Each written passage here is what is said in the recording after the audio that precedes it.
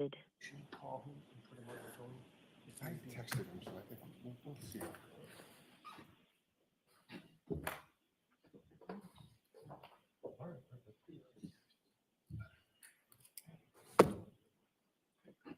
Court is now open. You may be seated. Judge, we'd like the jury. Well, I understand counsel wants to see me, but can it wait? Can we get started with the testimony? It's already 9:15. We can with regard to 3 of the 4 issues, but with regard to one of them, it applies to this witness's testimony. All right, so I'll hear from Mr. Jackson about that since it's this witness. Why don't we come over here and do it while we bring the jurors in, okay?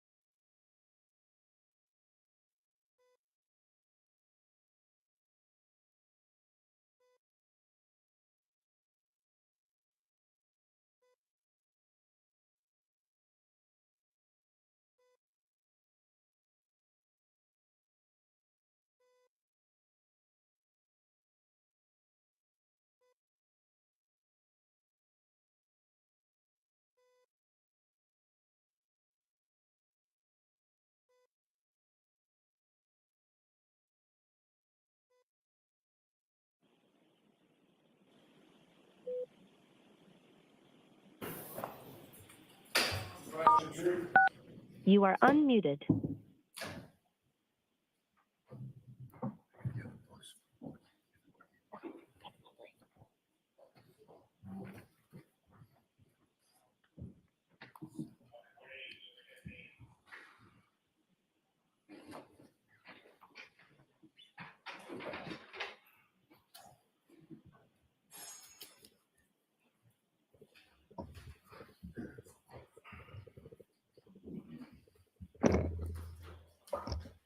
Hear ye, hear ye, hear ye. All persons have any business before the Honorable Beverly Canoni, Justice of the Norfolk Superior Court, and for the County of Norfolk. Draw near, give your attendance, and shall be heard. God save the Commonwealth of Massachusetts. This court is now open. You may be seated. 2117, the Commonwealth versus Karen Reed. Can I have counsel identify themselves for the record? Adam Lally for the Commonwealth. Good morning, Your Good Honor. morning, Mr. Lally. Good morning, Your Honor. Laura McLaughlin for the Commonwealth. Ms. McLaughlin. Good morning, Your Honor. Alan Jackson on behalf of Ms. Reed. Good morning, Mr. Jackson. Good morning, Your Honor. Elizabeth Little, also on behalf of the Street. Good morning, Ms. Little. Good morning, Your Honor. David Udetti for Karen Reed. Good morning, Mr. Unetti. Good morning, Ms. Reed. Good morning, jurors. The county was kind enough to come in last night and make sure that the air conditioning was working. They were here late. They did a really terrific job, so I think everybody should be comfortable today. I do have to ask you those same 3 questions. Were you all able to follow the instructions and refrain from discussing this case with anyone since we left yesterday? Yes. Everyone said yes or nodded affirmatively. Were you also able to refrain from doing any independent research or investigation into this case? Yes. Everyone said yes or nodded affirmatively.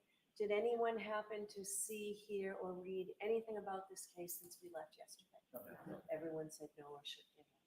All right, may we have Ms. Reed, Ms. McCabe, please?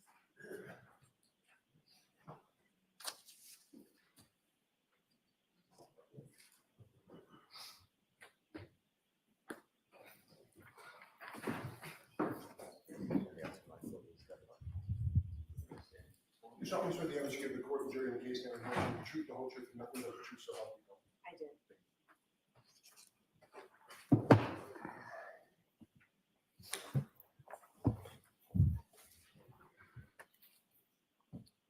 All right, Mr. Jackson, whenever you are ready. Thank you, Your Honor.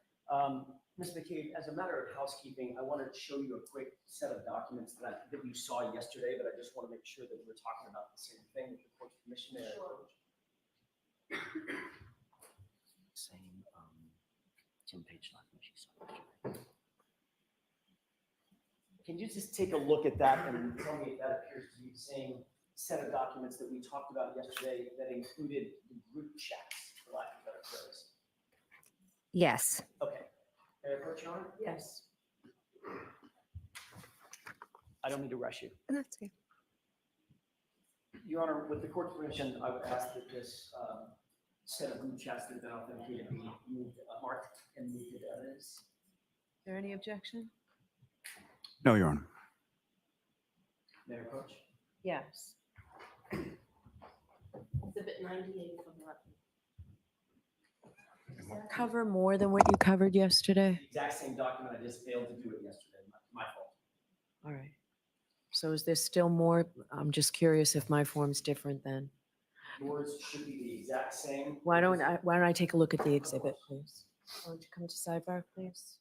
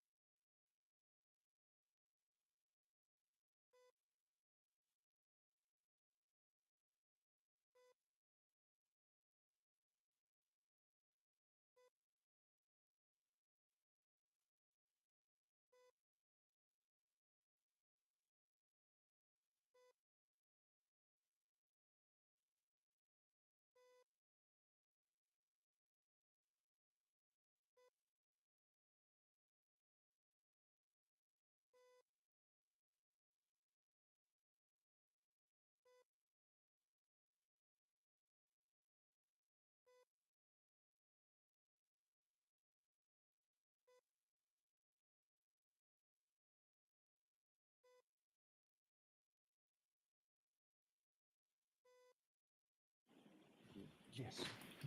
All right, so that will come into evidence, and jurors, sometimes I do have to repeat myself a bit, but this is, again, before you can consider any electronic communication in your deliberations, you must first find that it's more likely true than not that the person who authored or sent these messages was in fact the person identified as doing so. If you do not find that it's more likely true than not that the person who was identified as doing so was the person who authored or sent or transmitted the electronic communication, then you may not consider that electronic communication in your deliberations. So, all right, Mr. Jackson, go right ahead. Thank you, Your Honor.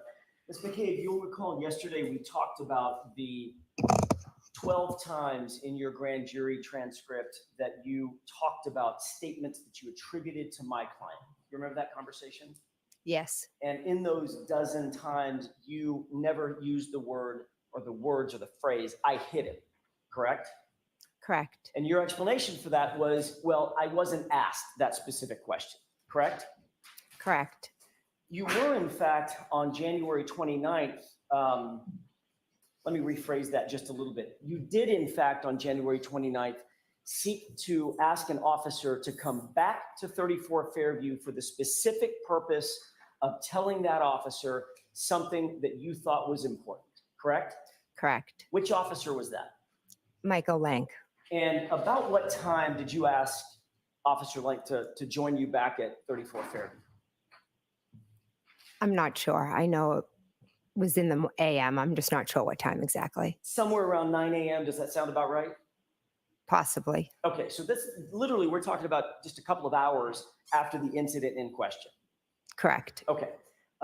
Sergeant Lank came with Sergeant Gallagher, I believe, correct? Correct. Came back to the location at 34 Fairview and gave you an opportunity to provide whatever information you deemed relevant at that time to impart to him, correct? Correct. And isn't it true that at that time, you didn't tell Sergeant Lank that my client said, I hit him?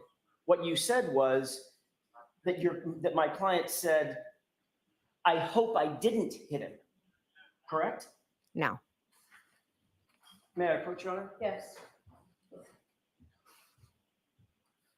Incident report page. It's like the second to the last or third to the last page. It's Lank's report.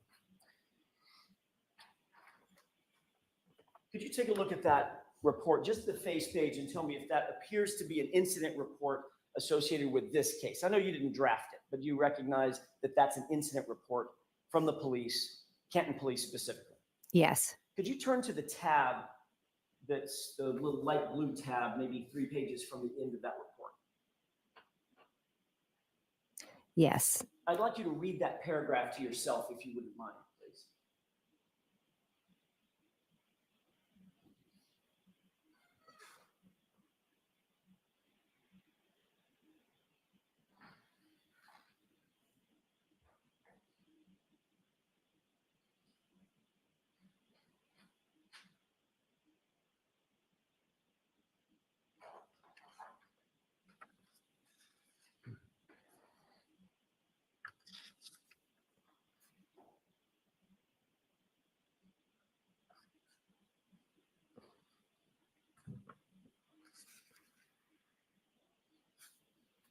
Do you have that in mind? I do. Okay, Yes. may I approach, Your Honor? Yes. Thank you. What you read just now appears to be a report of the incident in which Sergeant Lank came back to 34 Fairview to give you an opportunity to tell him whatever it was that you thought was important, correct? Was that a full report or is that just an excerpt from it, Well- that paragraph? That right there is a full report of that incident of Sergeant Lank going back to 34 Fairview. Would you agree? Well, that's not a full report of what I said, but if that's his full report, it's his full report. Okay.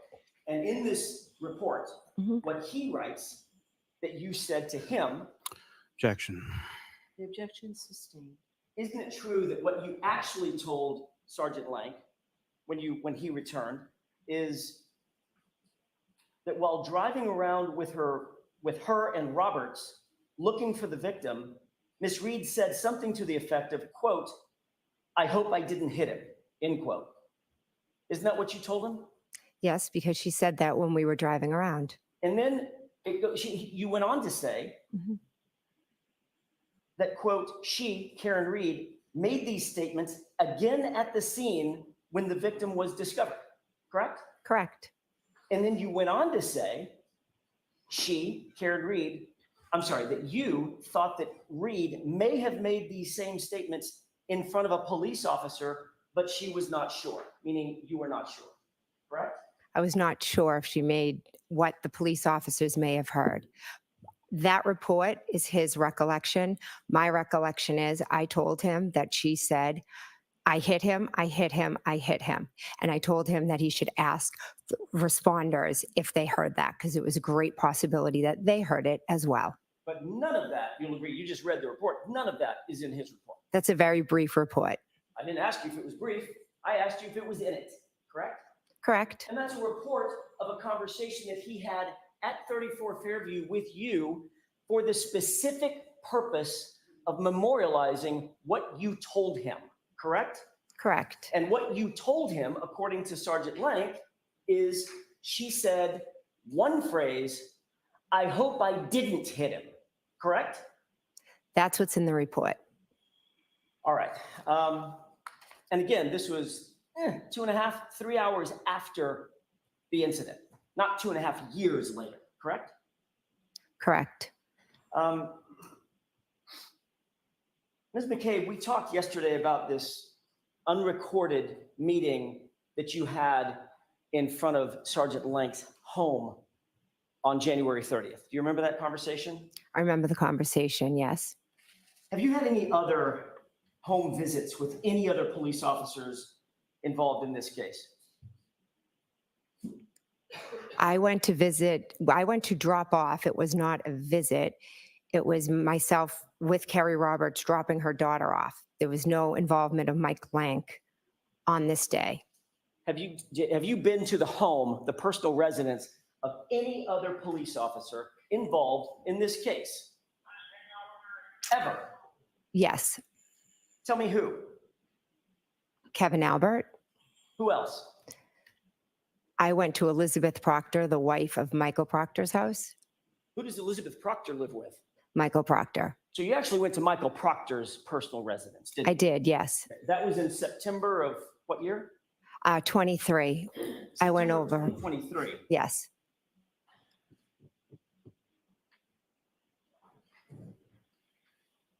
Why'd you go to Michael Proctor's house in September of 2023? I met Elizabeth Proctor in approximately July or August of 2023. We are two mothers that are being viciously terrorized and harassed by social media.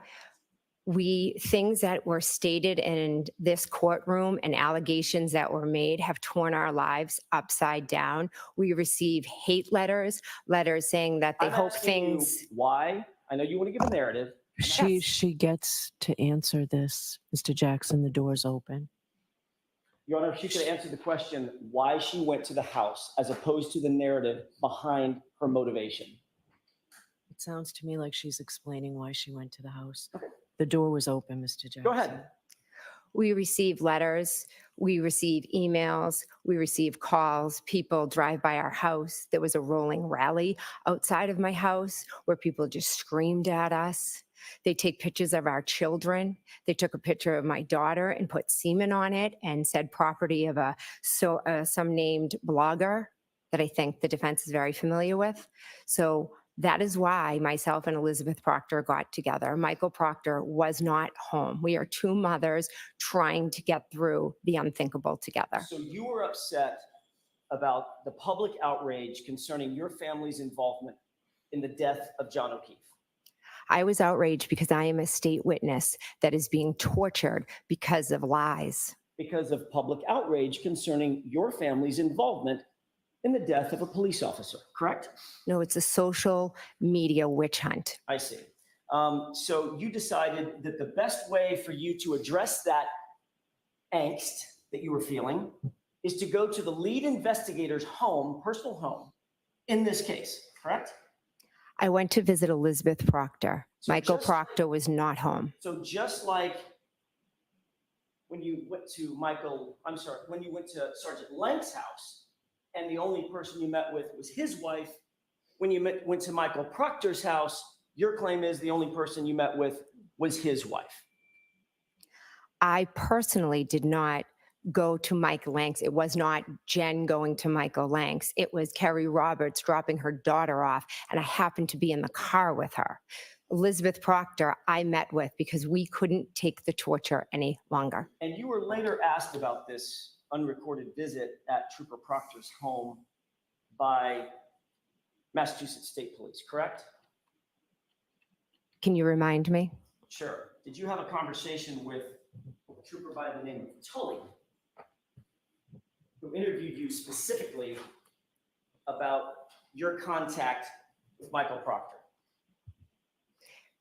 Could I see the report to refresh my memory? Do you not remember having a conversation with Trooper Tully? I've had many conversations over the last 2 years. Trooper Tully? Over the last 2 years with a number of troopers. Okay. All I'm asking you is, and I've got a report that can refresh your recollection. I want to know, first of all, do you remember having a conversation about your relationship with Michael and Elizabeth Proctor with Trooper Tully? I know I had a conversation with a trooper about it. I don't remember exactly which trooper. Fair enough. May I approach? Yes. It's the multi-page report. I'm not sure this page. Okay. Thank you. Take a look at the face page of that, read it to yourself. And then I'd ask you to turn to the tabbed page, which is paragraph 27.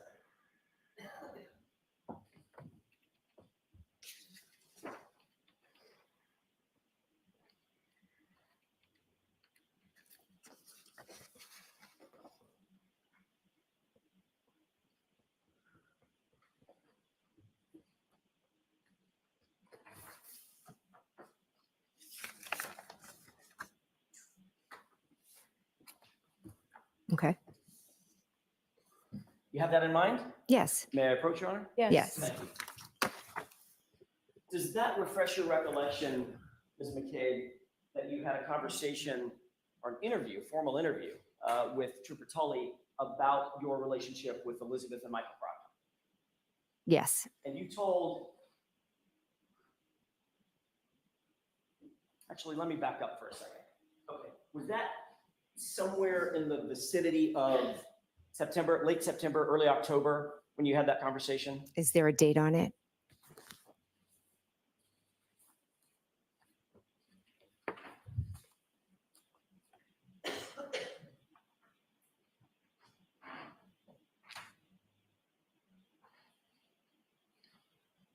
May I approach, Your Honor? Yes.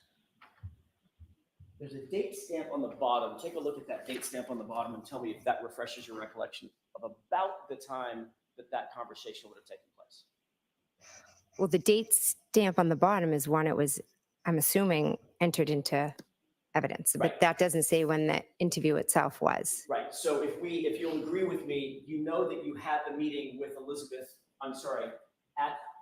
and Michael Proctor's home Mhm. sometime in September 2023, correct? Correct.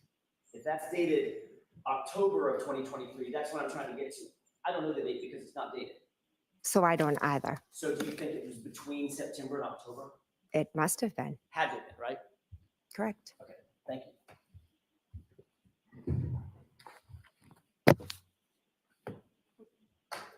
Before I get to that, I've got a couple of other questions.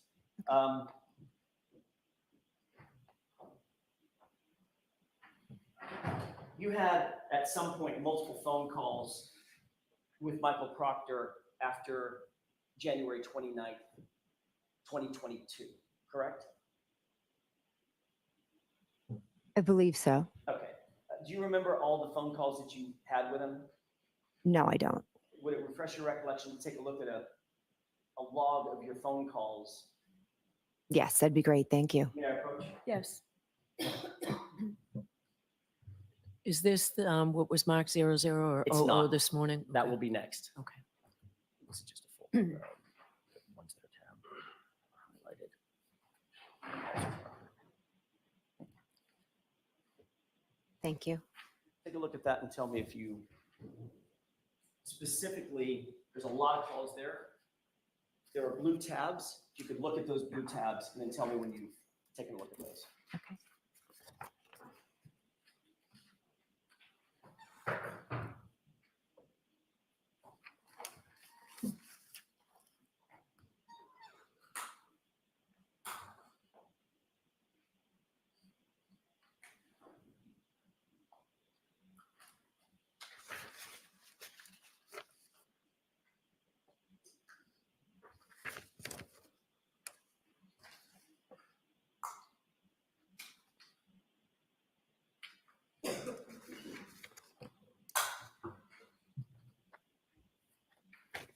Okay. Okay.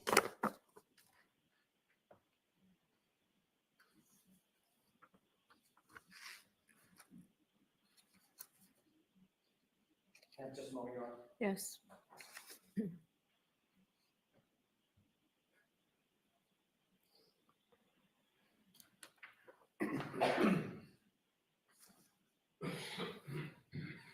May I approach? Yes.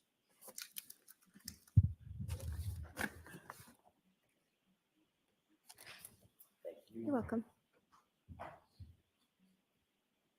Having looked at this set of records, does this appear to be an accurate reflection of the phone calls that you shared with Michael Proctor at some point on and after January 29th? Yes, Just to summarize those, and I don't want to belabor this, but there was a call on the 29th at 10:55 a.m. with Trooper Proctor, correct? correct. There was a call on the 29th at 12:49 p.m., correct? I didn't memorize them. I understand. Would you? So if you want to give me the paper back, then I could probably answer correctly. Sure. You want to Okay, do it that way, we certainly can. May I? Yes. Thank you. thank you.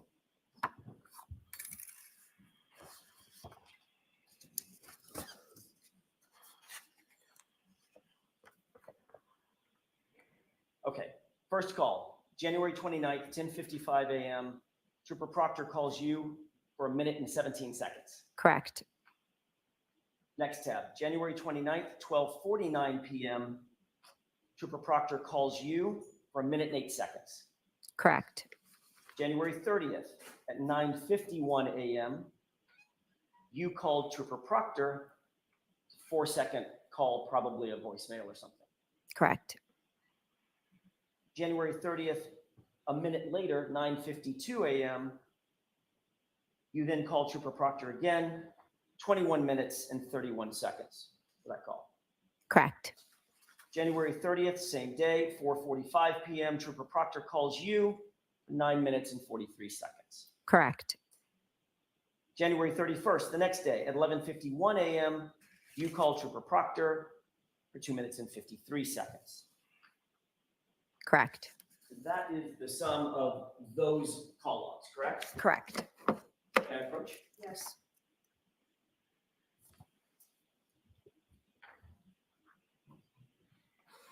Those aren't all the calls that you had with Trooper Proctor. That didn't stop. It's just where these logs stop, correct? I'd have to see my further call logs. Do you believe that you've had additional phone calls with Trooper Proctor after that last call on the 31st? I know I did in 2023. Okay. In 2022, did you have additional phone calls with her? I'm not sure. I'd have to look at phone records.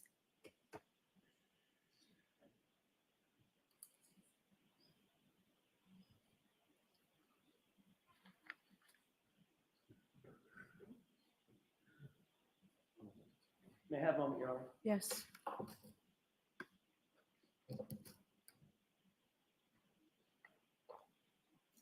May we approach briefly? Okay.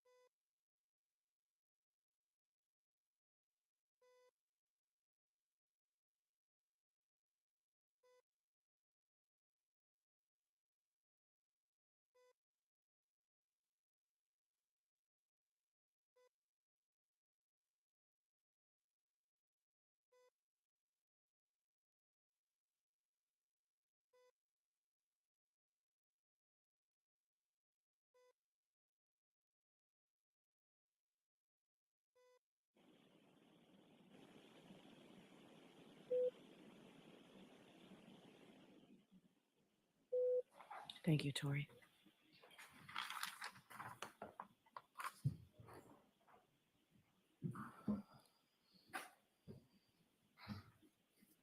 May I inquire? Yes. Thank you. Ms. McCabe, I don't have the records in front of me. Maybe they'll be found before the end of our conversation. But in the meantime, for expedition, do you remember a call on February 14th with Trooper Proctor lasting about 17 minutes?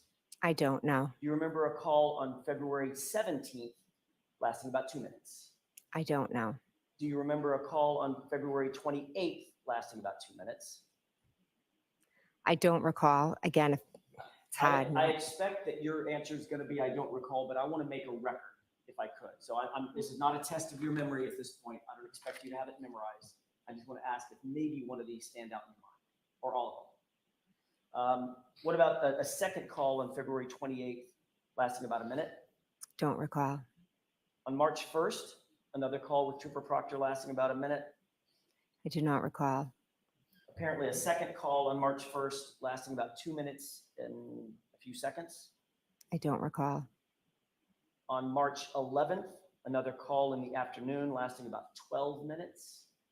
I don't recall. And finally, a call toward the end of March, March 29th, lasting about 4 minutes. Again, I don't recall. Okay, understood that this is not a memory test, and I don't have the records in front of me, so I apologize about that. Based on the conversation that we've just had, does that jog your memory that you had multiple calls in February and March with Trooper Proctor, as well as the calls we've gone over with the records in January? To be honest, I had calls with many people. I was in a state of shock for months following this. So if you have the record, I can answer off of that. But besides that, just reading them to me does not jog my memory. I'm sorry. That's okay. You wouldn't quarrel with the idea. I don't want to hold you to a number. You wouldn't quarrel with the idea that you had multiple calls with Trooper Proctor in January, in February, in March, correct? Well, the ones I've just saw on the record, yes, there were multiple calls there. And of course, you met him in your home on January 29th. Yes, I did. And he came into your living room. You had a conversation with him. In my dining room, yes. I'm sorry, your dining room. Mhm. And also, Carrie Roberts was there Carrie Roberts was not there. on the 29th. Carrie Roberts was not at my house on the 29th. No. When was she at your house when she was interviewed? I believe that was the Tuesday, whatever the date was. Maybe first? That sound right? First or second? Yeah, something. It was the Tuesday following. Okay. And was that with Trooper Proctor or a different trooper? A different trooper. And with Trooper Proctor on the 29th, when he was interviewing you in your dining room, that was the day that Brian Albert was also there. Correct. And was Brian Albert also interviewed on that day? I believe so. So Trooper Proctor was in your house for, gosh, it had to have been an hour.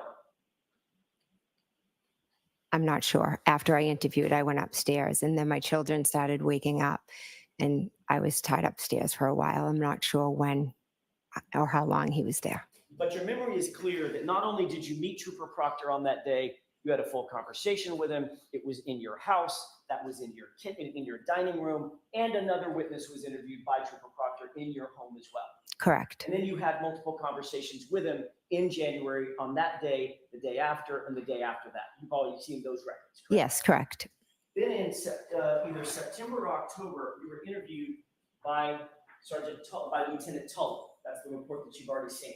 Correct. And in that interview, you were asked specifically whether or not you had a relationship with Trooper Proctor and when that relationship started, correct?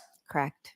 And you said, quote, you had never met Elizabeth Proctor or Michael Proctor prior to September 2023, correct? I did not say that. So yet again, this is another example of a trooper completely getting it wrong. Is that right? Objection. Sustained, ask it differently. In your view, did Lieutenant Tully get your statement wrong that you had never met Trooper Proctor before September of 2023? Objection. Is that true or is that wrong? Lieutenant Tully knew I met Proctor prior to that. because Proctor was the one who did the initial interview on January 29th. Does it make you wonder why he wrote in his statement, quote, "You've Objection, Your never Honor. met Elizabeth Proctor or Michael Proctor prior to September 2023. So the objection sustained.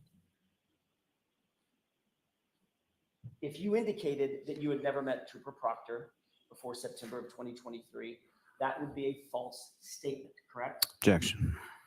You can answer that, Ms. McCabe. I met Proctor January Would that have 29th. It's been a false everywhere. statement? If you said it, would it have been false? That's all I'm asking. Yes.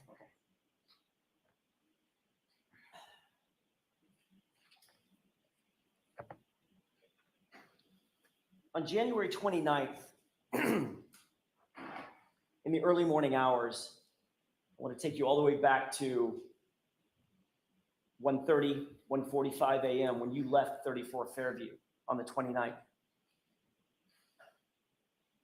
After you dropped off the girls, where did you and Matt McCabe go? We came home. After you got home, you indicated that you went upstairs, correct? Correct. After you went upstairs, you indicated that you got on the phone. Correct. On your cell phone, correct? After you got on your cell phone, you indicated that you started searching for stuff. Correct. So if there's GPS, that you've seen the forensic extraction or part of it, correct? Which one are you referring Of your to? phone. The forensic extraction of your phone. I saw what you showed me yesterday from Celebrate. That's what I mean. Okay. From I'm- Celebrite, part of it. I saw, yeah, the phone calls. Yes. Okay. You're aware that that extraction shows that you got home after 2 a.m. or so. So that would be generally correct. Correct. The Celebrite extraction shows from your Apple Health data that you actually went up a set of stairs. That would be accurate, correct? Accurate. The Celebrite data shows that you actually logged into your phone, did a login, either Face ID or a passcode, opened up the phone. That would be accurate. Correct. The Celebrite data shows that you were engaging with an app called Safari to engage some Google searches, correct? Yes. That would be generally accurate as well, correct? Yes. So after you opened up Safari, you indicated that you Google searched something about ozone basketball. Is that right? Yes. That was sometime after 2 a.m., right? Yes. What was so important about ozone basketball at 2 a.m. that it couldn't wait until the morning? Why did you search it then?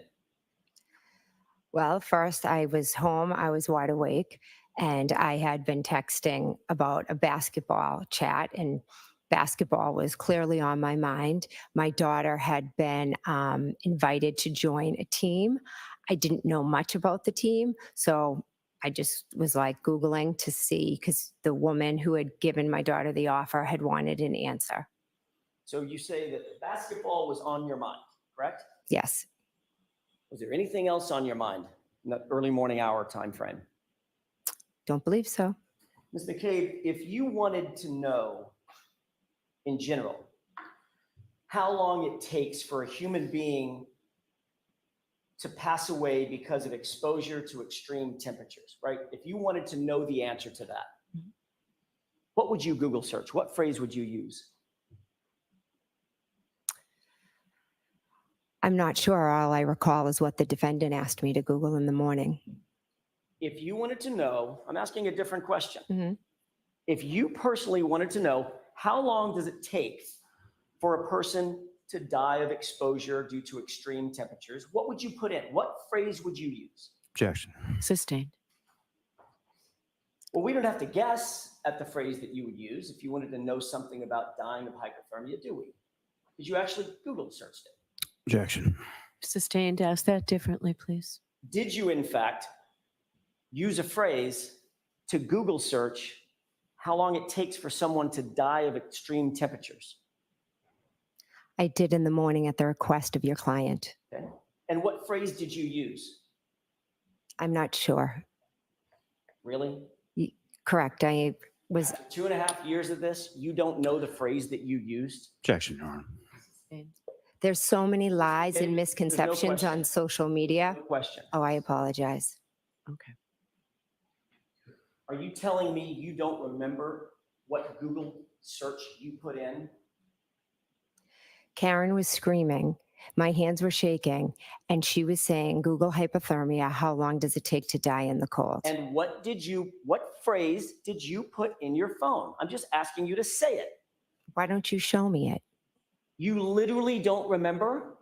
Again, she was screaming, Google hypothermia, how long does it take to die in the cold? How about, And I picked up my phone and I started Googling. and you literally to this day, right now, under oath, you're saying you don't remember that phrase that you used. Objection. I'll allow it. Is that what you're saying?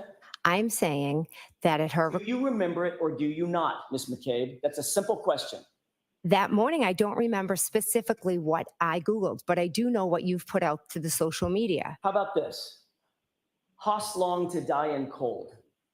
Does that sound familiar? Yeah, it's been Why everywhere does that sound so familiar? because you've put it out in social media. Well, I haven't put anything out in social media because I don't personally have social media. I'm sorry, Turtle Boy did. So if the world happens to know it, Mhm. that's not on me, is it?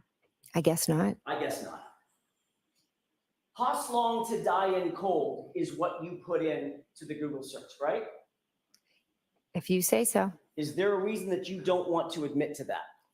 Absolutely not. It's a simple question, right? No reason. So say it. What Google search did you use? Objection. Sustained.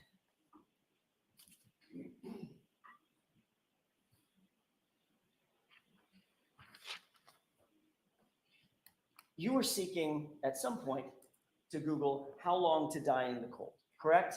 Correct. And you made a mistake and mistakenly typed Hoss long to die in cold, correct? You could show me it. I'd appreciate it. You later Google searched. May I approach, Your Honor? Yes.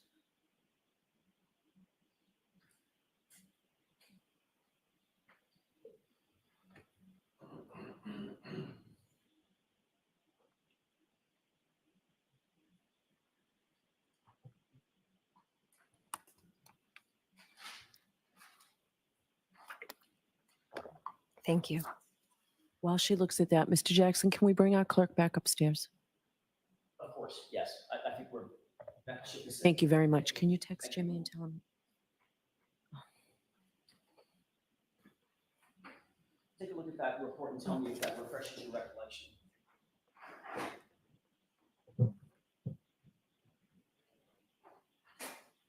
Yes, it does. Does that appear to be an accurate page from a Celebrite extraction from your phone? It does. Okay. May I have that back? I'm sorry, may I approach? Yes. May I have that back for a second? Yes. Did you see this, the actual search phrase? Does Yes. that now refresh your recollection? Yes. But I'd like to have this marked as next in order. Exhibit, please. Is there an objection, Mr. Lally? No, Your Honor. Jim?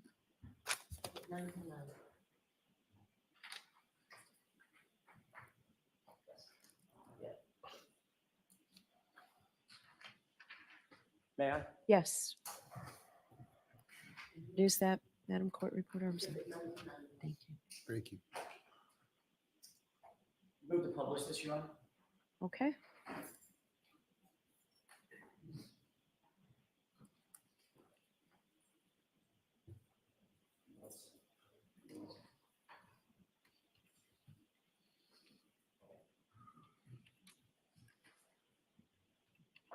Does this appear to be the document that was just marked as Exhibit 99? Yes. I know it's a little bit small. You see this column, Yes. third column from the, actually, it's the fourth column from the left. One, some dates, some data, and then a Google search, correct? Correct. What does that Google search say? House long to die in cold.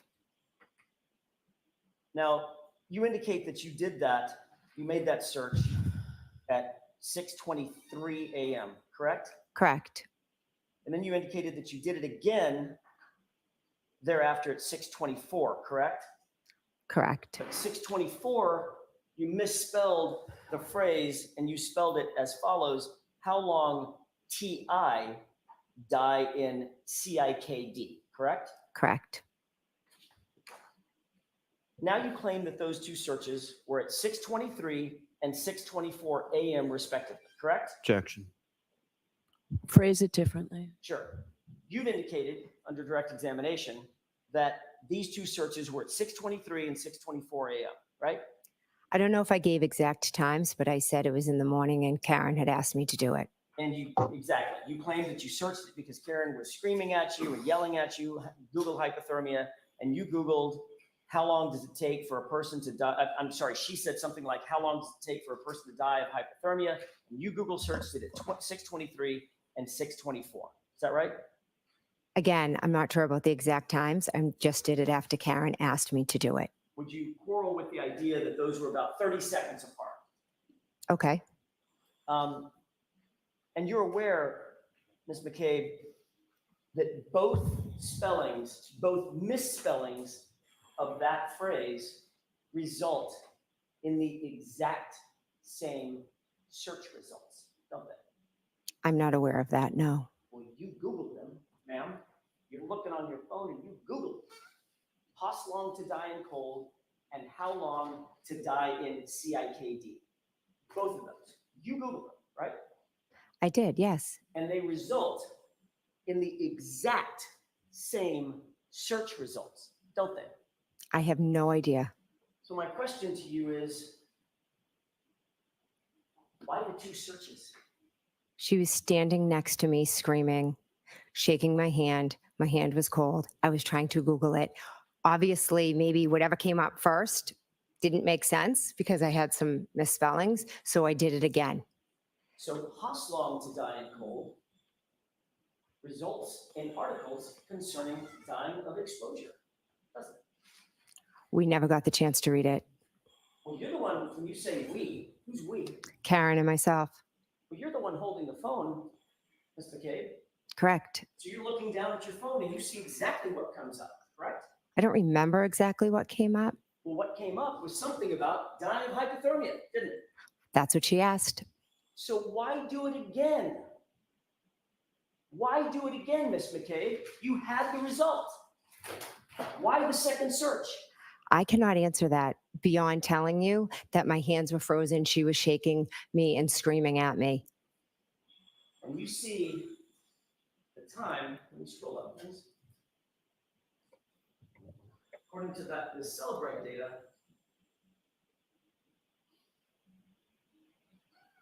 you see this first search that says Hoslong to die in cold? I do. What's that time?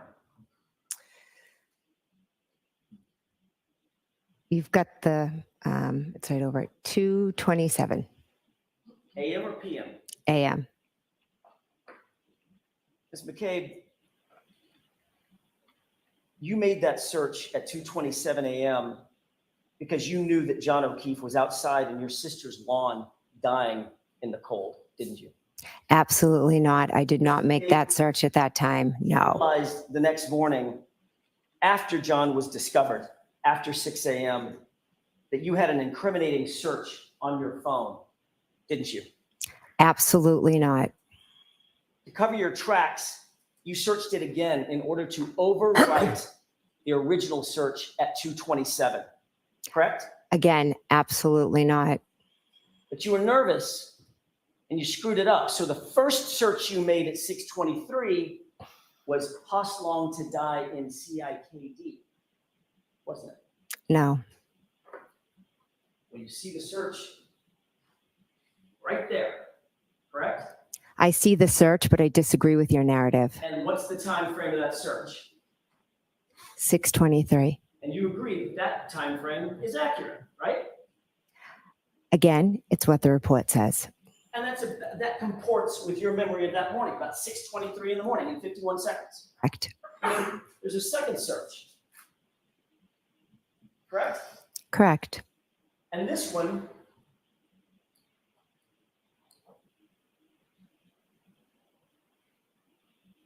at 6:24 says Hoslong to die in cold. 6/24/16, correct? Correct. I'm sorry, 18. My eyes aren't that great. And that comports with your memory as well.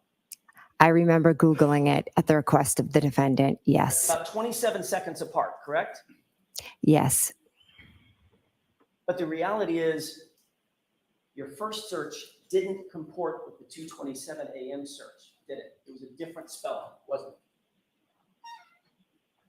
I never searched a 227. That is not reality. But the 6/24 search did exactly mirror the search that, according to this report, took place at 2:27, correct? I'm sure Celebrite will be able to explain it to you. I can't. And then of those 3 searches, one of them ended up deleted. Isn't that right? I never deleted any search. Take a look at the Celebrite report, top search, and the column marked deleted. What do you see? I see a yes. Let me take this down.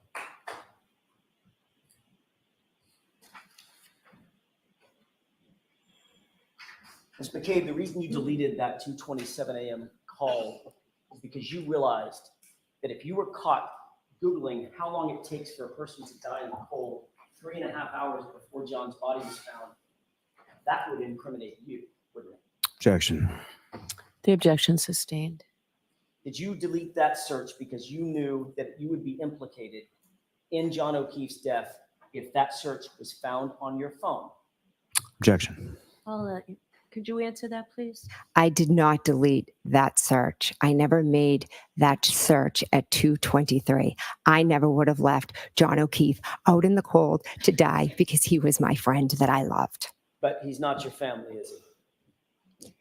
Family and friends. Is he not Objection. Sustained. You acknowledge that you made the search at 6:23, don't you? In the morning I did, You yes. acknowledge that you made the search at 6:24. Multiple times in the morning, yes. Of the 3 searches that show up that were all found on your phone, the one that you disavow is the one that took place at 2:27 a.m., which would implicate you and exonerate my client, correct? Objection. Sustained. Can I ask it differently, Mr. Jackson?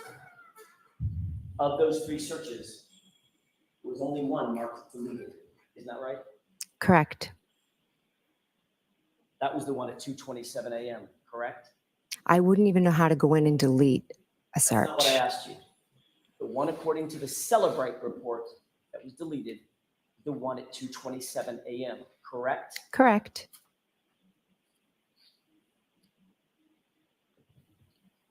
You would agree that that's awfully convenient for you, isn't it? Objection. Sustained. That's all I have, Your Honor. Thank you. Okay, Mr. Lally? Thank you. May I approach briefly? Yes.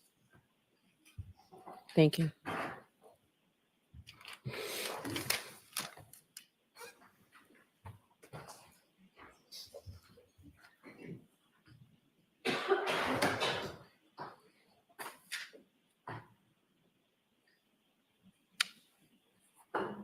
Good morning, ma'am. Good morning. Going back a little bit, you were asked some questions about Life 360 application that you had on your phone. Is that right? Yes. And you're familiar with that app and familiar with sort of using that app to see where your children are at various times. Is that correct? Yes. And from your experience of using that app, how accurate is it as far as location, time, or anything in regard to it? Pretty accurate, varying some of their locations and sometimes weather. Have you ever had instances in which you were told someone was somewhere and they were not there? Yes.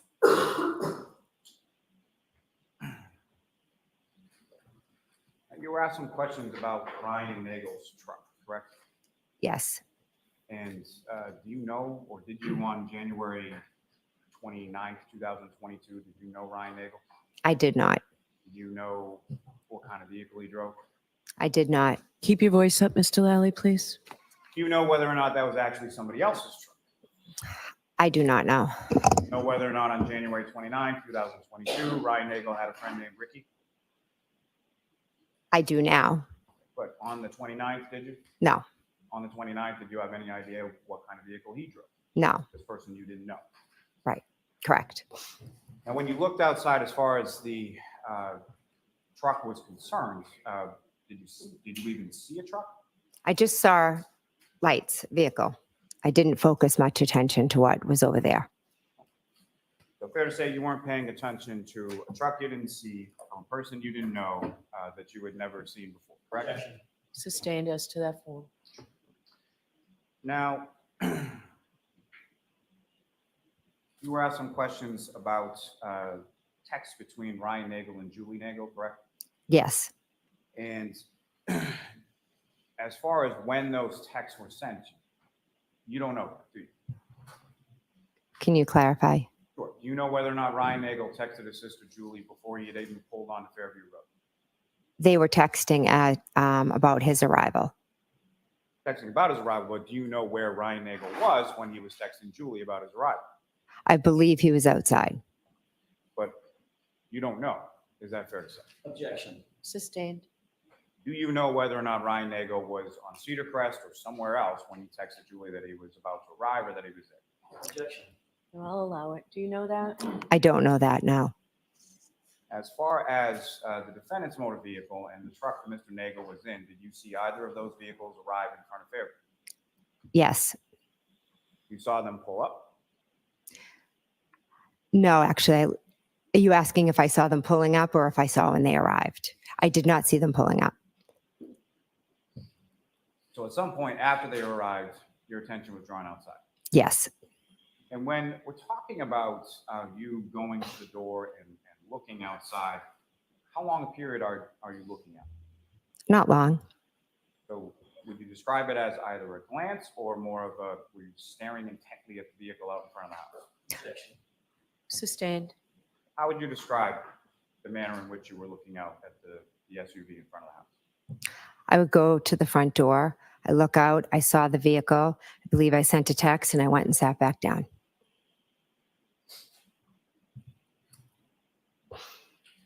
Now, in any of those times that you went to the door, and do you know how many times you went to the door? I don't know exactly. At least twice, is that correct? At least, yes. Now, in those at least twice that you, well, at least twice that you saw the vehicle and once that you saw that the vehicle was gone, correct? Yeah, so I guess actually it was more than twice because I saw the vehicle move as well. And when you say as far as you saw the vehicle move, did you see the vehicle physically move or it was in one place and then you came back later and it was in a different? It was in one place, and then when I came back, it was further up. Now, at any of those points in time that you took a glance out the storm door, did you see anybody outside of the vehicle? No, Did you see inside of the vehicle? no, Did you see anybody outside other than Julie Nagel on the front lawn, front walkway, or anything else? no, At any point in time while you were at 34 Fairview that night, did you see John O'Keefe? no, At any point in time when you texted John O'Keefe after you arrived at Fairview, did John O'Keefe respond? no, At any point in time after you arrived at Fairview, or after you hung up from the 12:18 a.m. call in which you were describing where 34 Fairview was in reference to Bella's house, did you ever hear from John O'Keefe ever again? no.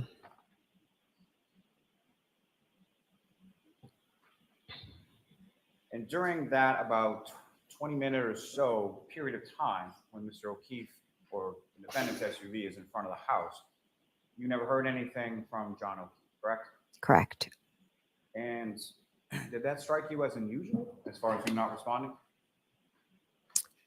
I thought it was strange, but then I thought that they just might have decided to go home or had gotten into a fight or Kaylee wanted him home.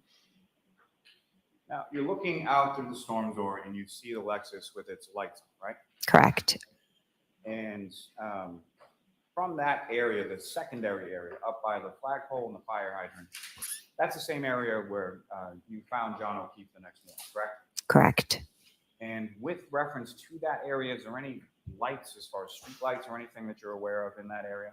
No, it's a dark area in the corner of the lot. Now, at any point in time, were you looking or were you expecting to see John's body on the lawn? Absolutely not. And fair to say that when you're looking in the dark, in the snow, from a storm door out towards a vehicle, not the same conditions as if you're standing in a courtroom or sitting in a courtroom today, about 10 feet away from somebody during the daytime with lights on, correct? Correct.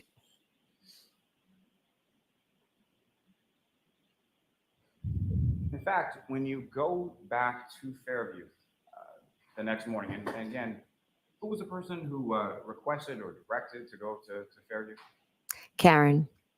And so when you go to Fairview along with the defendant and Ms. Roberts at the defendant's direction, sometime around 6 a.m., when was it that you first saw Mr. O'Keefe? I wasn't the one to first see him. Karen was. So she's banging on the door, asking it to be let out. She goes directly over to the body, correct? Correct. And neither you nor Ms. Roberts, well, you didn't see Mr. O'Keefe on the lawn until after she did that, correct? Correct. And that was after you had already sort of driven a little bit past where he was, correct? Correct.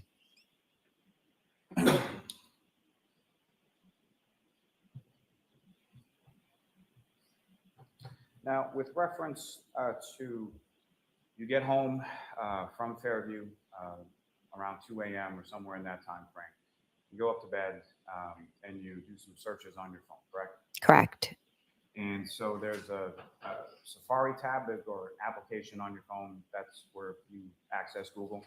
Yes. Is that typically where you would access Google? Yes. And you were looking at Ozone basketball. You're also looking at Hockomock. Is that right? Objection. Sustained. What, if anything else, were you looking at beyond the Ozone basketball you talked about? We had an exciting game earlier in the night against a local town that has a very good basketball program. So I went on Hockomock Sports to look at the recap, and typically I'll do that to see how other teams did, etc. And around that same time, is that correct? Correct. Now, within when you did that, as far as looking things up on Google, were you opening up new tabs within Safari as you were looking at different websites or different topics? No. And when you went to bed or you went to sleep that evening, at some point you turned off your phone, right? Correct. And did you X out that box, that Safari tab that you were doing those searches with regard to Ozone and Hockomock? No, I used to always leave my tabs open and my kids would yell at me. As far as having multiple tabs open, is that correct? Drains my battery, etc. Yes. So then flash forward to sometime after 6 a.m., you're on the side of the road and the defendant asks you to conduct or look up something with regard to hypothermia or how long to die in the cold, correct? Correct. So when you open that up and you go into Google, did you open up a new tab or did you just sort of go into what you had already open in the Safari tab? I went to what I already had opened. And that's where you perform the search, is that right? Excuse me? That's where you perform the search that you were just being asked about? Yes. And you never made any search like that at 2:27 in the morning, correct? I did not know. Now,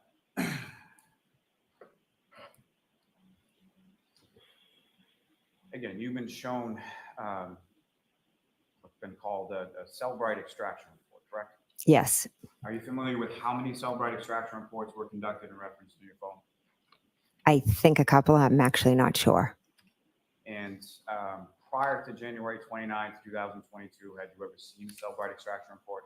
No. As you sit here today, do you even really know what that is? Not really, no. Do you know what a wall file is? No. Do you know what an SQLite database is? No. Do you know what a knowledge profile C database is? No. Do you know how information is stored and kept within your cell phone? No.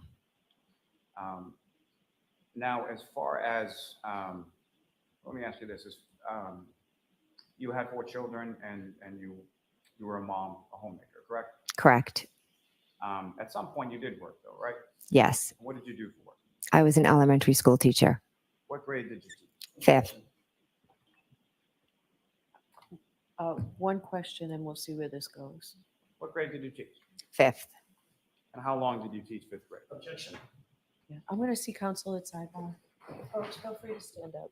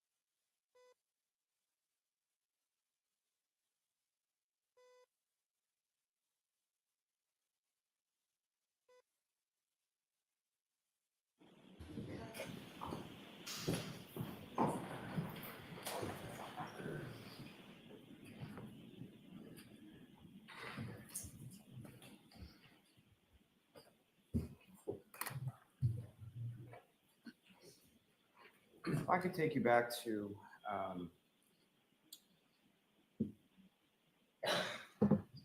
4:53 in the morning is when you get that first call from Kaylee Bush. Is that correct? Correct. You answer that call and then the defendant is put on the line, correct? Yes. And so what is the first sort of iteration of the story that the defendant tells you happened the night before? That they got into a fight. She left him at the waterfall and he never came home. And at some point later, you confront her with that you saw the vehicle out front of the house, correct? Correct. And so then what is the defendant's story changed at that point? That they went there and it changed multiple times. I'm not sure exactly. She said, oh, at one point, oh my God, I don't even remember going there. She was telling other people that he was dead, that a plow hit him. The story changed multiple times that morning. Now, on cross-examination, you were played a voicemail. Do you know whose phone that voicemail was from? They never said no. Fair to say that you're on 911 in the background of that phone call, correct? Correct. So it wasn't your phone. Correct. And there's two other people beyond that as far as Ms. Roberts and the defendant there, correct? Correct. Was Kerry on the phone at all that you saw? No. And so with reference to the timing of that phone, you had called 911 and you were on the phone with 911 at the time that recording starts, right? Correct. So you had gotten out of the car, you had gone around and then seen where the defendant had run over to Mr. O'Keefe, correct? Objection. As to the form, it's sustained.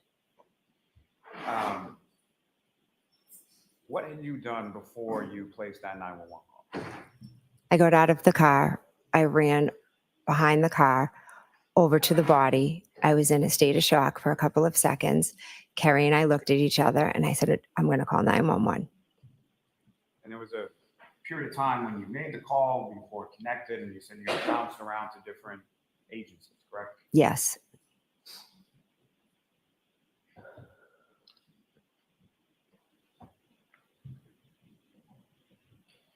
And this is after the defendant has hit the door and run from the vehicle over to Mr. O'Keefe's spot, right? Yes.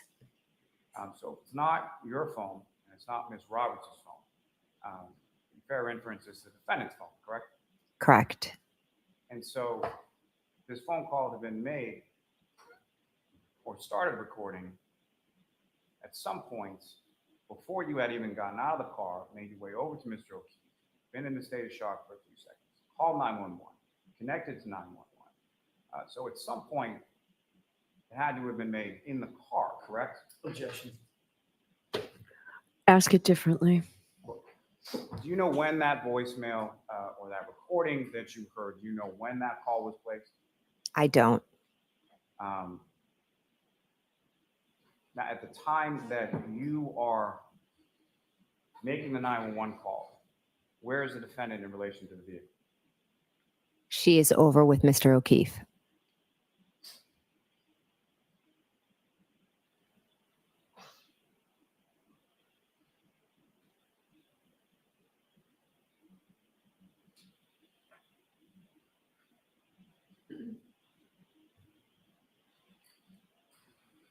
You mentioned that the part beyond the 911 call where you heard yourself talking, you're at the rear of Ms. Roberts' vehicle? Yes. And why are you at the rear of Ms. Roberts' vehicle? In the beginning, I'm at the rear gathering towels or blankets. And then a few times I go to the rear because I'm trying to speak with the 911, and Karen is screaming hysterically. And then Kerry starts screaming at her to calm down. It was quite chaotic. So I was moving away so that I could be clear with the operators.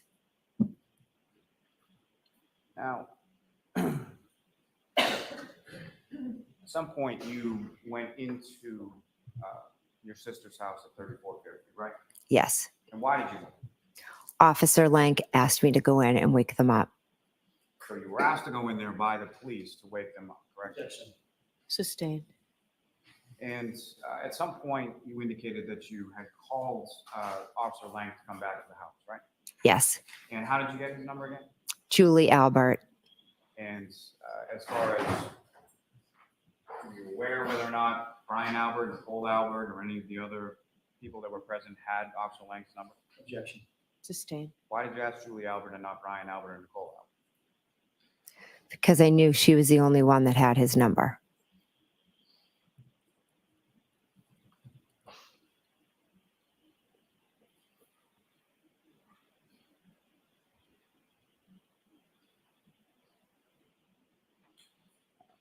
You were asked some questions about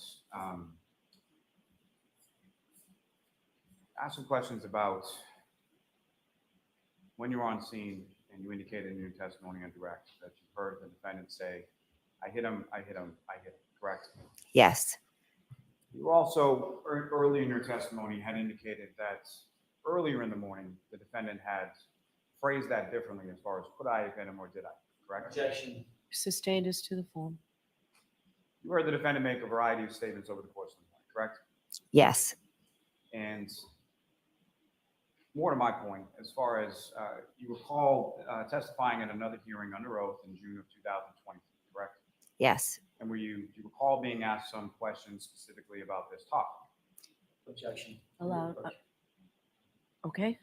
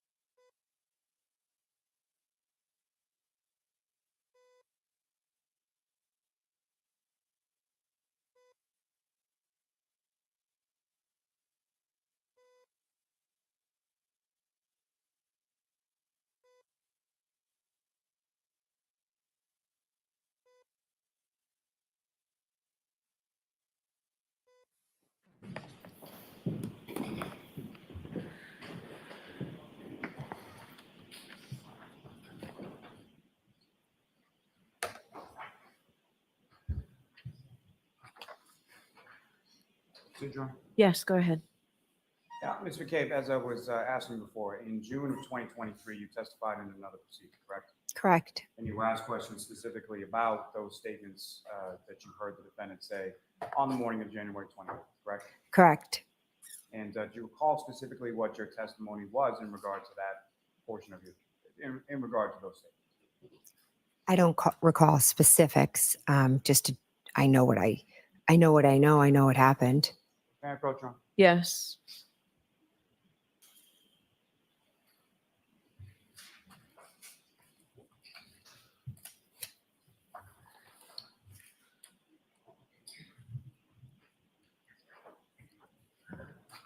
I'm giving you 2 pages. Direct your attention to the bottom of the first page and then into the next page. If you could just review that to yourself and look up.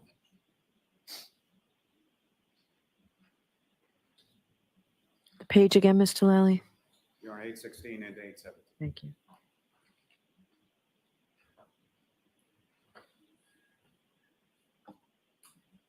May I approach, Ron? Yes. Mr. McCabe, is your memory refreshed as to what you said in that prior proceeding in regard to those statements? Yes. And what did you say? What did I say in that? I told them that Karen looked straight at me and said, I hit him, I hit him, I hit him. And I said that there was, I believe, an EMT that overheard as well. Now, do you recall in that same prior proceeding being asked any questions sort of at different times, the defendant saying different iterations of that same statement? Objection. Sustained as to form. No leading, Mr. Lally. With respect to that prior, that's testimony in that same prior proceeding, what, if anything else, were you asked about statements the defendant made to you that morning? I was asked what were some of the statements that Miss Reed had made. And it was like, repeat, did I hit him? Could I have hit him? Is he dead? Is he dead? Is he dead? Could I have hit him? Did I hit him? I have a cracked taillight. And then her, I hit him, I hit him, I hit him. And so with respect to questions and as far as did I hit him or could I have hit him, and the statement I hit him, those were at different times, correct? Correct.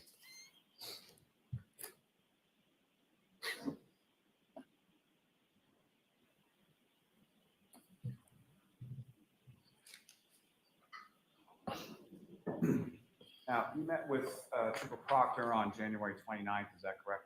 Correct. Was that the first time that you had met him? Correct. And who, if anyone, was with him when you met? I believe it was Trooper Yuri. And subsequent to that day, did you meet with other troopers? Yes. And by other troopers, I mean not Trooper Proctor and not Trooper Yuri. Yes. And with respect to meeting with other troopers, was it at that point that they had talked to you about taking your phone? Correct. And they asked you for your phone, is that correct? I had shared my Life 360 and my Life 360 and my texts, and they asked if they could take a copy of my phone. And did you agree to that? I agreed to it. Yes. And were you presented a form at all in regard to your agreeing to hand over your phone? Yes. And beyond what you would testify to earlier, as far as things to do, were there any limitations that you put on what they could look at or take from your phone? No limitations. May I approach, Your Honor? Yes.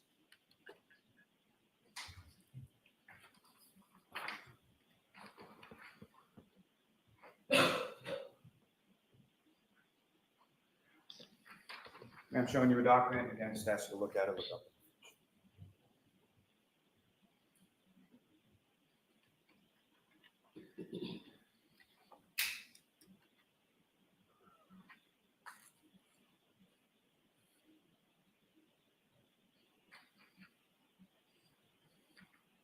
And just in general, ma'am, do you recognize that? Yes. What do you recognize that to? This was the consent form for my phone. So that's the form you filled out with the troopers in regards to giving over your phone. Correct. May I approach again, Your Honor? Yes. I'll move the sequence to submit as the next exhibit. Is there an objection, Mr. Jackson? No objection. Okay, thank you. The exhibit 100. Thank you.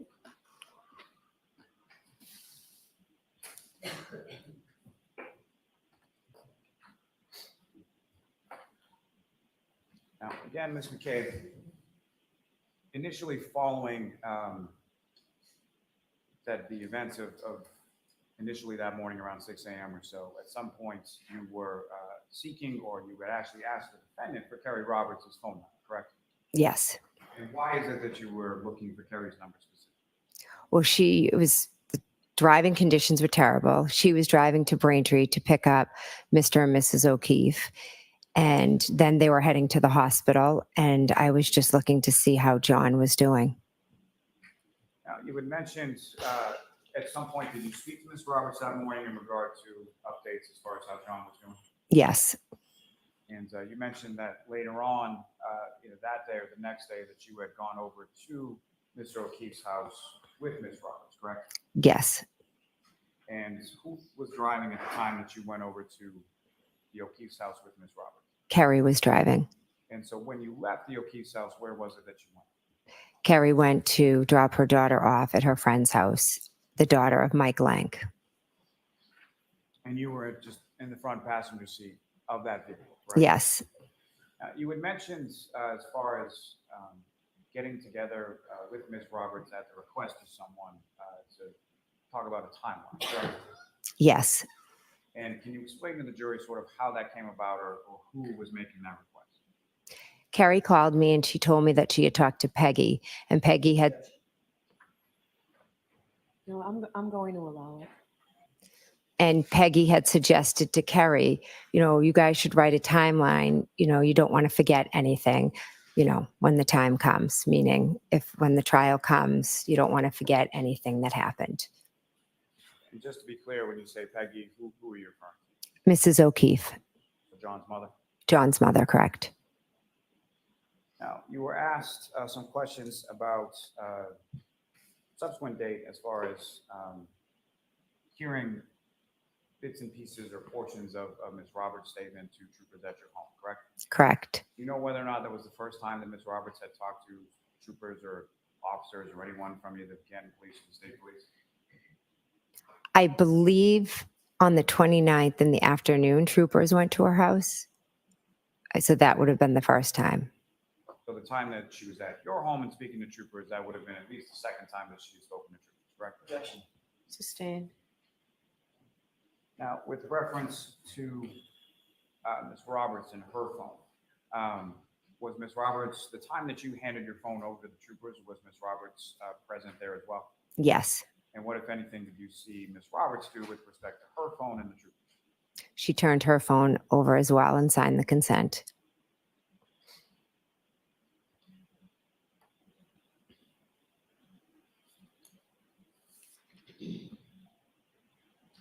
Now, during that time, you had indicated that you had heard a statement that you said was horrified you in some way. Is that correct?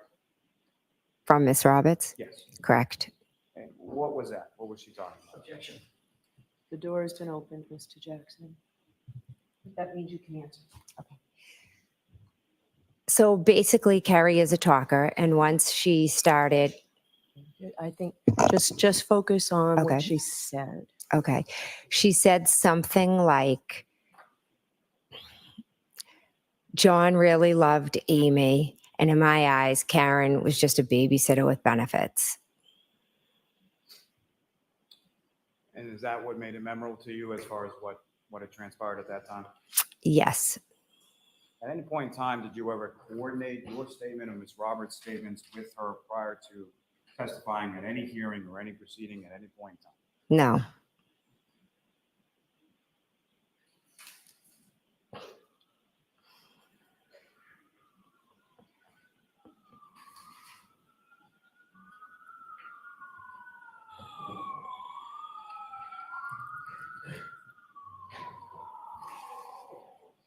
Let me ask you, when you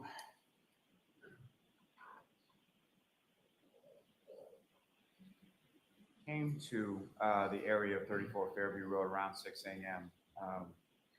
And you saw Mr. O'Keefe, was he in the same clothes that you had seen him in earlier? He had jeans and I believe the same shirt on, yes. And nothing additional as far as a jacket or anything like that that you saw? Not that I recall. Now, again, as you were driving down Fairview Road, if the defendant did not bang on the door and essentially jump out of the car and make a beeline over to Mr. O'Keefe, would stop the car? No.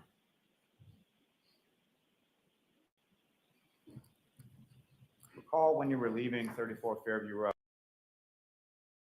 sometime between 1:30 and 1:45, when Mr. McCabe is driving. Do you recall whether or not the roads were plowed or treated or anything that you saw at that time?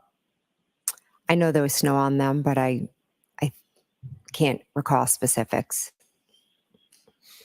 Now, as far as the defendant coming over your house shortly after 5 a.m., was that something that you were expecting at the time? No.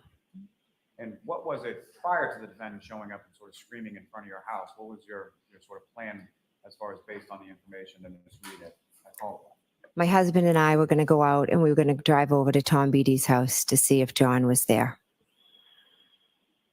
Now, as far as the 911 call that you were making, that information that you were providing, what was that based on?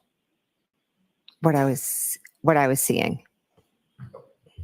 But as far as how Mr. O'Keefe had come to be there at 34 Fairview Road, when you're communicating any of that to the 911 operator or to officer on scene, was that from your observations when you were inside 34 Fairview after the waterfall or from some other source?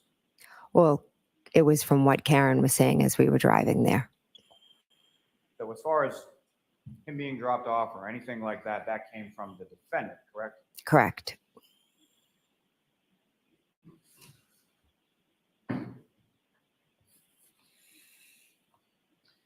Now, as far as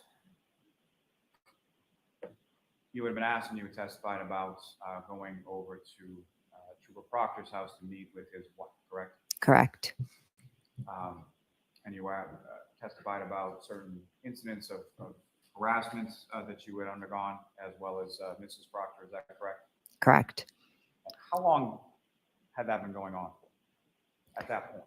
At that point, it started in April, and now I believe I went over there in September.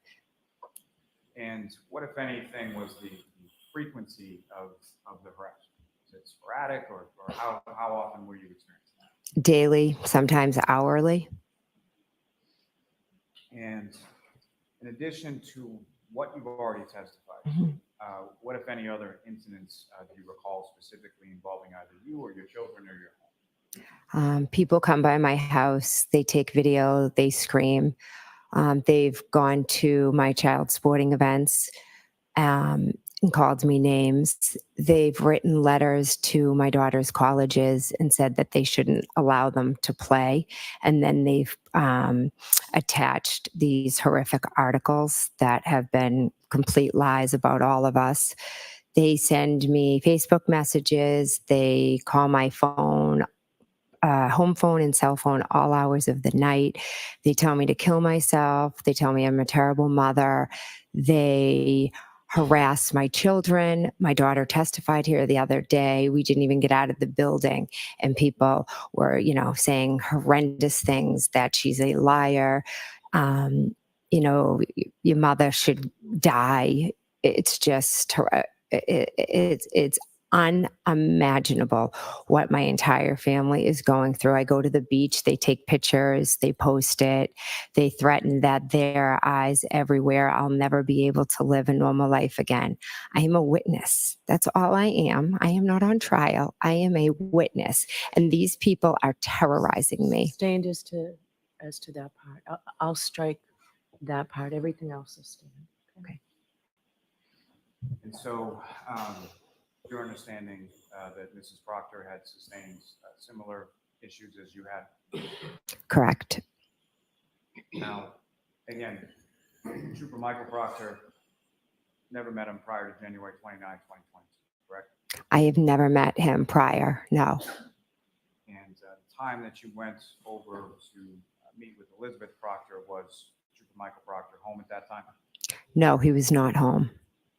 And had you ever been over to his house prior to that or any time subsequent to that? No, never. Now, You did have some conversations with Trooper Proctor following this day and around let me ask you this.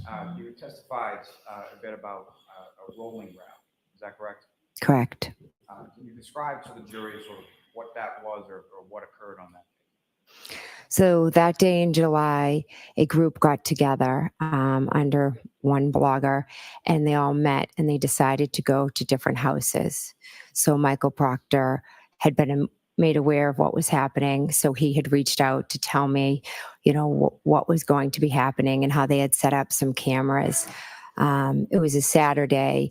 I had just come home from vacation with my children and my husband. Mrs. O'Keefe picked up my two younger children and brought them out with her so they wouldn't be home for this. And my two older children and my husband were in the house while about, 50 to 75 people came to my house. They screamed, they yelled, "There's a murderer."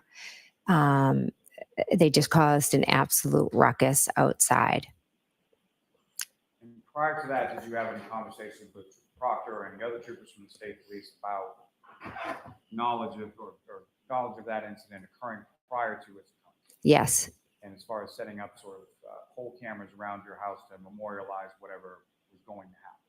Yes. Now, you were asked some questions with regard to the Google search. Again, that was initiated after 6 a.m. Why again? Because Miss Reed asked me to Google how long to die from hypothermia. She said, Google hypothermia, Google how long it takes to die in the cold. She was shaking me, screaming at me to do it. And she's shaking you as you're typing, is that correct? Correct. And there are some misspellings, correct? Correct. I also have MS and I have Well, I'll allow that. I have MS and I have, issues with my hands. So I a lot of times Google and make errors, but the cold also makes my hand go completely numb. So I'm not surprised that that's how it would come out. When you were in your bedroom sometime after 2 a.m., fair to say the defendant wasn't there shaking you when you were Google searching for ozone basketball or hockey mock? Objection. Sustained.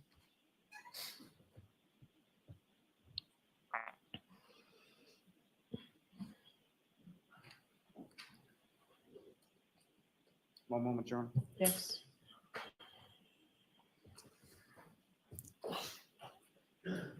Nothing further, Your Honor. Okay, Mr. Jackson? Very briefly, Your Honor. Concerning statement, I hit him.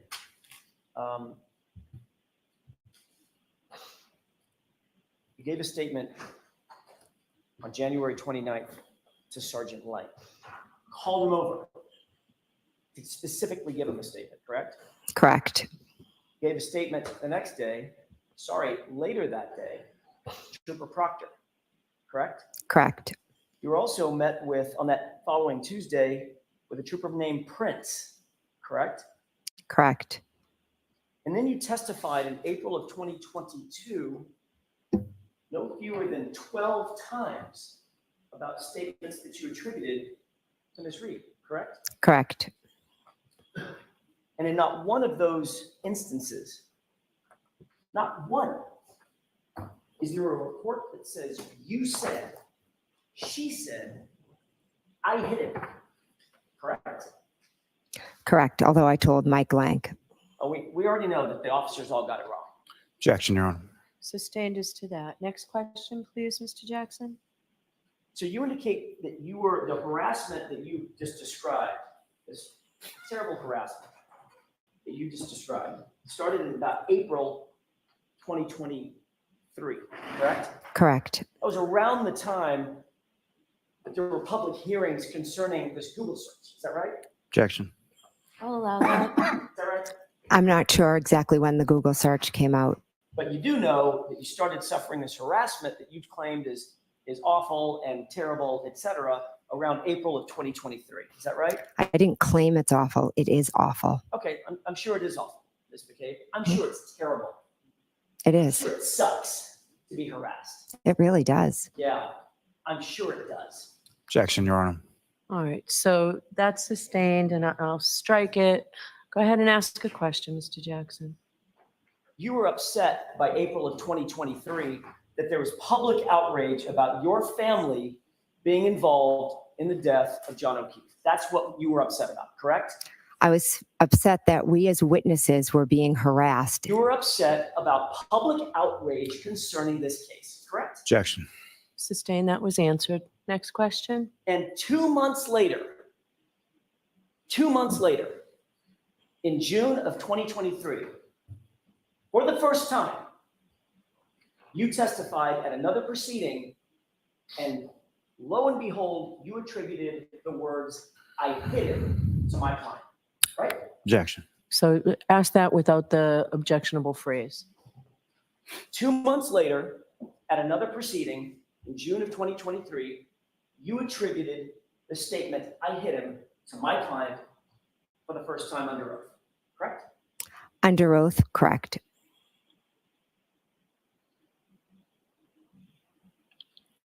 You indicated when you turned your phone in, the police were perfectly okay with you deleting communications with your children, correct? Correct. Including Allie, who's a material witness in this trial. Objection. So part of that is objectionable and I'll sustain that. So You're aware that your daughter Allie was a witness in this case.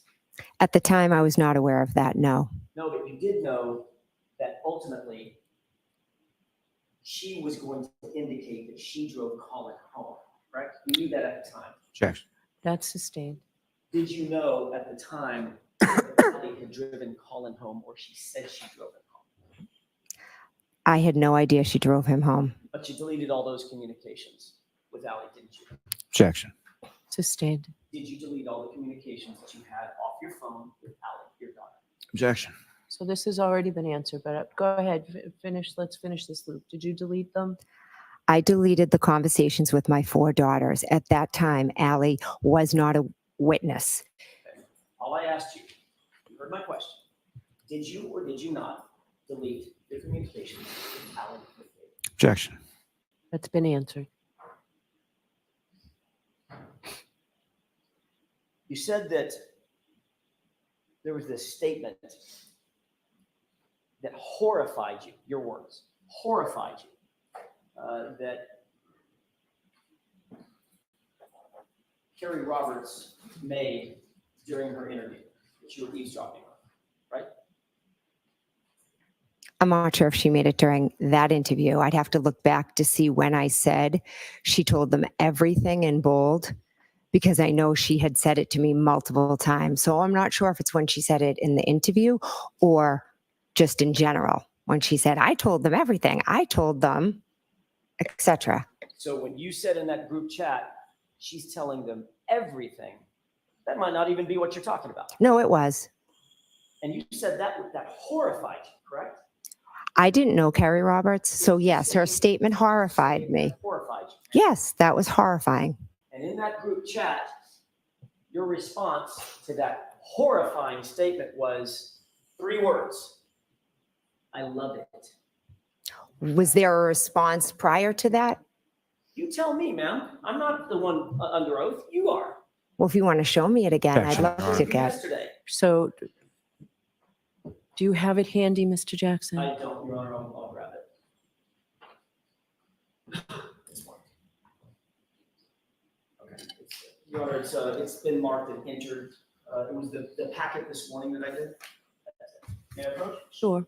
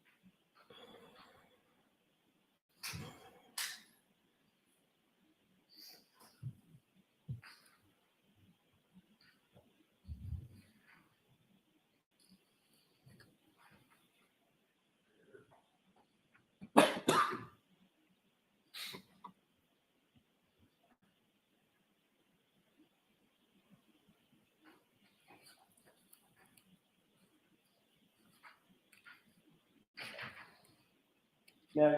Yes.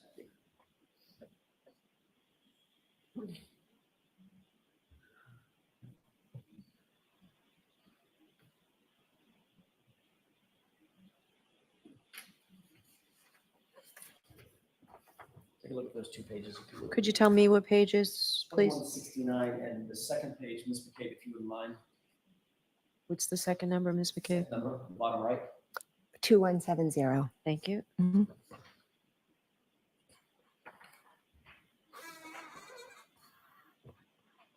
You have that in mind?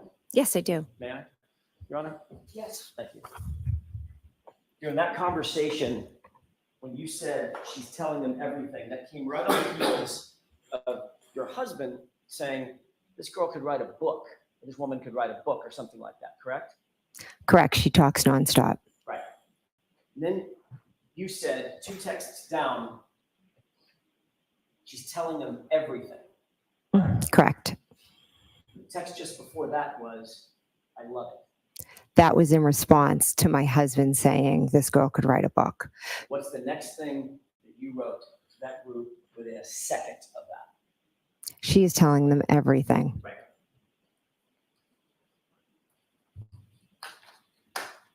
May I approach the court? Sure.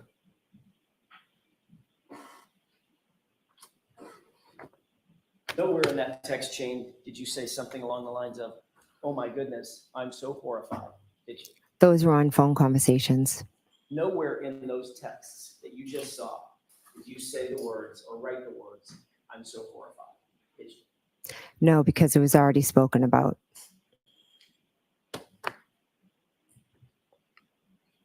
You were asked on that morning, January 29th, 2022, as you drove to the location and ultimately to 34 Fairview. What ultimately happened? And your testimony was, as you approached, my client was searching frantically for John O'Keefe, correct? I don't believe I said she was searching frantically for John O'Keefe. Searching frantically, She was screaming frantically in the back seat frantically. and texting in the back seat. Was she just sitting there, curled up in the back seat, sucking her thumb, or was she searching out the window? She was screaming Right. between Kerry and I. So I'm not really sure how she saw John over here when her head is up here screaming and then looking down and texting. Was the whole point of that trip, Ms. McCabe, to search for John? It was because she knew where he was. The whole point of that trip was to look for him, correct? She directed us to go to 34 Yes or no? Fairview. The whole point of the trip was to look for John, At correct? 34 Fairview, where Karen said to go. And your testimony is that if it hadn't been for Karen jumping out of that truck, you would have stopped, correct? Because I wouldn't have seen him. I didn't know he was Yes or there. no? She did. Yes or no? Was that your statement? If she hadn't gotten out of the car, you wouldn't have stopped. I don't believe it was stated like that. I believe there was a question and I answered. And the question was, would you have stopped? And your answer was what? What was the direct question? Oh my goodness, Ms. McCabe, it was 5 minutes ago. Did he ask, did you Objection, see Your Honor. something? You like to change words. I just want to be certain.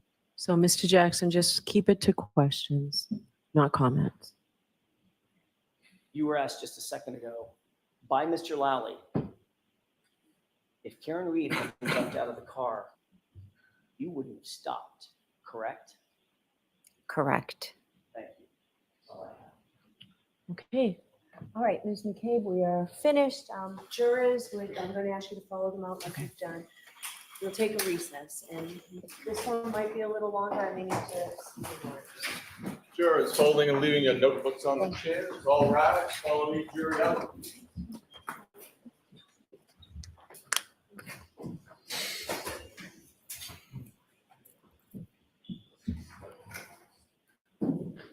In an effort to save a little time, why don't I see counsel at sidebar to find out exactly what you want from me?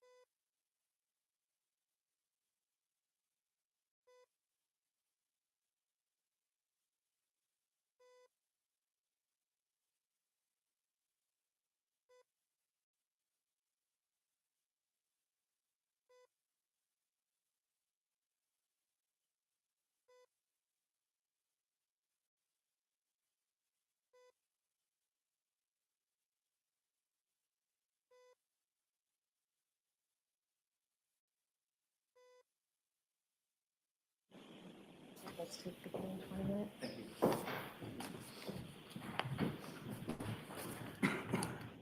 SAMIA. Louise's assets. Now you have to- You are muted. All right, thank you.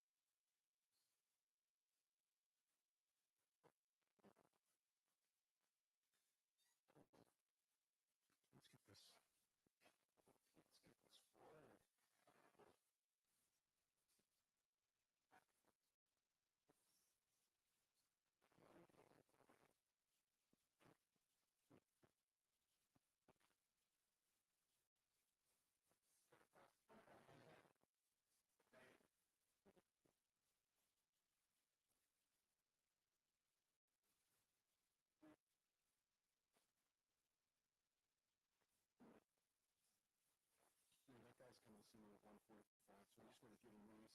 I got his email address and say, hey, we did some dumpster for us out there.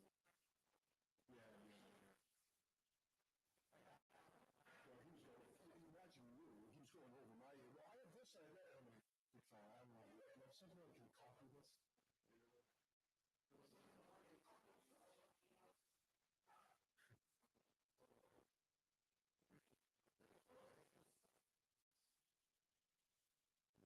Also, I've never seen this before. I know they come in a variety of different sizes and shapes and stuff. Yeah, isn't that interesting? Yeah, it is. He's looking lost.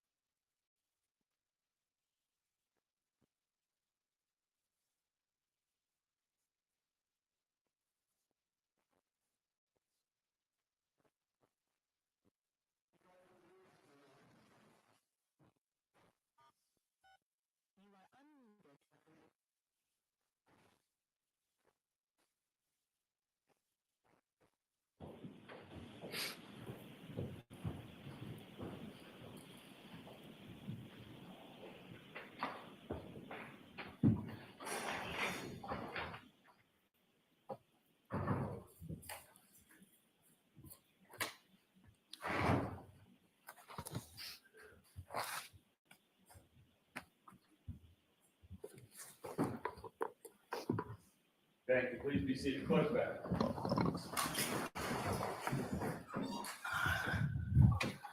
All right, so jurors, I waited until the last witness left the stand and until you all had your morning break to give you one other instruction. And this one, all the instructions are important, but this one's important, so I want you to focus on it. Now, you heard from the last witness, and you may hear from other witnesses who described what Ms. McCabe called harassment and public demonstration. I believe she referred to a rolling rally. I permitted that testimony for a very limited purpose. That testimony was not offered, nor may you consider it as evidence that Ms. Reed has bad character or propensity to commit crime.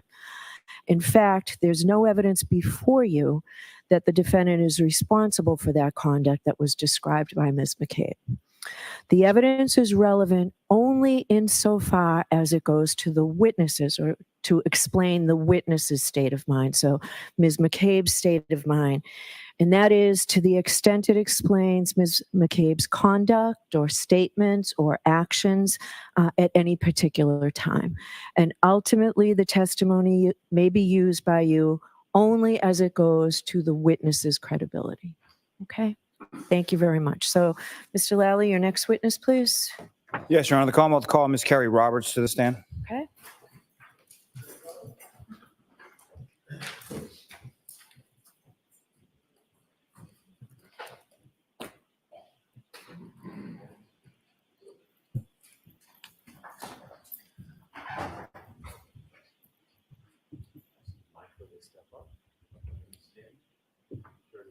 Raise your right hand. You solemnly swear the evidence given to the court and jury in the case now in hand should be the truth, the whole truth, and nothing but the truth, so help you God.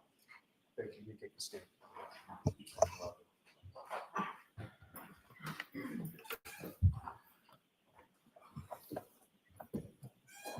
All right, Mr. Lally. Good morning. Good morning, ma'am. Good morning. Could you please state your name and spell your last name? Carrie Roberts, Roberts. And where do you live, ma'am? Canton, Mass. How long have you lived in Canton, Mass? 10 years. And who, if anyone, do you live in Canton? My husband, my 2 children. And your 2 children, how old are they? And boy, girl? My son is 12, my daughter's 14.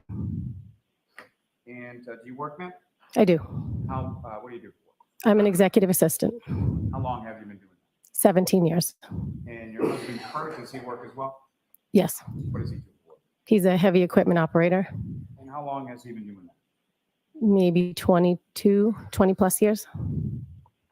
Now, if I could turn your attention to the evening of January 28th, 2022 into the morning of the 29th. Do you recall those dates? And do you recall what days of the week they were? Say it again. Do you recall what days of the week they were? Friday. So the 28th. Friday the 28th. Into a Saturday the 29th. Now, on the evening of the 28th, do you recall what you were doing that evening? I was bowling with my daughter and her friends and one of the mothers. And do you recall where that was? Westgate Lanes in Brockton. And about what time was it that you got home from that? Probably about 8:30ish because there was a storm coming, so we wanted to be home. I didn't want to be out late. And when you got home, you and your daughter, is that correct? Say that one more time. You and your daughter came home around 8:30 or so? Yes. Who, if anyone else from your house, was home when you got home? I think my husband was home. He was going out. I think I passed him and he was heading out to meet his friends. My son was not home. And who were the friends that he was going out to meet?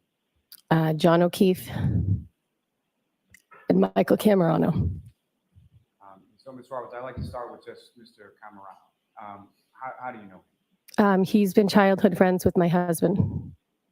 And do you know where your husband was going to meet Mr. Camerano and Mr. O'Keefe? Miss at McCarthy's. It's a bar in Canton. Sort of in the center of town, is that right? Yes.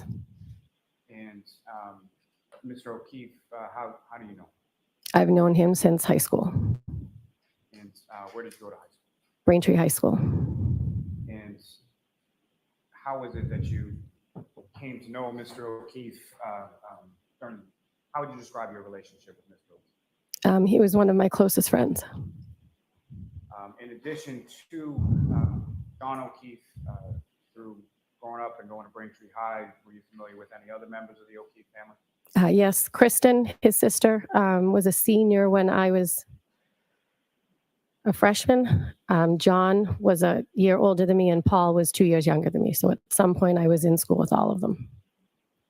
And after high school, at some point, did you come to know any of the members of the O'Keefe family while you were living in Canton? Yes, my son and John's nephew went to an in-home daycare together. So I went to go pick up my son at one point, and Kristen was there, and we kind of figured out that we lived in the same neighborhood that we were going to be moving into. And then Kristen got sick. And during that time, sort of when you first reconnected with Kristen, about how old was your son and her son? My son was 18 months. Patrick he's almost a year older. And your son and Patrick Furbush, did they end up going to the same school in Canton? Yes, they went to home daycare. They went to preschool, pre-K. And by the time they got to elementary school, they got separated because they were troublemakers. But did they go to the same school Yes. all throughout? Yes. And what, if any, other activities did your son do along with Kristen's son, Patrick? Well, Patrick wanted to try hockey. So they did hockey together, and then he didn't like that. And they played baseball together since they were T-ball, like 4 or 5. Now, you mentioned that Kristen O'Keefe, or Kristen Furbush at that point, at some point after you met her, she got sick, is that right? Correct. Eventually she passed away, is that right? Correct. After she passed away, her husband also passed away. Correct. And at some point after that, what, if any, role did John O'Keefe have with reference to? Well, when Kristen passed away, I was in touch with John, just seeing if they needed help with the kids, getting them to and from wherever, because I was down the street. Kristen passed away, and then he said, I might move in. Steve's got to figure out finances, but I might move into your neighborhood. And I said, oh, okay. And then when Steve died, John did move in, and he took over raising the kids. And fair to say that you were, with reference to your son being friends with his nephew Patrick, you would see him fairly often, and by him I mean John O'Keefe. Oh yes, daily. Mm-hmm. And what, if any, at some point did John and his niece and nephew move from down the street from your house? Yes, they moved across town. So I live on the Milton side. He moved over sort of near the Stoughton side. About how far a drive is that, sort of from your house to where you moved to? It was on Meadows Lawn, correct? Yes, and it depends because Canton's terrible for traffic. Maybe 7 minutes, maybe 8, depending. And if it's in the evening, it's longer. And after Mr. O'Keefe and his niece and his nephew moved sort of across town, where did his nephew Patrick, where did he go to school at? He remained at the same school that he was at with my son. So on Wednesdays, when John couldn't grab him in time because he'd be working in the city, Patrick would come home with me. You were familiar with what Mr. O'Keefe did for a living? He was a Boston police officer, but at the time he was working in an office registering sex offenders. And, so you would help out as far as picking up his son. What, if any, assistance did you have with regard to his niece Kaylee as well? Say that one more time. What, if any, assistance did you have with regard to Mr. O'Keefe and his schedule with regard to his niece Kaylee as well? I didn't take care of Kaylee as much. That was sort of, there was other women, Jen McCabe, one of them, she sort of really took hold of caring for Kaylee because her daughter was friends with Kaylee, and I sort of got Patrick. So Miss John was Riley, you gonna- have to keep your voice up. I'm really sorry. I didn't mean to interrupt you. Sorry. And if you could keep your voice up too, okay? My apologies.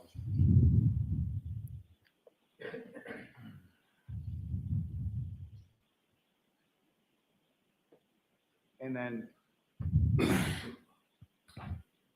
through the years that you knew Mr. O'Keefe when he lived in Canton and your time being friends with him, what, if any, conversations would you have with Mr. O'Keefe in regard to any sort of relationships or dating or anything like that? Well, he dated a lot of people. But So as it far as depends. your conversations with what, if any, sort of role would you have, or what if any, knowledge did you have in reference to the people that he dated? My husband, whenever he would go on a date with somebody, he would have my husband come meet them, sort of say, like, what do you think? And he had a couple of girlfriends that were very nice. Now, at some point, did you become aware of a person by the name of Karen? Yes. And when was it and how was it that you first came to know that person? John called me and said, Karen and I are going to stop by because we had people over. And I said, who is Karen? Because I didn't know if he was going to bring someone from high school and surprise me with a random, I had never heard of her.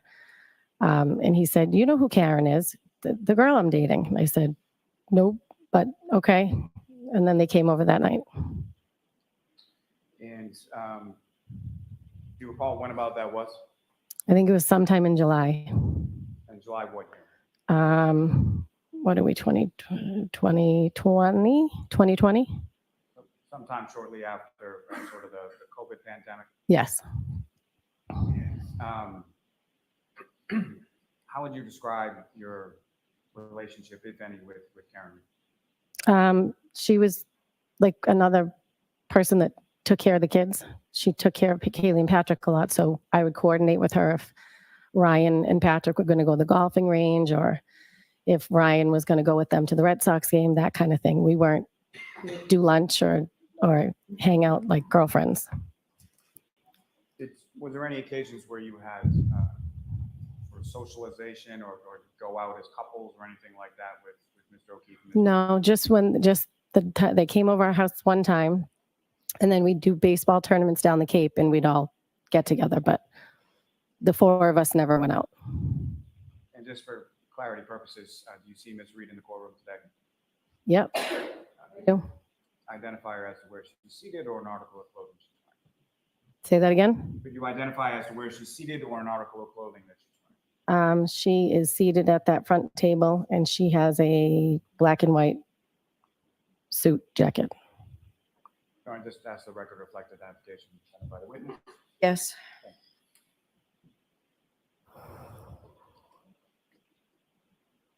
Now, coming back to that evening of the 28th, your husband went out to meet Mr. Camerano and Mr. O'Keefe, correct? Yes. And do you know about what time it was that your husband Kurt arrived home that night? Maybe around 10:30. And after he arrived home, what, if anything, specifically do you recall the two of you doing or anything before going off to bed?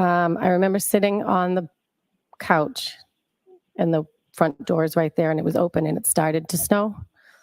It had just started to come down probably about midnight, but it was coming down fast. So you knew it was little snowflakes usually mean a big snowstorm. And I said, well, it's starting. So we went to bed because we knew we weren't going out anywhere. And as far as turning your attention to the next morning, at some point you awoke. Do you recall what it was that awoke you that morning on the 29th? Karen called me at 5 o'clock in the morning. And is that sort of a normal occurrence as far as Ms. Reed calling you and specifically calling you that early? No. And when you went to answer the phone, at some point, did you look at sort of like the screen to your phone? I don't know. I just answered Ask it. this in a different way. As far as at some point, did you realize or did you know whether or not that call that at some point you answered, correct? Yes. Okay. And the call that you answered, do you know whether or not that was the first call Ms. Reed had placed you that morning or not? It was the second call, only from looking at my phone after, because I said, oh, shoot, she called me. She just called and I didn't. She called twice. And the phone call that you answered, about what time was that? 5 on the dot. And if you know from looking at your phone, the phone call that you didn't wake up or didn't answer, do you know how long before that phone call was? I think it was a minute or two before. So 5 o'clock on the dot, you get a phone call, you answer it, and it's Miss Reed, is that right? Correct. And that phone number, you had her sort of programmed into your phone as a contact, is that correct? Yes. And on prior occasions, had you called that number or gotten a call from that number on prior occasions? Yes. And when you got that call or made that call, who was the other person on the end that you were speaking? Say that again? Maybe a pretty simple question as far as it goes, but just with reference to any prior phone calls that you either got or received with that number that you programmed in as Karen Reed. When you spoke to someone by calling or receiving a call from that contact, who was on the other end of the call? Karen Reed. Thanks. So you answered the phone sometime right around 5 a.m. and you described to the jury sort of what the content of that conversation was. I answered the phone and she said, John's dead. Carrie, Carrie, Carrie. And then she hung up. And as far as her end of the conversation, did you say anything or get a chance to say anything before she hung up? No. And when she's speaking to you and saying those words to you over the phone, how loudly is she saying those words? Very loud. She woke my husband, who was sleeping. By the time that the phone rings and you pick it up, your husband's sleeping, correct? Yes. And then afterwards, he's awake. Correct. Now, what happened then? Then I got out of bed and Kurt said, what was that? I said, I don't know. Something's happening. And I think I started getting dressed at that point because I don't know if I started getting dressed at that point or after she called back again. I tried to call her, I think a couple times back to be like, what is going on? Finally, she called me back again and she said, I'm afraid John might be dead. He might have gotten hit by a plow. He did not come home last night. I was not supposed to stay in Canton last night, and he would never leave Kaylee alone. I think something happened. And do you recall earlier in the day of the 28th having any communication with either Mr. O'Keefe or Ms. Reed? I did with John. He texted me. Do you recall generally what that was about? My son got into a scuffle with some boy at school, and Patrick wasn't in school at the time. I think he went to a doctor's appointment, but Patrick got wind of it. So John was calling to see if my son was okay. Now, turning back to, again, that morning of the 29th, you called Ms. Reed a couple times. She didn't answer. Is that correct? Correct. And at some point, she called you back? Correct. And about how long was it after that initial phone call that you had where she hung up? How much time it elapsed between that call and the next one? I don't know, maybe 5 minutes. And so when she calls back, she makes those statements to you that you just testified about. And upon her making those statements, what, if anything, was your response? I said, then she said she checked Kaylee's phone to see if John had called. And I said, okay, where are you now? And she said, I'm driving. Can I come to your house? Will you drive my car? I don't remember anything from last night. We drank so much, I don't remember anything. And I said, you need to go home and be with Kaylee if she's there by herself. I'll go look for him or something of that nature. Because I said, you're going to get a DUI. If you were drinking all night last night and you don't remember anything, you shouldn't be driving. All right, so next question, please. When you were talking to her on the phone, what, if any, observations did you make of sort of how she was speaking She was very frantic and her voice was elevated. She was very frantic. and the loudness that you were describing during the course of that first phone call? What, if any, observations did you make with respect to that in regard to the second? Same. Throughout the rest of the day, it was the same. So you indicate to her that she needs to go home, is that right? Correct. And what, if anything, did she say in response to that? She said, I'm going to come to your house. Will you drive my car? And I said, okay. And after that, what did you do from there?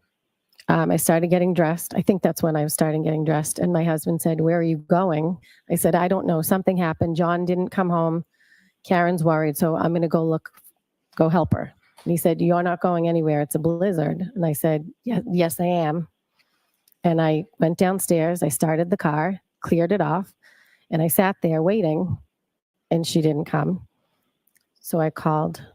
During the time that you're waiting in the car, do you know about how long period it was that you were waiting in the car? I would say at least 10 minutes of sitting in the car. And to that point, as far as when you went outside to the car, what, if anything, did you observe about the weather, and what, if anything, did you do with your car as you were turning it on? I cleaned the car off. I turned the car on. I got in it, and I thought to myself, well, she thinks he might have got hit by a plow or something. I'll see if there's any accidents. So I called the Canton non-emergency line, and I said, "Have there been any plow accidents? My friend's boyfriend didn't come home." And they said no, there were no accidents. So then I called Good Samaritan Hospital in Milton to see if anybody had been brought in a car accident. They said no. And then finally Karen called back. Before we get to that, just in reference to, at any point in time, did you call Mr. O'Keefe? Yes. And when you called Mr. O'Keefe, were you able to speak to Mr. O'Keefe? No. Do you know how many times you called Mr. O'Keefe? My husband called him, and I think I called him. And when was that in relation to you going out to your car and clearing it off? That was when I was in the house. Karen actually said, "Can you try and call him?" And you did, and you didn't get an answer. Correct. And do you know whether or not your husband got an answer? He did not. So you go out to the car, you're waiting, and you make those phone call initially to Canton Police. Is that correct? Yes. And do you know who you spoke to at Canton Police? I believe it was Officer Good. Is that someone that you knew in any way prior to this date of January 29th? We have mutual friends, but no, I'd never met him.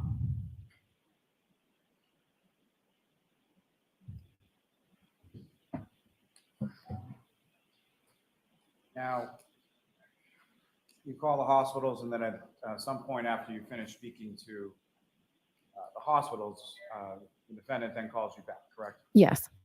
And what, if anything, can you describe to the jury sort of what was the content of that conversation that third time? I said, "Where are you? I'm in the car." And she said, "I'm at Jen's house." And I said, "Jen who?" She said, "Jen McCabe. She's going to drive my car." And I said, "Okay, stay there. I'll come to there. We'll follow and we'll drop your car off. We'll just take my car and go look for him." And I drove to Jen's, and I pulled in the driveway behind them. I was still on speakerphone. Jen is driving. Karen's in the passenger seat, and we drove. I said, "Do you remember, did you look through the house? Could he be passed out somewhere in the house?" She said, I don't know. I didn't look." So I said, "Let's do that. Let's get in the cars. We're not taking two cars. It's a blizzard. We're going to go back to Meadows, and we're going to go look in the house first. He could be passed out behind the couch or on the floor, or who knows." So we went to the house. And I'm sorry, before you get into that, just as far as directionality and where you're going at this initial stage, you're sort of directing what's going to happen and where you're going to go, correct? Correct. Now, you had mentioned that the defendant said she was at Jen's house. You asked Jen who, and she said Jennifer McCabe, correct? Object. I'll allow it.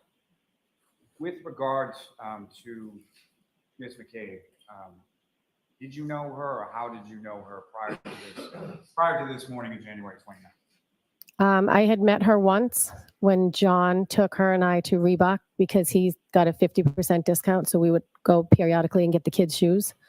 So John, and myself went to Reebok, got shoes, and then we went to the hillside for lunch. That was it. I wasn't friends with her. Is that someone that you had programmed in your phone as a contact? Did you have her information prior to January 29th? No.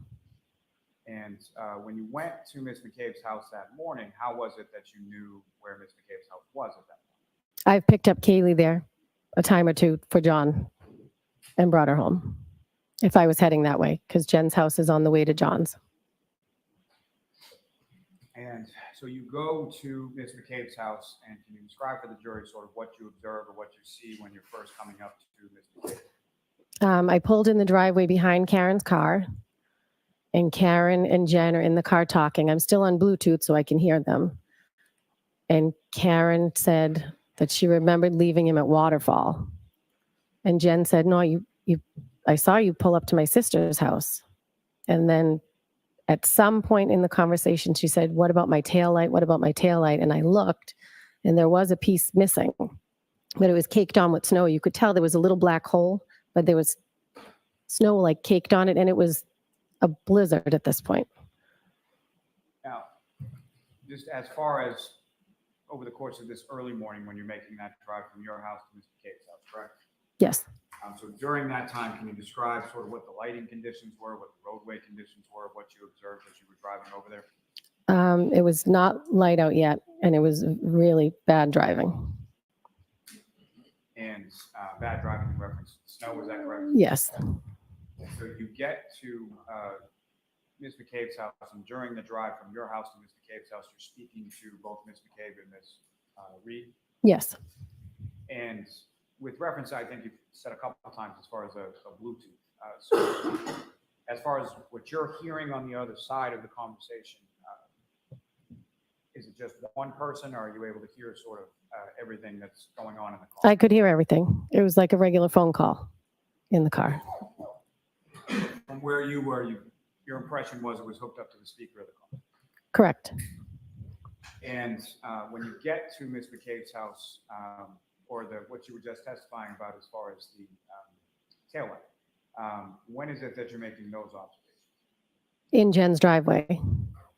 And so about how far away from the defendant's car are you the first time that you see or your attention is drawn to this taillight? I was parked right behind them in the driveway. And can you describe which part of the vehicle you were looking at as far as which taillight that you're observing this damaged? The right passenger. And so from there, as far as Ms. McCabe's driveway, you make these observations. Where is it that you go from there? Say it again. So after you're making those observations and you're overhearing that conversation, or you're having that conversation over the Bluetooth, where did the three of you go? We went to Meadows, to John's house. And how was it that each of you sort of got from Ms. McCabe's house to John's house on Meadows? Jen drove Karen's car, and I followed behind in my car. And when you arrived there, where did you go? Where did you park? Like, I think I pulled in right behind. She pulled her car sort of in front of the garage bays, and I pulled in the driveway behind her. and when you say she, do you know who was driving? Jen McCabe, sorry. Driving and Miss Reed's in the front passenger seat. Correct. And you're driving your car behind. Correct. And what kind of car did you A Ford Explorer, have? Do you recall what color it was? dark gray. And as far as Miss Reed, do you recall what kind of vehicle she had at that point? A Lexus SUV, Do you recall what color that was? black. Now, with respect to Mr. O'Keefe, do you recall what kind of vehicle John O'Keefe had? He has a Traverse. And do you recall what color that was? It's like a beige green. Your Honor, with the court's permission, if I could ask to publish what's been marked as exhibit number 2. Okay.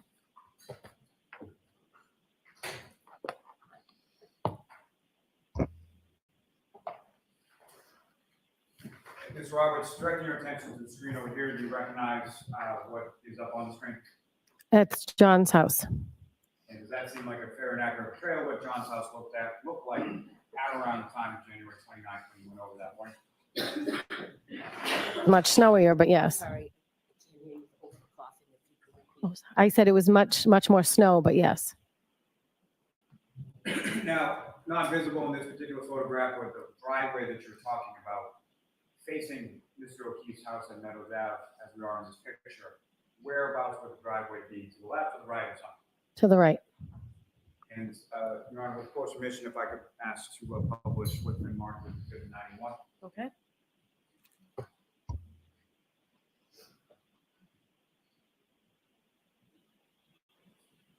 And again, Ms. Roberts, do you recognize what's up on the screen?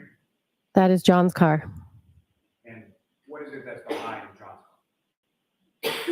Behind a basketball hoop? No, I'm sorry, that's correct.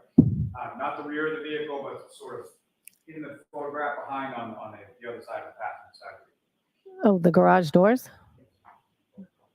And there are two garage doors, one on the left, one on the right, is that correct? You're familiar with this house, you've been over it a number of times when Mr. O'Keefe lived there? Correct. And as far as, what if anything were you familiar with as far as Mr. O'Keefe having regarding sort of security around his house? Security, he has a Ring camera that was in the driveway and a Ring camera that was at the side door.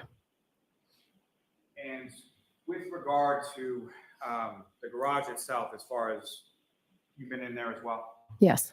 And so what is behind the left door of the garage? His big old blue convertible. And on the right side of the garage, what if anything is in behind? Nothing. He's got all organized stuff and kids sporting. I don't know if he parked in there or not. Now, as far as how Mr. O'Keefe kept his garage, kept his home, was there a particular way in which he kept it? When he lived there, you know? Neat freak. I'm sorry, what was that? He was a neat freak. Okay. And as you enter into this garage, what if any access would you then have to inside the home? There's a set of stairs and it brings you right into like the mudroom, which leads into the kitchen. Now, when you would go over to Mr. O'Keefe's house on this occasion or any other occasion, any rules or preferences would Mr. O'Keefe have with regard to footwear? You did not wear footwear in the house. You took your shoes off.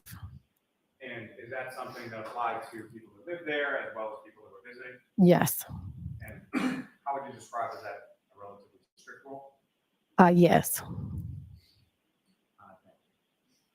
Now, Your Honor, with the court's permission, if I could, I'd like to publish a portion of Exhibit 6, ring video. Okay. Gentlemen, if I could have from the driveway, video number 154. I might ask you this, pause after this. So, Ms. Roberts, do you recognize what's up on the screen? Yes, that's Karen's car and my car, and John's is in the background. Now, in front of you on the desk, there should be a laser point. It's not just, oh, thank you very much. Thank you. So pressing on that button and pointing sort of at the screen, if I could ask you just direct the jury's attention to where you see Ms. Reed's vehicle, where you see your vehicle, and where you see Mr. O'Keefe's vehicle with it all. That is John's car. That is Karen's car. That is my car. Is this a fair and accurate portrayal of sort of where the cars were and what things looked like when you first arrived at Mr. O'Keefe's house, coming from Ms. McCabe's? Yes. Ms. Gilman, if you could. Positive. Now, with reference to any individuals that you observed in this video, again, using the laser pointer, you could draw the jury's attention to who you observed and where they are. That is Jen McCabe, and that is Karen Reed, and that's me. And at some point, you enter in through the garage, is that right? Correct. Now, as far as the garage doors were concerned, when you came back that morning, what, if anything, did you notice about the garage? The right garage door wouldn't close. So it was open when you arrived? I don't recall if it was open when we arrived, but when we were leaving, it wouldn't close. And do you recall, do you have any idea of sort of how that mechanically worked, like how you would open, how you would close the garage door? Yeah, there's a code on the side. And at any point in time, whenever you noticed that the garage door was open, were you or any of the people that you were able to close that door? No. And so is that the door that you entered into in order to get into the garage, to get into the mud, and take off your shoes and go out? Correct. And when you came into the house that morning and you entered into the mud, what, if anything, did you do with your shoes, and what, if anything, did you observe Ms. McCabe and the defendant do with their shoes? Jen and I both had taken our shoes off in the sort of steps in the garage before we entered into the mudroom. We took our shoes off, and Karen just walked in. And Ms. Gilman, if you could just play the video.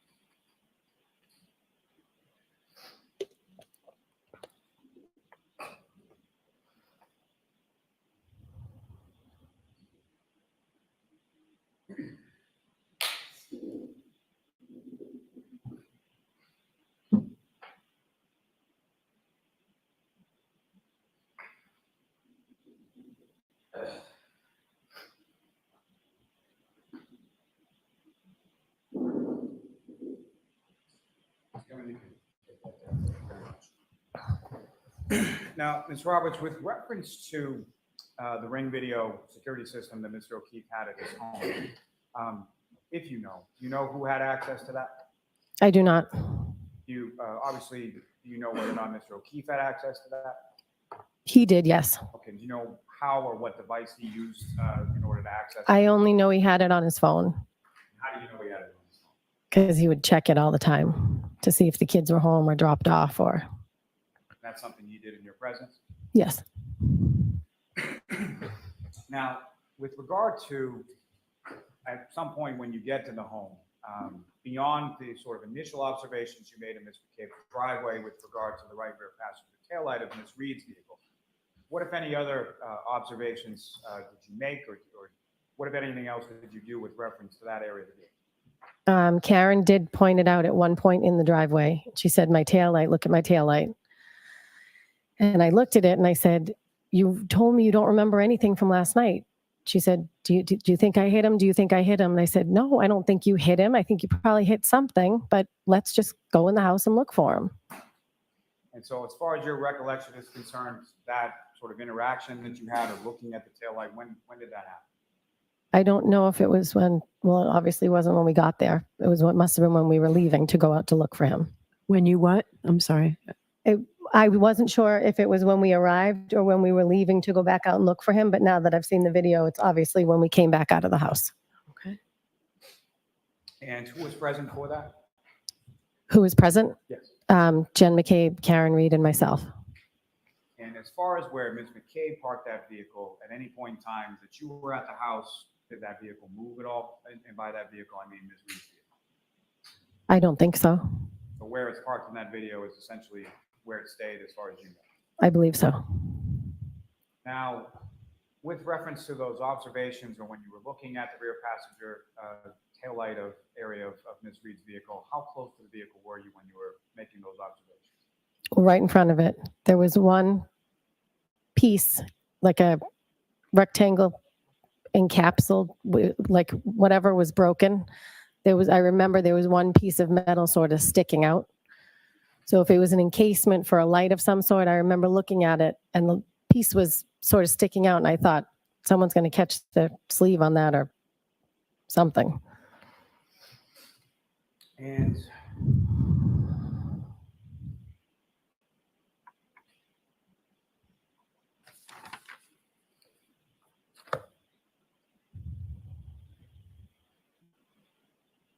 now from there, when you arrive at the house, you go into the house, you take off your shoes. What happened? I started looking. Jen started looking. Karen, her and Jen went upstairs. I started looking downstairs. I started looking on the other side of the couches to see if maybe he passed out somewhere. And then I went upstairs and Karen was standing in John's room. The bed was made. She was just standing there. And Jen had gone in to talk to Kaylee. And then I said, all right, let's go. Now, He's not in the house. As far as He's not in the house. Him not coming home when any of the children were home, was that something that was normal? Him not coming home if the children were home? Correct. Yeah, he would not do that. And obviously you knew Kaylee was there, but what, if anything, did you know as to where Patrick was? He was at a friend's house. And was that something that you knew independent of this morning, or what had transpired up to that point? Say that again? How did you find out that Patrick was at a friend's house? Even though Karen said, I said, where's Patrick? She said he's at his friend's. so you were in the downstairs area of the home, is that correct? Yes. And looking through the rooms, you didn't find Mr. O'Keefe, correct? No, Now, at any point in time, did you go upstairs? I did. And when you went upstairs, where in the upstairs did you go? At the top of the stairs is John's bedroom. So I looked in there. I looked in the bathroom. I looked in the closet. I looked in Patrick's room. I looked in the other two bedrooms, and Kaylee was in her room. So Jen was in there, but I was looking through the house. And as far as Mr. O'Keefe's bedroom, when you looked in there, what, if anything, did you observe as far as the condition of the bed? The bed was made. You mentioned you looked in a variety of different rooms on the second floor. You said sort of 2 other rooms. What, if anything, were those other rooms used for, if you know? I think one of them was a computer room. It was the room that faced the front of the house, and the back room had a bed in it that Mrs. O'Keefe would stay in when she would stay over. And again, just to be clear, when you say Mrs. O'Keefe, you mean John's mother? John's mother, sorry. And as far as the computer room, who, if anyone, had access to that, if you know? Had access to the computer room? Yes. What was it used for? Oh, there was a desk with a computer or laptop. And did you know whose laptop that was, whether it was John's, whether it was the defendant's, whether it was the kids? I don't know if it was the defendant's at the time, but John's laptop used to be in that room.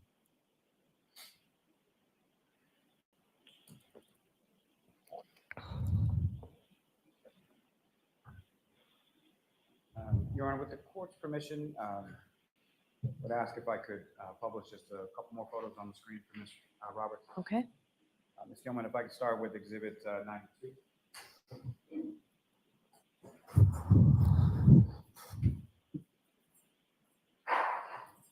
Ms. Roberts, directing your attention up to the screen, do you recognize what's depicted in that photograph? That's Karen Reed's Lexus. And specifically, if you could, using the laser pointer in front of you, direct the jury's attention to where you observed damage.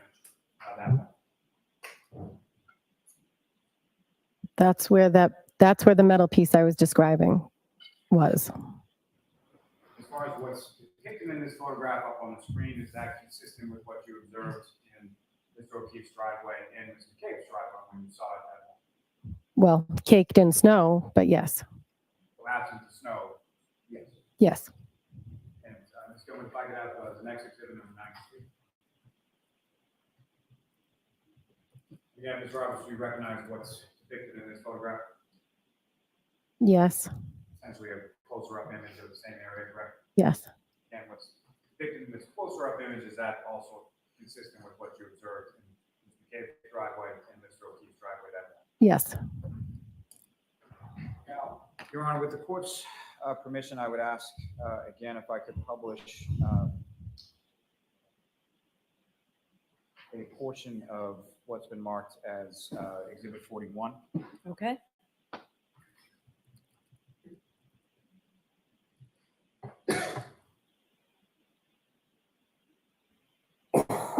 And Ms. Gilman, if I could ask you to fast forward to about 2 hours, 9 minutes, and 30 seconds.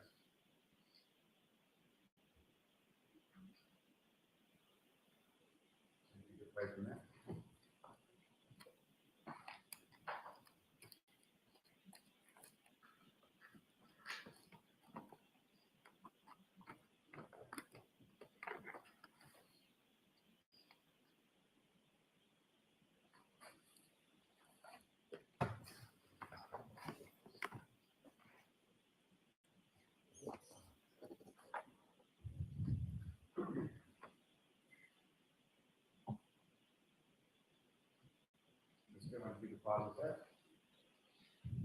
Ms. Roberts, direct your attention up to the screen. Do you recognize what's on the pause portion of the screen from this video? That's John's house. And Ms. Gilman, if you could press play again.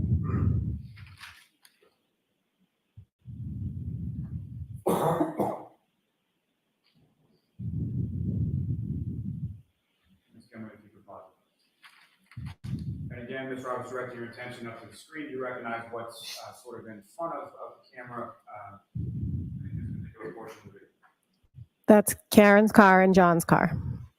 And where you observe Karen's car and John's car, again, if you could just, using the laser pointer, direct the jury's attention to where you observe each of those in this still frame here. That's Karen's car. That's John's car. And are those essentially the same positions that you were talking about that the jury saw earlier in the ring video from Mr. O'Keefe's house? Yes. Your Honor, may I approach? Yes.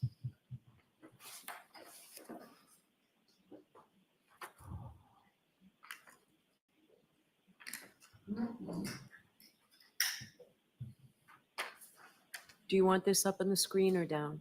Up for now. Okay. But just for a moment.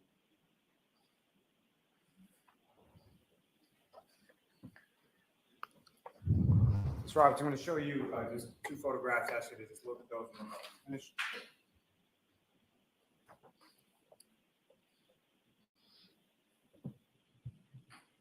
Okay. And do you recognize those? Or do you recognize what's depicted in them? Do I recognize what? What's depicted in each of those photographs? Karen's car. Okay. And may I approach, Your Honor? Yes. I will seek to introduce and admit as the next exhibits. Okay, is there any objection? No objection. All right, thank you. Your Honor, while those are being marked, may we approach? Hold on. Sidebar. Yes, please. Okay.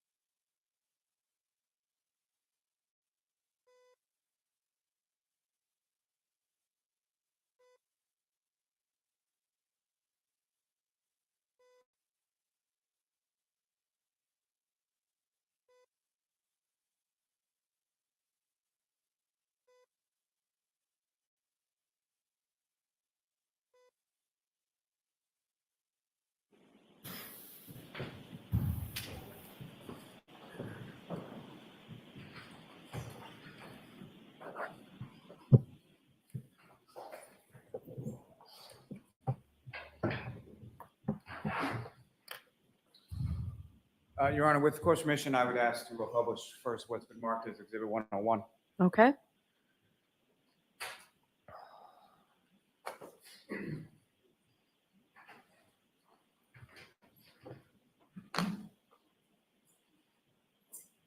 And And Ms. Roberts, what's up on the screen now is Exhibit 101.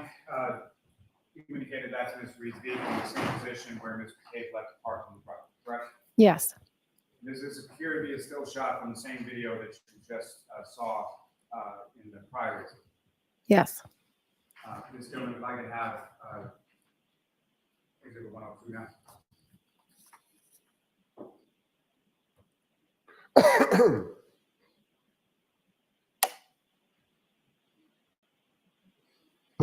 And Ms. Roberts, what's up on the screen, that's the second photograph that I showed you just a moment ago. Yes. That's essentially a closer up or zoomed in image of what's in the same still image that you saw in the prior, correct? Yes. And again, if you could, using the laser pointer, just direct your attention to the damage that you observed on the right rear passenger tail light of Ms. Reed's vehicle that morning. Okay. You can face it.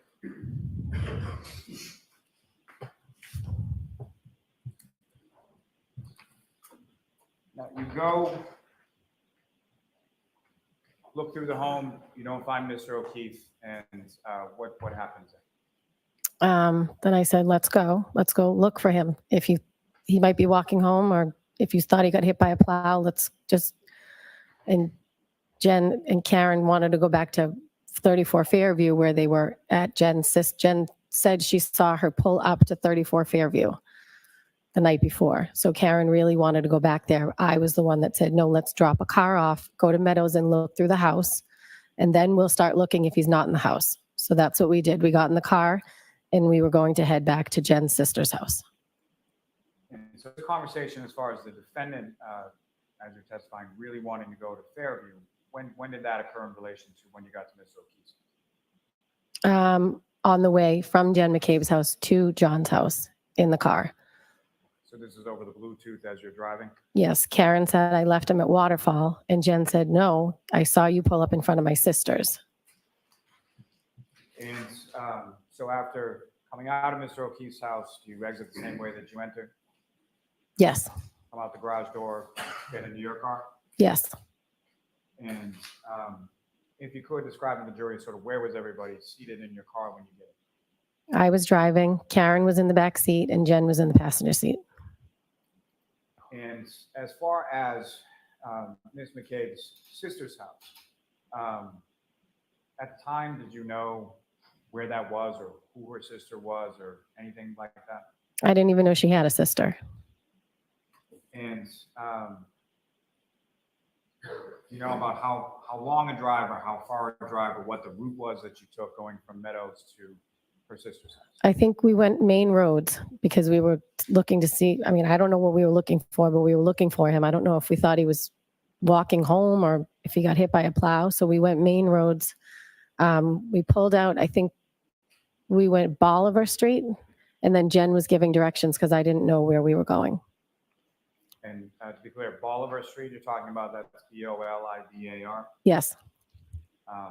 And so then Ms. McCabe is then giving you directions as you're driving, correct? Correct. Now, as you're driving, again, as far as what, if anything, did you see as far as plows or how were the roads treated at that time? What if anything, did you observe in reference to that? It was bad driving. There were plows out, but it was really bad driving. And the visibility as you were driving from Mr. O'Keefe's house to Ms. McCabe's sister's house, how would you describe the visibility? It was very poor. It was in the middle of a blizzard.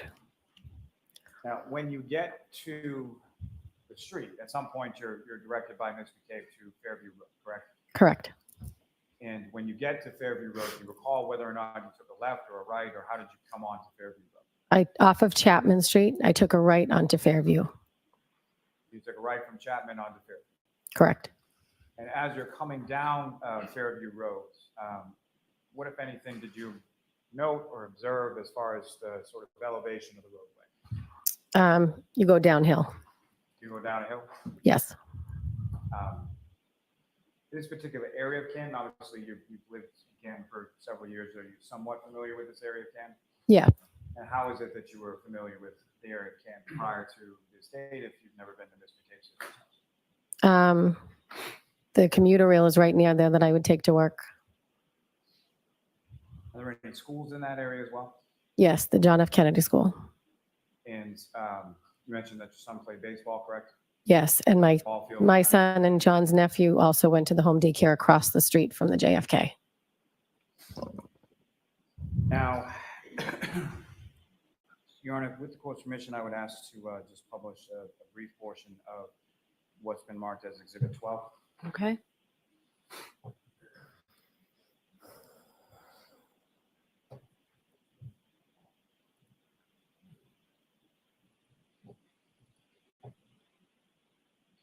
Gentlemen, what I'm going to ask is if you could push this video forward to 2 minutes and 30 seconds.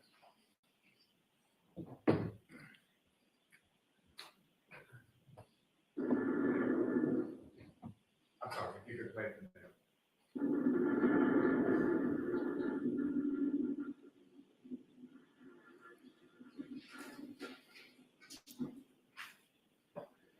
I could ask him to stop right there. Ms. Roberts, from what you've seen on the video, as far as what's depicted in this video, is that a fair and accurate portrayal, consistent with what you observed that morning as you were driving around, going from Mr. O'Keefe's house to Ms. McKay's sister's house?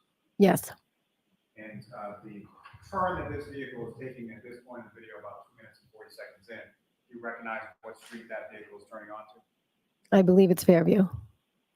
And Ms. Gilman, if you could.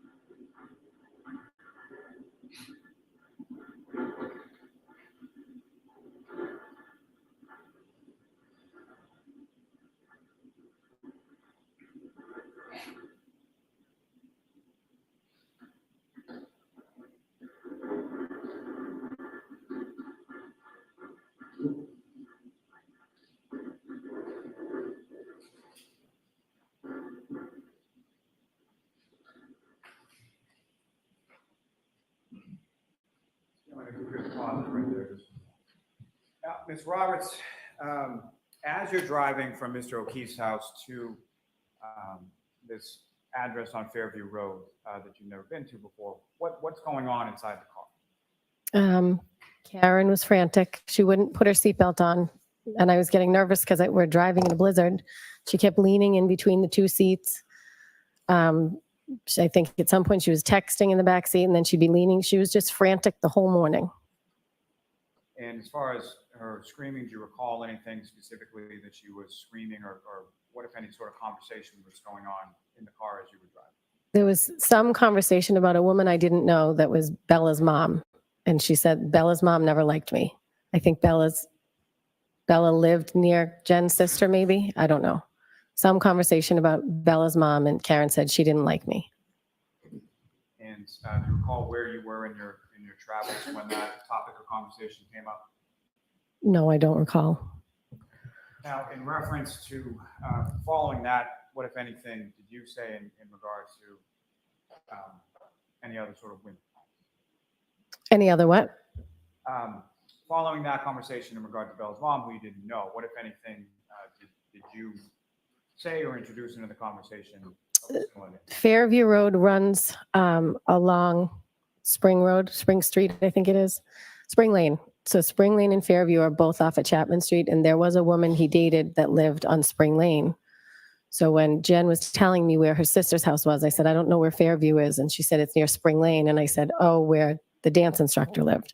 John had once dated a dance instructor. And then Karen said, do you think he could have gone there? Do you think that's where he could have been? No, I was just using it as a reference point. She said it's near Spring Lane. And I knew that the dance instructor lived on Spring Lane. And just to be clear, when you say the dance instructor, this would be for his niece, Kaylee? Correct. And you indicated that the two of them, being Mr. O'Keefe and the dance instructor, had dated at some point in the past, correct? Yes. How long ago was that? Oh, it was when Kaylee was little. She was probably like 5. So almost 10 years before this date that you're driving away. Now, as you're driving along and driving down Fairview, what is it that you're doing? What, if anything, do you observe Ms. McCabe doing? And then what, if anything, do you observe the defendant?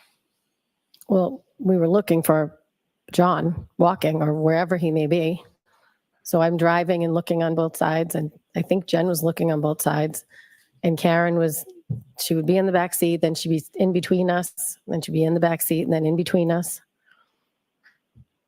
And as you came down the hill on Fairview, what, if anything, what happened then? Jen said, my sister's house is right up here. And all of a sudden, Karen said, there he is, there he is. Let me the F out of this car. And she started kicking the door. And how was she kicking the door? With her feet. Well, how was she kicking the door? How hard was she kicking? Pretty hard. I mean, she wanted to get out of the car, but it was locked because once you start driving, the back doors lock. So I looked over and I didn't see anything. And I looked at Jen and I said, she's crazy. And I unlocked the door and I sat back and watched. And she ran over to a mound of snow. And so as the time you're driving down the road, have you seen anything, as you're driving down, sort of looking at the side of the road, have you seen anything on your side of the vehicle? No. And when you say she gets out of the vehicle, is it your side or passenger side where Ms. McCabe is that? The driver's side. So she gets out of the driver's side of the vehicle and the back passenger, correct? Correct. And how quickly does she go sort of from your car to where she ends up? She ran over to the mound. And at that point in time, even when she runs over, could you see what she was running over to? At some point, I realized it was the shape of a body. And when was that you realized? When in this sort of sequence were you able to realize that? That was in seconds. Once she ran over to his body, I said, oh my God. And she lifted up his shirt and started to lay on him. And when you stopped to let her out, where were you in relation to that mound of snow or what you learned? I think my car was like in the middle of the road. I just stopped. And in relation to where the mound of snow was, had you driven past it at that point? So where was it? Yes. So it was located behind your vehicle? Yeah. And Ms. Gilman, if you could, I would ask just play on that for about 6 minutes and 30 seconds.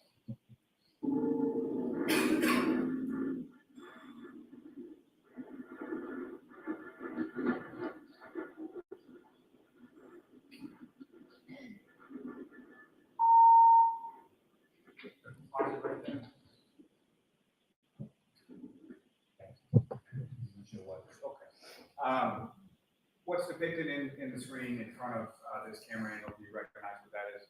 That's my car. Is that essentially where you parked your car when Ms. Reed started kicking the doors and got out and ran over? Yes. You could just press play for a moment.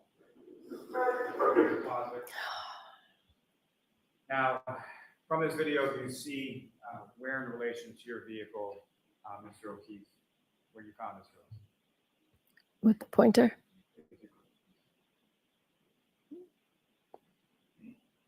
Okay. Ms. Gilman, if you could, again, display for about this.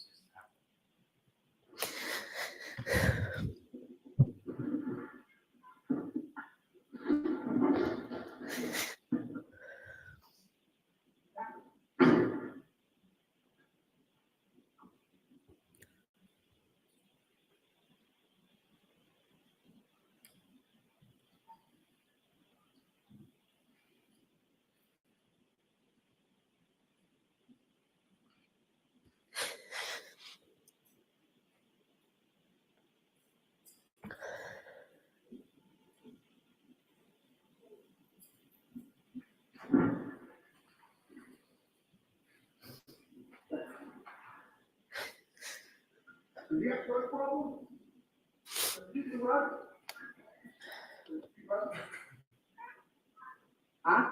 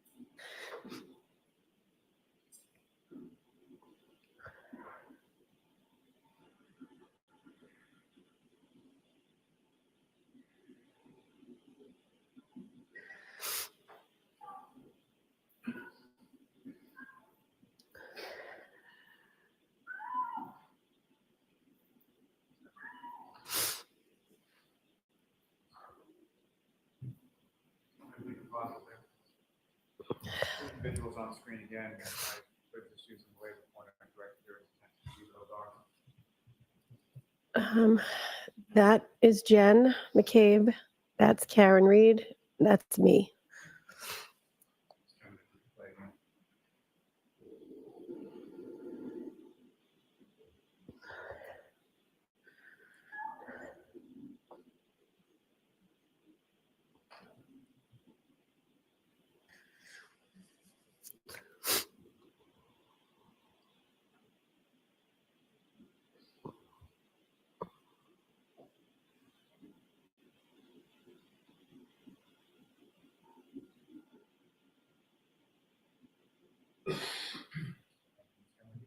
Take that down.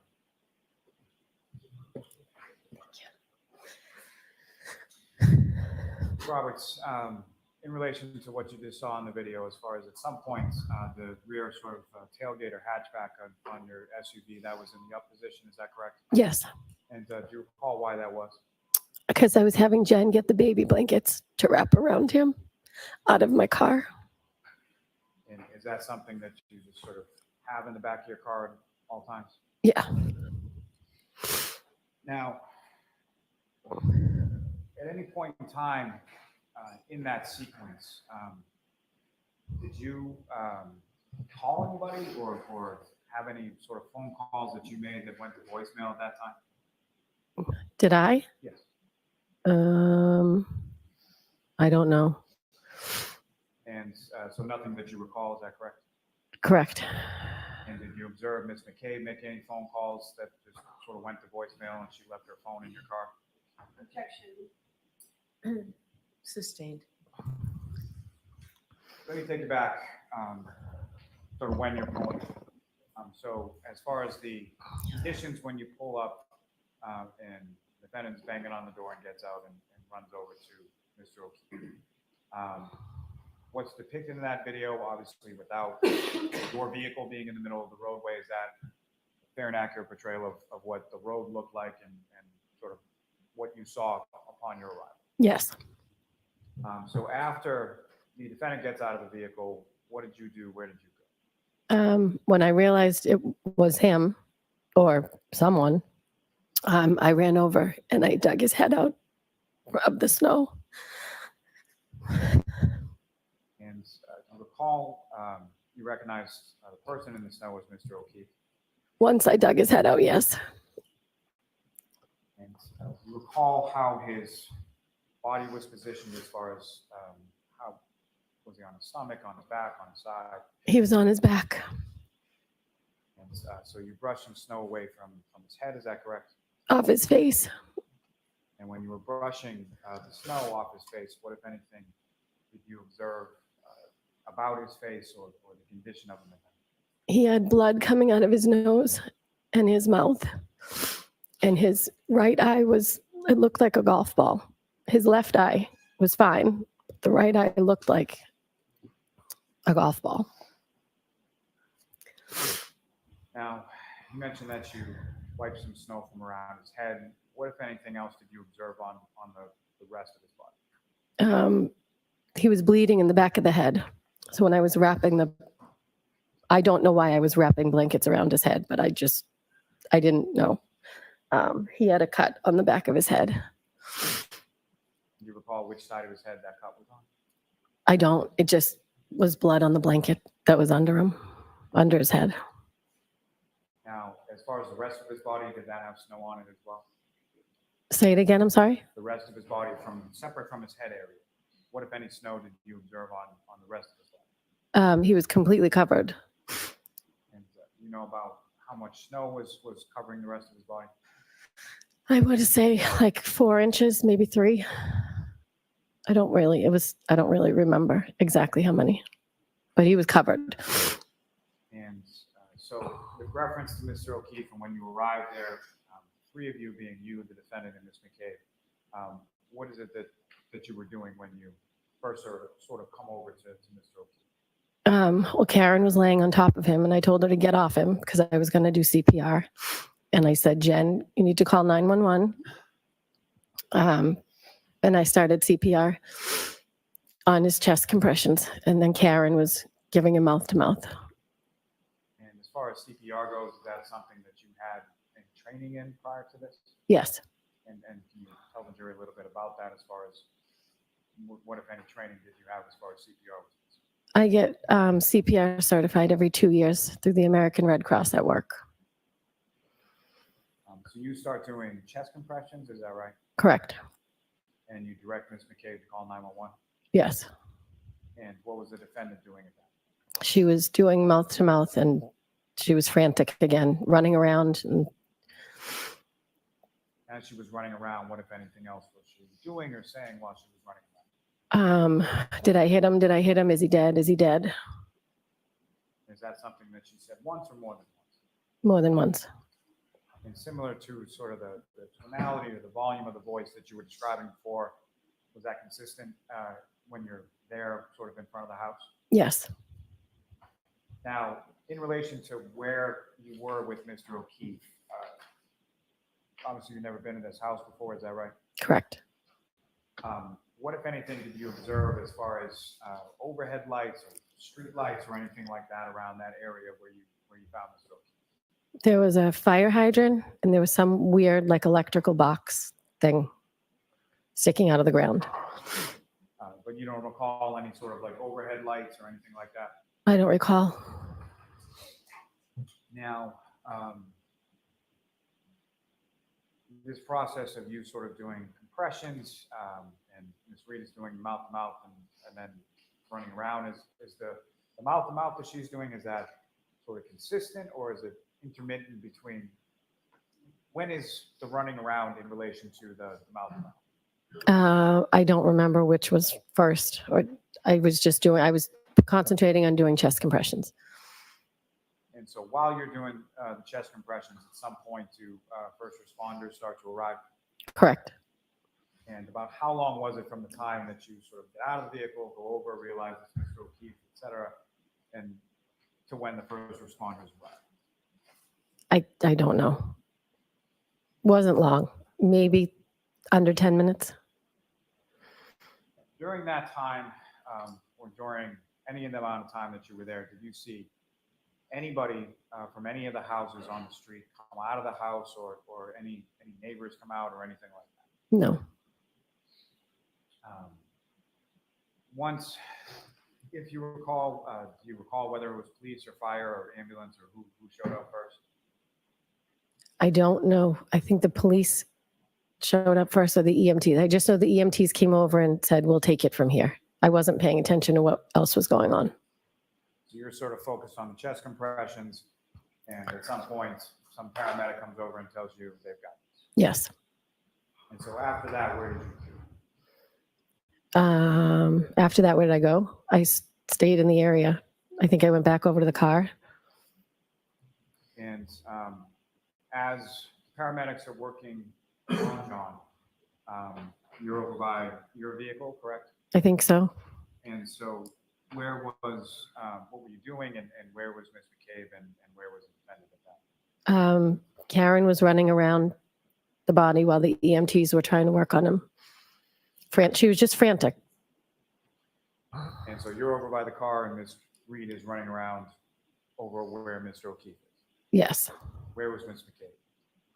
I don't know. She was somewhere around the car. Closer to you than to where Mr. O'Keefe was? I don't know. Now, where Mr. O'Keefe was, if you know, where was he in relation to the roadway or the paved sort of pathway of Fairview Road? I don't know because you couldn't tell which was the road and which was the grass. Like you couldn't tell where the road began and ended. So I don't know. Now, you described the defendant sort of running around Mr. O'Keefe frantically. What, if anything, was she saying at that point? Is he dead? Is he dead? Is he dead? And that sort of phraseology or the way she put that, was that consistent throughout? Is that how she stated it? Yes. And again, in that same sort of loud volume voice at the time? Yes. Now, at some point, Mr. O'Keefe is taken from where he is by the paramedics to an ambulance, correct? Yes. And as he's being taken off the ground, what, if anything, did you observed in that area? His phone was under him, and it was grass. Now, as far as the grass that you observed, how was that in relation to sort of the rest of the area where Mr. O'Keefe was? Everything else had snow. So everything else is covered in snow, and when he's lifted off the ground underneath his body, is that where the grass is? Yes. And his phone was where in relation to his body? As far as when he's lifted up, what part of his body had been opened? Like maybe his shoulder, maybe it was like his back. So when they lifted him up, it was under where like his, whatever the right side of his back. And what I'm asking is basically sort of up towards the shoulder blade or down towards his lower back, if you. In the middle. And when you saw the phone on the grass, what, if anything, did you do with Mr. O'Keefe's phone? I picked it up. I put it in my pocket. And at some point, one of the first responders asked if I had it. I handed it over. Do you recall who that first responder was?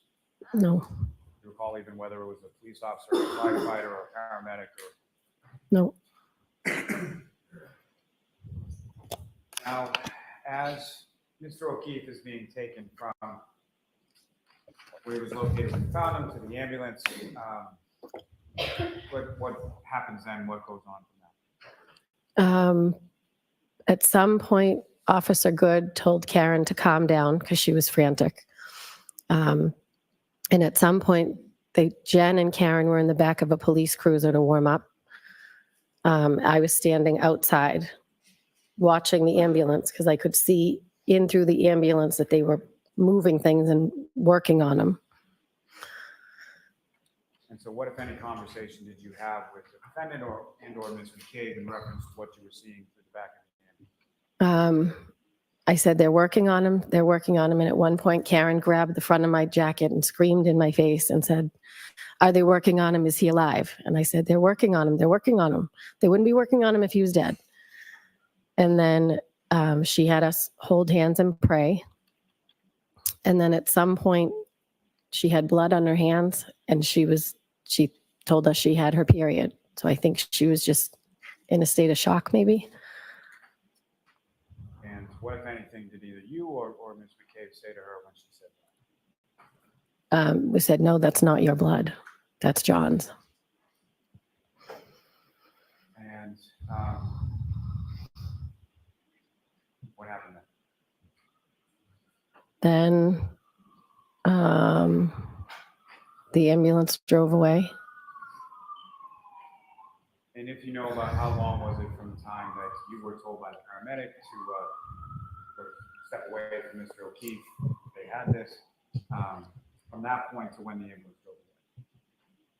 I don't know. I don't think it was long. I watched them work on whatever they were doing in the back of the ambulance, and they got in the ambulance and drove away.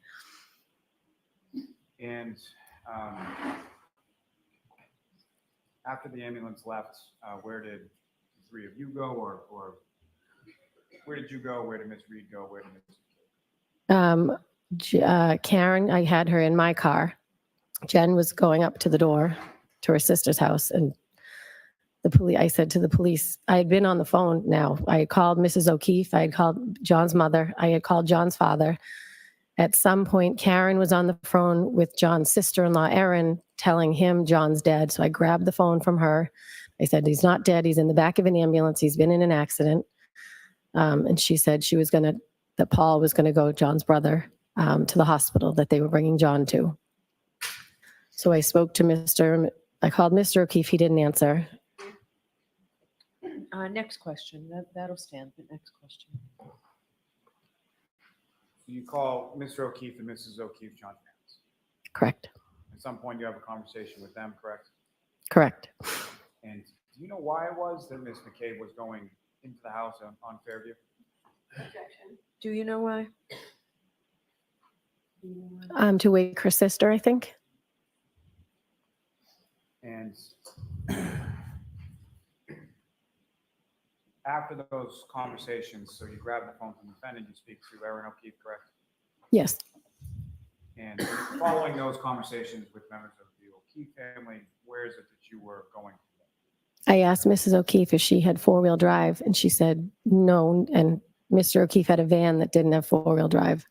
So I said, I'm going to come get you, and I'll take you to the hospital. All right, so why don't we end this now for lunch? Okay? All right, jurors will take the luncheon. Please, Ms. Roberts, when the jurors will vote, if you can just. Good if you close and leave your books on your chairs. All rise, jury out.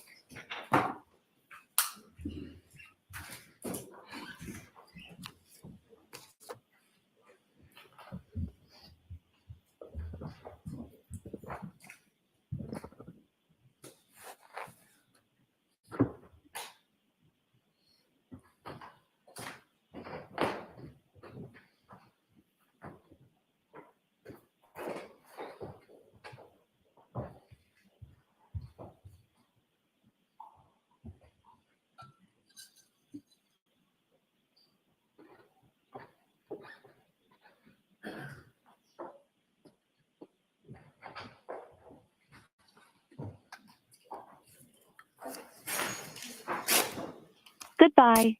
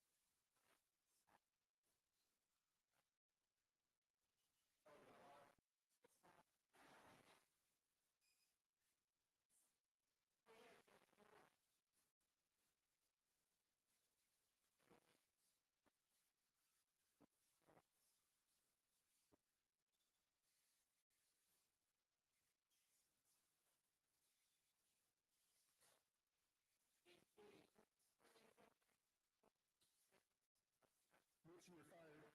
Nancy, hello, Nancy. Is that okay?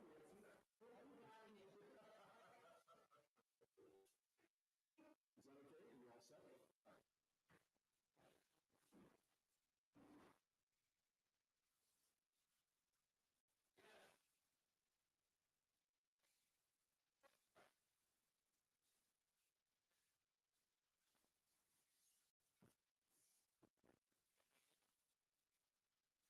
All right.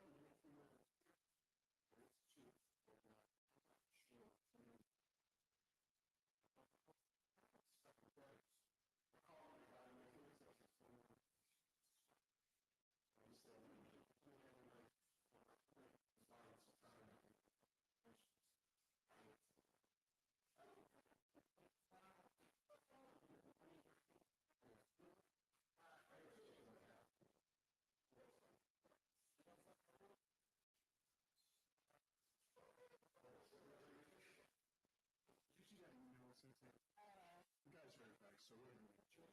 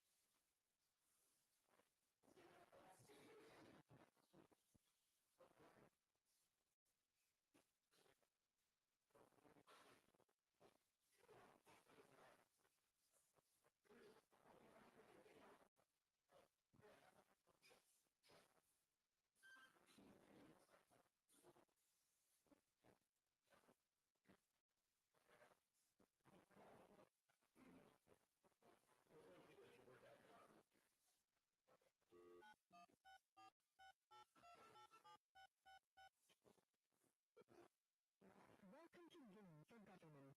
Enter your meeting ID followed by pound.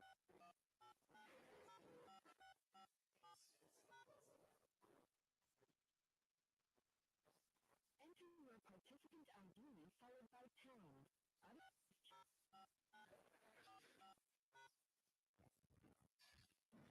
Please enter the meeting passcode followed by pound.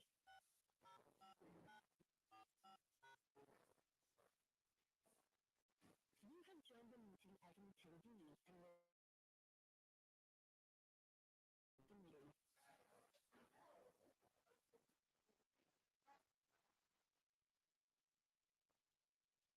Goodbye.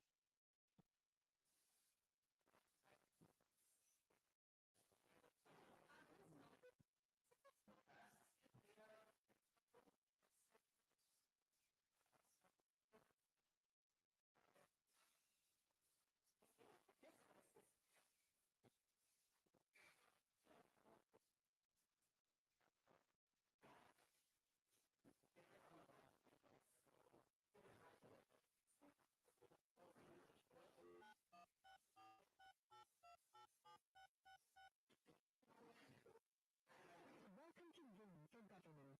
Enter your meeting ID.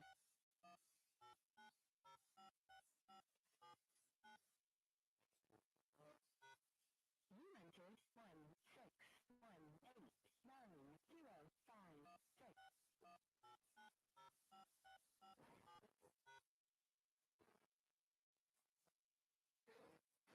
Enter your participant ID. Please enter the meeting passcode.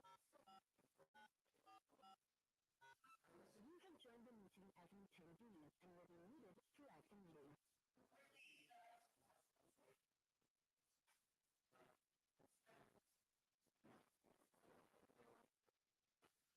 Goodbye. I'm sorry, what?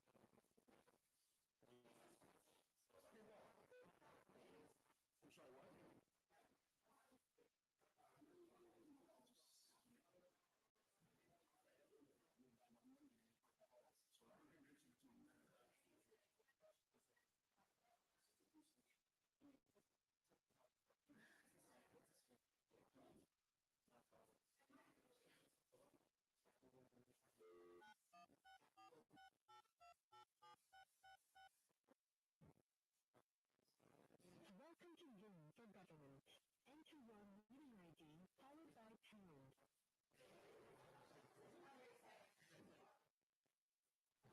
You have not entered any numbers. Please re-enter your meeting ID followed by pound. You have not entered any numbers. Please re-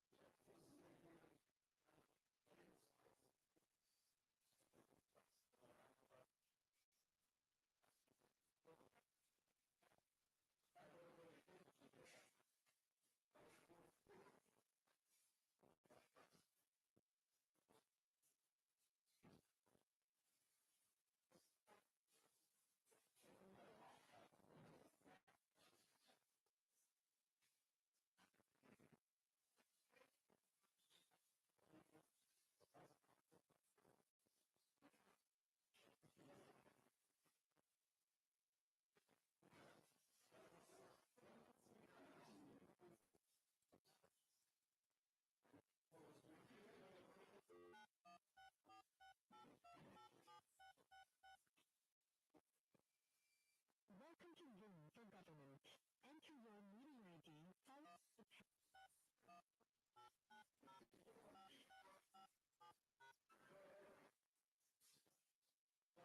Enter your participant ID followed by pound. Please enter the meeting passcode followed by pound. You have joined the meeting as an attendee and will be muted throughout the meeting.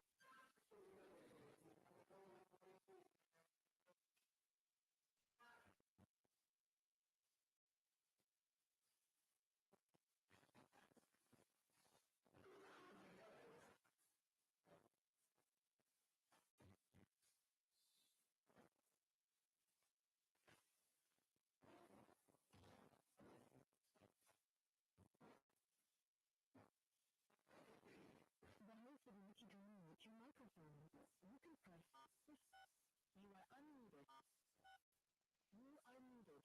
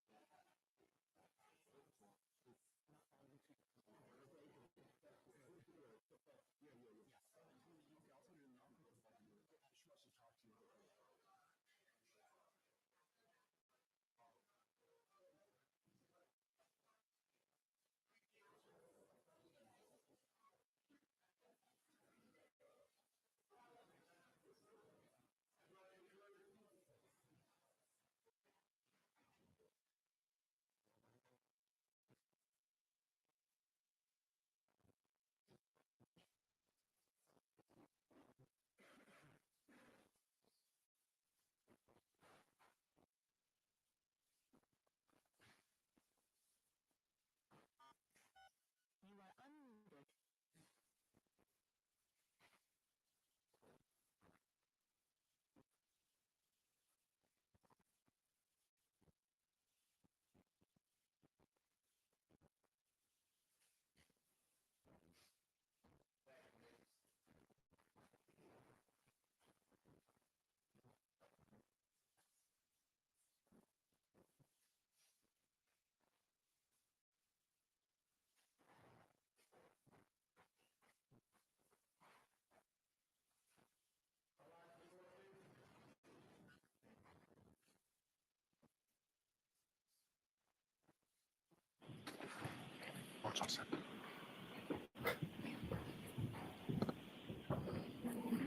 back to session. You may be seated.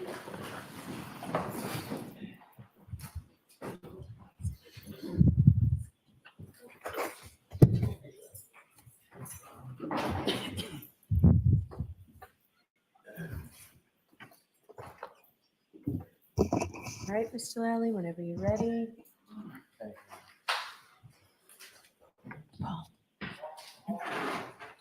Good afternoon, ma'am. Good afternoon. So if I could take you back just for a moment, I apologize for this, but just for a moment back to when you first, where Mr. O'Keefe is on the grass, and at any point in time when you observed him, what, if any, observations did you make as far as how Mr. O'Keefe was dressed at that time? Was he dressed? Yes. He had jeans on. I couldn't really tell because he was covered in snow, but I know that I think he had 2 layers on because when the defendant lifted his shirt.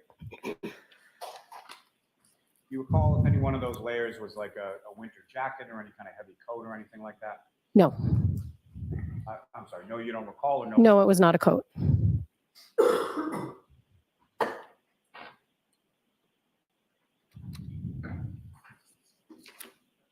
Now, to take you back to when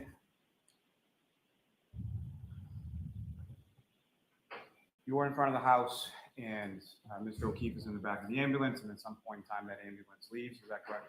Correct. And do you know where the ambulance was going? Good Samaritan Hospital. And following that, you mentioned that Ms. McCabe went inside the house, correct? Yes. And do you recall what it was that caused her to go inside the house? No, I'll allow that, not what anyone said. I think she was going to wake her sister. And after she left, was there anybody else that beyond sort of first responders or police officers, things like that, any other sort of civilian people show up that you recall? Matt showed up at some point, Jen's husband, Matt. And that was before you left, is that correct? Yes. And just to be clear, you had, we'll get to this more in a moment, but you had left from the house once, come back, and then left again? Yes. And when her husband, Matt McCabe, showed up, which of those times was that, if you recall? I think he was there when I left the first time. And did you have any conversation with him? I just said, he said, I said, I'm going to get the O'Keefes. He said, do you want me to come with you? And I said, no. So he went in the house. And when you left, who, if anyone, initially when you left, who, if anyone, left with you? I left with Karen Reed. And as you're leaving your car, you're driving, is that correct? Yes. Where is Miss Reed in the car at that point? Say it again. Where was Miss Reed in your car at that point? In the passenger seat. And as you were leaving, what, if anything, were the two of you doing or talking about, or what was going on when you left that first? As we were leaving, she was saying to me, if anything happens to John, I'm going to kill myself. You need to take care of these kids. And how did you respond? He's not going to die. No one's doing anything of that nature, or something of that nature, I said. And as far as you're driving away Chapman and you're facing towards Cedar Crest, is that right? Yes.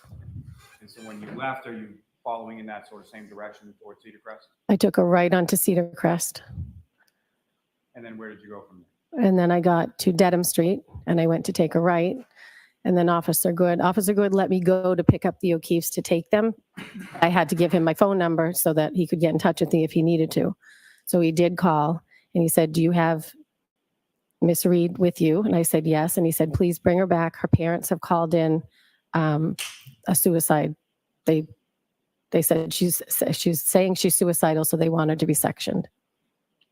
And so coming back to that in a moment, but before you left the scene, you hadn't talked to any police officers or anything at that time, correct? No, other than my name and phone number, but no. So you gave them your information and then said, I have to go pick up you. Yes. So you get that call from Officer Good, and then you come back to the house, is that right? Yes. And during any of that time, you recall the defendant, I know you had mentioned she spoke to Erin O'Keefe. Was there anybody else that the defendant spoke to or talked to while you were with her in the car? She spoke to her mother. And then I ended up taking the phone and speaking to her mother, and I gave her my phone number, and I said, I'm going to go to the hospital. She said, please make sure she does not have her purse. She has medication in her purse I don't want her to take. And then when you arrived back at the scene, what happened then? She just got out of the car and walked to the ambulance. And who, if anyone, did she walk, and by she, you mean the defendant? I'm sorry, yes. And who, if anyone, did the defendant walk from your car to the ambulance with? She just walked, I think she just walked by herself. I had her phone because I had been talking to her mother. So then one of the first responders came over and said, do you have her phone? And I said, yes. Her mother said, make sure she does not have her purse. And then following that conversation with one of the first responders, where did you go from I went to go pick up the O'Keefes. there? And as far as your drive from Canton, you went to, where do the O'Keefes live? Braintree. So your drive from Canton to Braintree and then subsequently from Braintree to Brockton, what, if anything, did you observe about sort of the driving conditions at that point? I was actually on the phone with Katie Camerano, and I spun out, did a complete spun a couple times on 93, right near the Braintree exit, so that when I got to the O'Keefes, that we went back roads to Brockton because I didn't want to go on the highway. And as far as the O'Keefes, as far as in your car from Braintree to Brockton, that was both John's mother and father? Correct. And at some point you get to the Good Samaritan Hospital in Brockton, correct? Correct. And do you know about what time it was that you got there? I don't know. When you arrived, where is it that you and the O'Keefes sort of go within the hospital? John's brother Paul had already arrived. And then we all walked in. We were in the waiting area. John's cousin actually works on the switchboard. We had been talking to her on the way in because with COVID restrictions, we didn't know if we were going to be able to get in or, so she had come out from the switchboard, her office, because she knew there had been an accident. So she came out to greet her family. And then I asked her to take me to the bathroom to clean up and to the chapel. And why was it that you had to go clean up? Say it again. Why was it that you had to go clean up? Because I had blood on my hands. Now, Ms. Roberts, you mentioned that during part of the drive from Canton to Braintree, you spoke to Ms. Camerano, correct? Yes.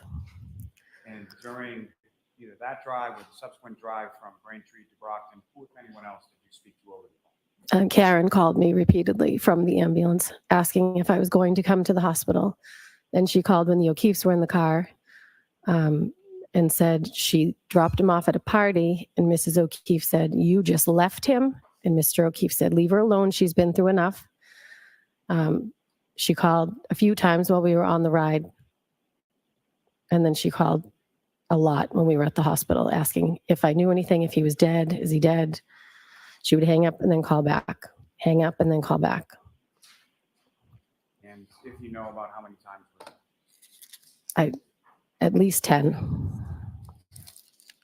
And that same sort of phraseology that she was using on scene as far as his dead, she repeated that in the phone calls at the hospital? Yes. Now, once you arrive at the hospital and you're able to clean up a little bit, where did you go from there? What happened there?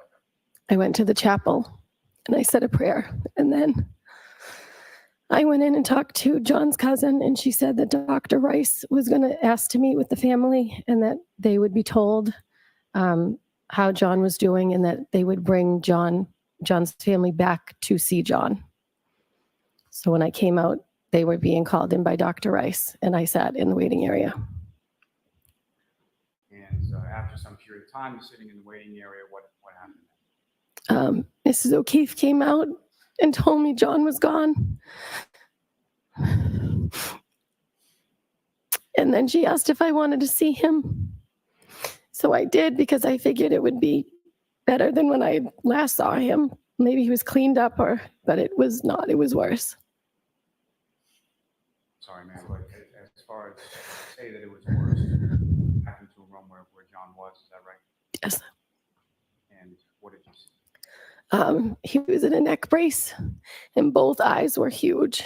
Whereas when I found him, it was only one, but they were like black, almost like filled with, I don't know, blood or fluid. They were huge. Beyond what you observed in his eyes, what, if anything else, did you see on John's body as you were? He had scratches on his arm, Do you recall which arm it was? his right arm, Do you recall where on his arm? like here. Not just as the record reflected, the witnesses pointing to her forearm. Yes.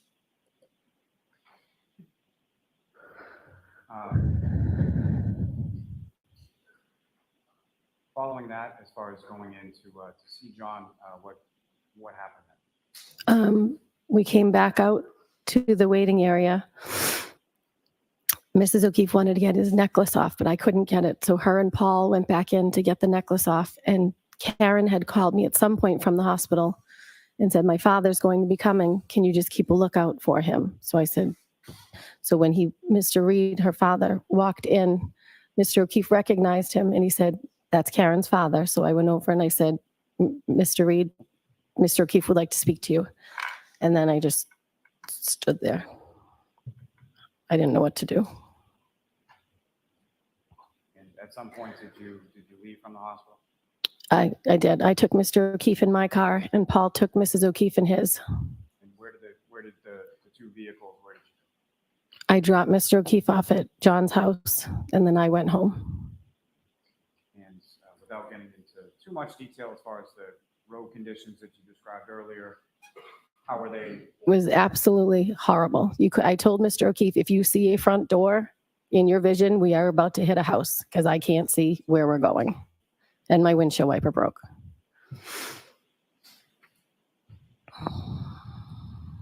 Now,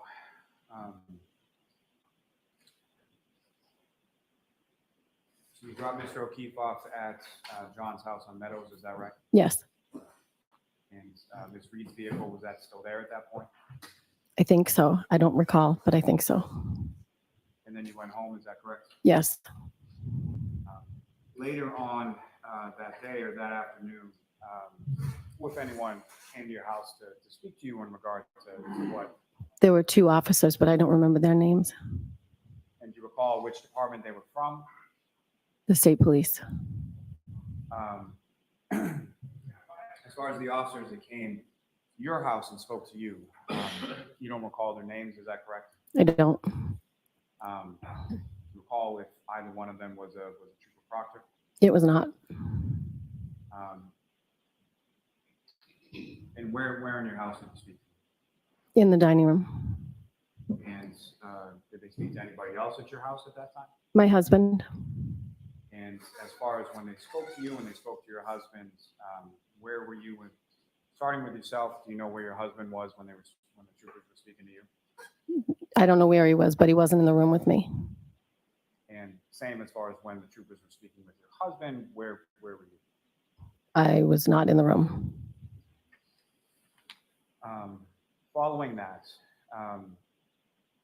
did you have occasion to speak to any other troopers or members of the state police at any point in time afterward?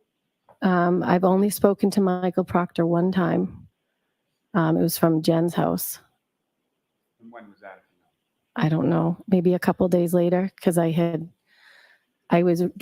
and I were re-going over what everything had happened. Mrs. O'Keefe had advised us to make a timeline because she said this could be a while. You guys aren't going to remember something years from now. So sit down, write down what you remember. And I, at that point, said, well, when she first called, she said he was dead. And Jen said, I don't think you've told them that. So Michael Proctor called, or she was on the phone with him, or I don't even know. And I said, could I speak to him? So I told him so that somebody had it documented. So as far as Trooper Proctor was concerned, that phone conversation, is that the only contact that you have with Trooper Proctor? Yes. And if you recall, was it February 1st or so that you met with some troopers at Mr. Cave's house? State Trooper who? At some point, did you meet with troopers at Ms. McCabe's house? Yes. And if you know, was that on or around a couple days later, like February 1st or so? Yeah, maybe. I don't know. I can't be sure. Were either of those troopers that you met at Ms. McCabe's house, were either of those troopers Trooper Proctor? No. And do you recall where within Ms. McCabe's house you spoke to them? In the living room. And beyond yourself and the troopers that you spoke to, was there anybody else in the room with you when you spoke to them? No. At some point, either then or subsequent to then, was there any request made by any trooper from the state police in regard to your cell phone? To my cell phone, yes. And do you recall if it was that date or a later date? It was not that day. I think it was the next day. It was within the next 2 days. They wanted to clone my phone. And did they advise you of anything or give you any form that you had to fill out and execute prior to doing that? Yes, I had to fill out a form. And as far as your phone was concerned, were there any restrictions or anything that you gave to them as far as what they could look at or what they could clone or what they could do with your phone? No. And as far as how sort of that process works, as far as the cell phone extraction or anything, do you know anything about that? No. And do you recall how long it was that you were without your phone at the time you handed it over to them to whenever you got it back? Well, they took both of our phones at the same time, and we didn't get them back for like 7 or 8 hours. And just to be clear, when you say both of our phones, you're Jen, who else's? Jen's phone and my phone.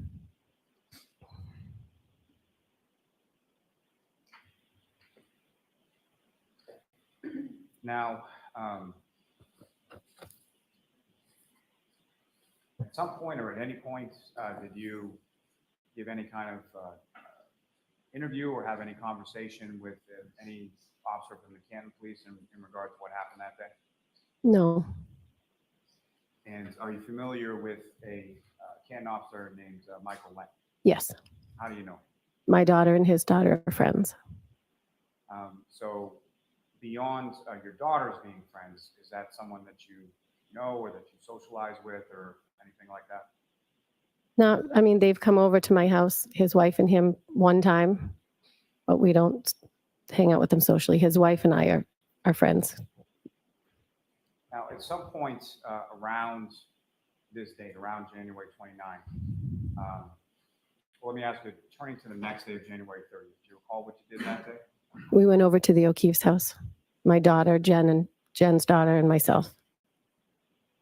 And following that, do you recall where you went? My daughter wanted to get dropped off to her friend's house at Mike Link's. And so after leaving the O'Keefe's house, is it still the same as far as yourself, your daughter, Ms. McCabe, and her daughter? Her daughter stayed at the O'Keefe's. And as far as Ms. McCabe was concerned, was it after dropping your daughter off, did you go anywhere with Ms. McCabe after that? I just stopped at Mike Lank's house, I think, and then we went home. And so when you got to your daughter's friend's house, who, if anyone, did you speak with? Mike's wife came out to the car to see how I was and how the O'Keefes were, and so she talked to us for a little, just asking how everyone was. And if you know, ma'am, do you know about how long that conversation was? I mean, I'm a talker, so it's probably a while. I'd say at least 45 minutes. Was that a conversation like through the window, or did she get in the car? You know? I think she got in the car. She was in the back seat because it was freezing. From that conversation, do you recall anything beyond sort of how people were doing or anything? Did you discuss anything about sort of what you had seen or what you had heard the day before on the 29th? I don't recall. It was just a regular conversation. Well, not regular, obviously, but she was more concerned how the O'Keefes were doing, how the kids were doing. And then after you left from the Lang's house, where did you go? Where did you and Miss McCabe go? I don't know. I'm assuming home.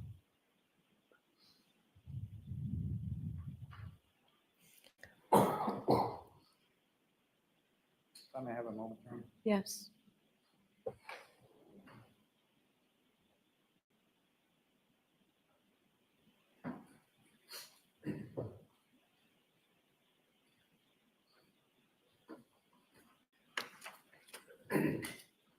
Your Honor, may we approach this briefly? Okay.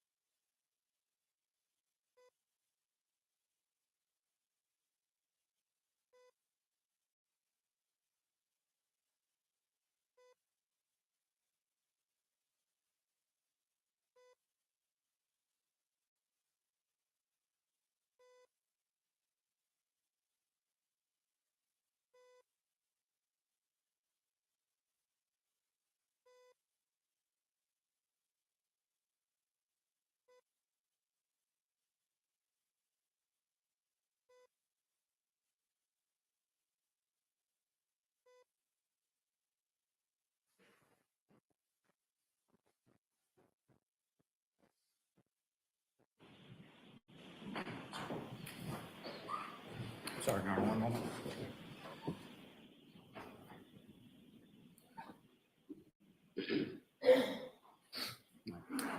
I have no further questions for this witness, Your Honor. Okay, Ms. Little?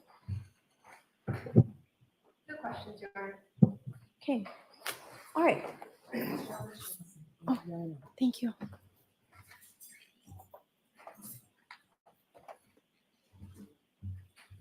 Your next witness, Mr. Lally? Yes, Your Honor, the Commonwealth will call Ms. Laura Sullivan to the stand.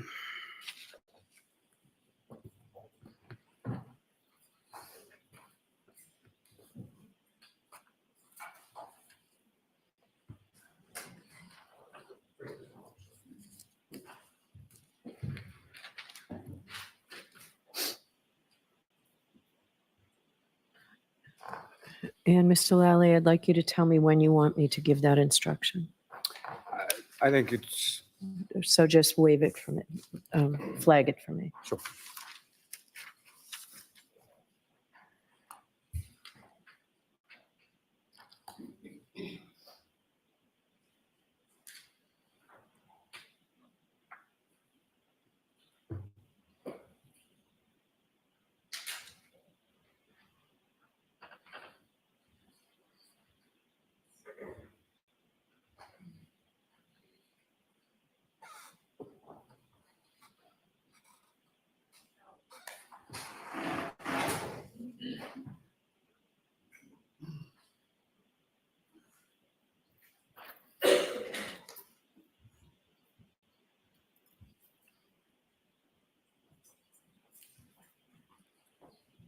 Step up.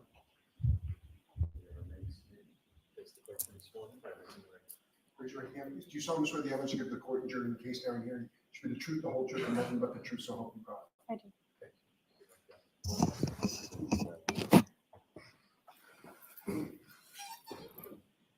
All right, Mr. Lally, whenever you're ready. Good afternoon, ma'am. Good afternoon. Could you please state your name and spell your last name? Laura Sullivan, Sullivan. And where do you live? Pembroke, Massachusetts. And how long have you lived in Pembroke? Almost 6 years. And who, if anyone, do you live in Pembroke with? I live with my boyfriend and our 3 children. 2 stepchildren that are with us half the time, and then my son, Ben. And your son, how old is he? He's 10. I'm sorry. 10. Sorry. Oh, that's fine. And your stepchildren, how old are they? 15 and 13. Now, do you work, ma'am? I do. What do you do? I work in human resources. How long have you been doing it? Just over 6 years. Ma'am, if I could turn your attention to New Year's Eve of 2021 into New Year's Day 2022. Do you recall that time frame? I do. And do you recall where you were? I was in Aruba. And if you could explain to the jury sort of how often, was that a regular trip that you did around that time of year? Yeah. We've been doing a trip like around that time for, I'd say, 5 or 6 years. This will be our 6th year, I believe. And over the course of those 5 or 6 years that you've done that, when you say sort of we, how did that start and how was that expanded, if at all? So we've been going, Josh and I have been going to Aruba for years. In 2021, post-COVID, we decided to bring our children. We had never gone with them before. And since it was post-COVID, a lot of people were kind of stir crazy. And a group of our friends jumped on board. And so we went from just the 5 of us going to approximately 60 people. And as far as yourself and or the other people, how, is this all at one sort of facility or how were the bookings? So we all stayed at the Renaissance, which is in downtown, and we buy timeshares. So it was a timeshare resort where we would purchase weeks that people owned. And so if they weren't going for that year, we would buy a week. So we were able to get, I think it was something, close to 20 rooms for all of us to go for the same week. And as far as the planning in regard to that year in particular, when did that planning process sort of begin? It starts approximately a year in advance because the rooms go on sale almost immediately because people want to get rid of them. So I would say it was probably around January of 2021 that we booked our room for that year. And once you had booked your room, as far as the family and friends group that you were talking about, how was that sort of put out to them, like through what means? We would, I would post on Facebook, more rooms are available for Aruba if anybody was interested in going. So the timeshare owners would reach out to me directly. Is there anybody else who would want to go? And we would look for any interested, either friends or what have you, to join our trip. And so at some point in time over the summer of 2021, say July or August or so, was there someone who, a friend of yours that reached out in regard to possibly coming on the trip? Yeah, I received a text message from John O'Keefe interested in learning more information about our trip. And if you could describe to the jury sort of, how did you know John? I met John in May of 2013. I met him at a bar in South Boston he was with Pat Rogers at the time. Post meeting John, I started dating Pat, and my son's father is Pat Rogers. And I could stop you there just Yep. a moment. So as far as John O'Keefe and your son's father, Pat Rogers, did you know or did you come to know sort of what they did for a living? yeah, they were both Boston police officers. And did you know sort of what the relationship was beyond co-workers of Mr. O'Keefe and Mr. Rogers? Yeah. They were best friends. So at some point following that meeting in 2013, you began to date Mr. Rogers, is that right? Correct. And what happened? So in July of 2013, I became pregnant. And in November of 2013, Pat committed suicide. And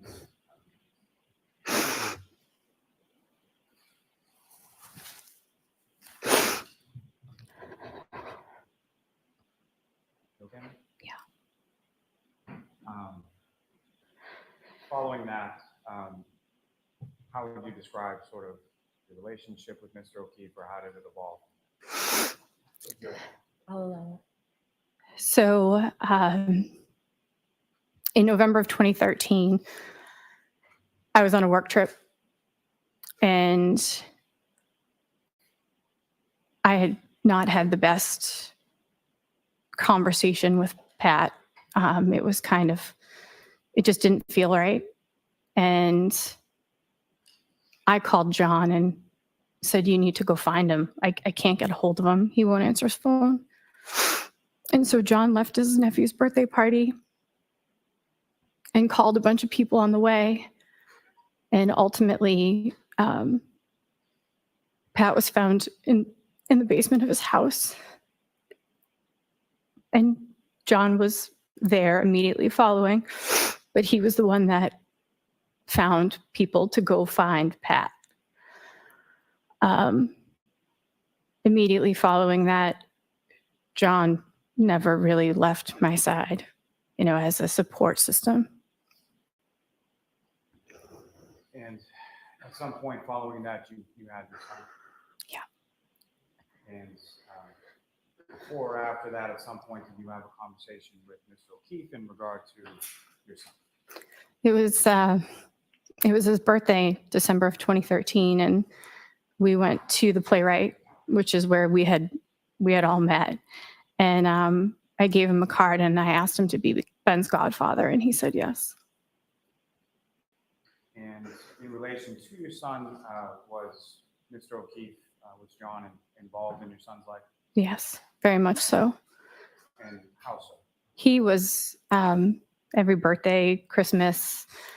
He was always in contact. He was the first person in my delivery room after I gave birth. He was a constant. He was a connection to Pat, and always making sure that Ben was taken care of in the sense of being there to tell stories or what have you from his relationship with Pat. And through sort of his relationship with you and your son, Mr. O'Keefe also become familiar with your family as well? Yeah. Yep. And in regard to your family, was there some kind of term or how would they refer to Mr. O'Keefe? The Godfather. He was called the Godfather to almost everybody. Now, ma'am, if I can turn your attention back to that summer of 2021, you received a text from Mr. O'Keefe, is that right? Mm-hmm. And So I'm sorry, you do have to say yes or no. Oh, sorry, yes. After you received that text, did you reach out to Mr. O'Keefe? Yes, I gave him a call because I was excited. I was immediately excited. I gave him a call, explained to him that we had a group of rooms. We were going with, I don't even know the number at that time that had, signed up to go, but it was a lot of kids. It was all of our friends, and that they would have a great time. And from that, did he give you any sense or say anything about who from was it just himself or like who was coming along? He had mentioned that it would be the kids, and he said Karen would be joining him as well. And at that point, at some point subsequent to that, you knew him to be referring to Karen, correct? Yes. At that point, had you met Karen Reed? Did you know who that was? I had not. I knew that they were dating, but I had never met Karen, no.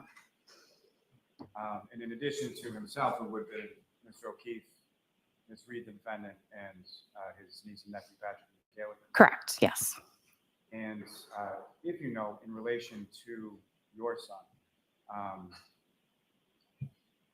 as far as Mr. O'Keefe's nephew, Patrick, where are they in relation as far as ages?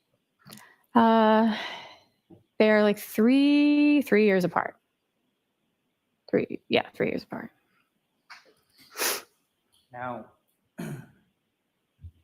when you have that phone conversation with Mr. O'Keefe, what, if any, interest does he show as far as going through?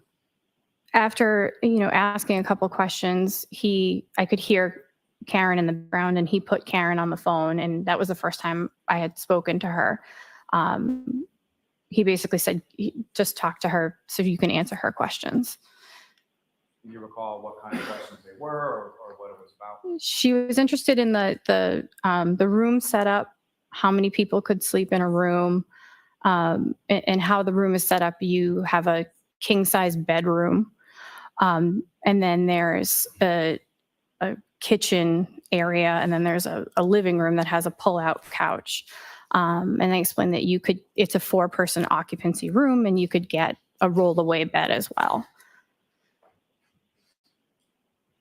And following that conversation, when was the next time, if at all, that you had any conversation with Mr. O'Keefe and or Ms. Reed in regard to the Aruba? So during that conversation, Karen mentioned that she needed her own bathroom and she needed her own space and that she wanted 2 rooms.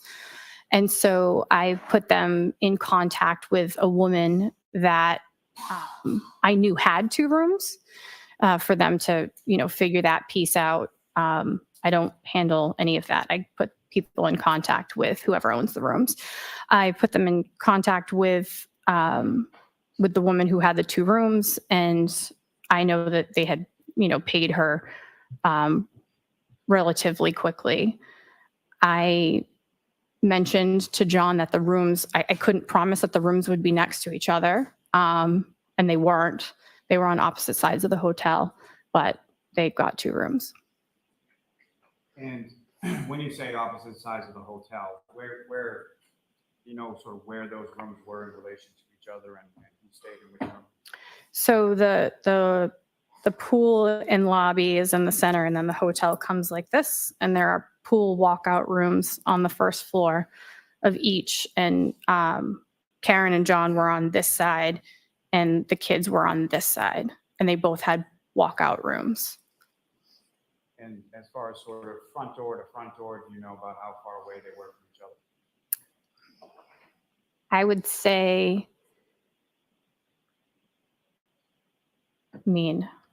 steps wise, maybe 200. But the hotel is it's small enough, but it was separated by a lobby, the front entrance, the outside entrance. Now, with regard to your arrival, when was it that you arrived in Aruba?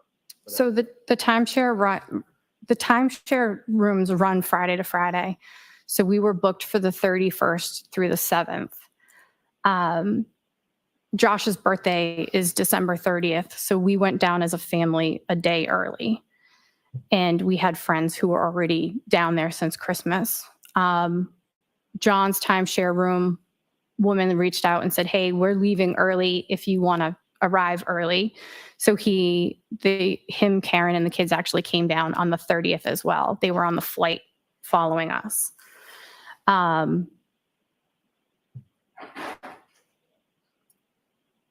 then the rest of the 60-ish people, however many were there, showed up on the 31st. And so from that first day that you arrived there, as far as when you got there on the 30th, when was the first time that you saw John, or when was the first time that you saw anyone from that group? It was, we were at the pool, so it was not long after they had landed. He texted me and said, "We're here." And Ben and I jumped out of the pool and went to the lobby to see him. And then on the way back from the lobby, I saw somebody banging on the window on the left-hand side of the rooms, and I didn't know who it was. And then I saw Kaylee, and I was like, "Oh, well, that must be Karen." And again, was this the first time that you had seen Karen face-to-face or met Ms. Reed? Yes. And just for clarity purposes, as far as Ms. Reed is concerned, do you see her in the courtroom today? Yes. Did you just identify as to where she's seated or an article of clothing that she's wearing? She's right there. Just has a record reflect identification of identified. Okay. Thank you. Now, after you see this person bang on the window and you recognize Kaylee, what happened? She came out, she gave me a big hug, said, "It's nice to meet you. I've heard so much about you. I recognized you from pictures." And following along from there, what happened then as far as the day was So as I mentioned, it was Josh's birthday. We had already made plans to go out for dinner. Our friends who had been there since Christmas have a 17-year-old daughter who watched our children so we could go out for dinner. I mentioned it to John. I said, we'll just add you to the reservation. You can join us for dinner. The kids can stay with Chloe. And they said, absolutely. So we all went out for dinner that evening to Screaming Eagle. And Screaming Eagle, where is that in relation to the hotel, the rents? It's probably about a 15-ish minute cab ride. And when you arrived there, what, if anything, do you recall about sort of the dinner or how it went? So we were sitting outside on the patio. It was Karen, myself, our friend Laura. Across from Laura was her husband, Dave. Josh was in front of me, and John was in front of Karen. And what, if anything, specific do you recall about the dinner or sort of what happened at dinner? So we, the waiter came over. He started taking drink orders. Karen placed her order. I placed mine. Laura placed hers. Dave placed his, and then Josh ordered a dirty martini with blue cheese stuffed olives. I'll allow it. I don't know where it's going, and you can move to strike unless you wanted to see me, Mr. Yannetti. Okay.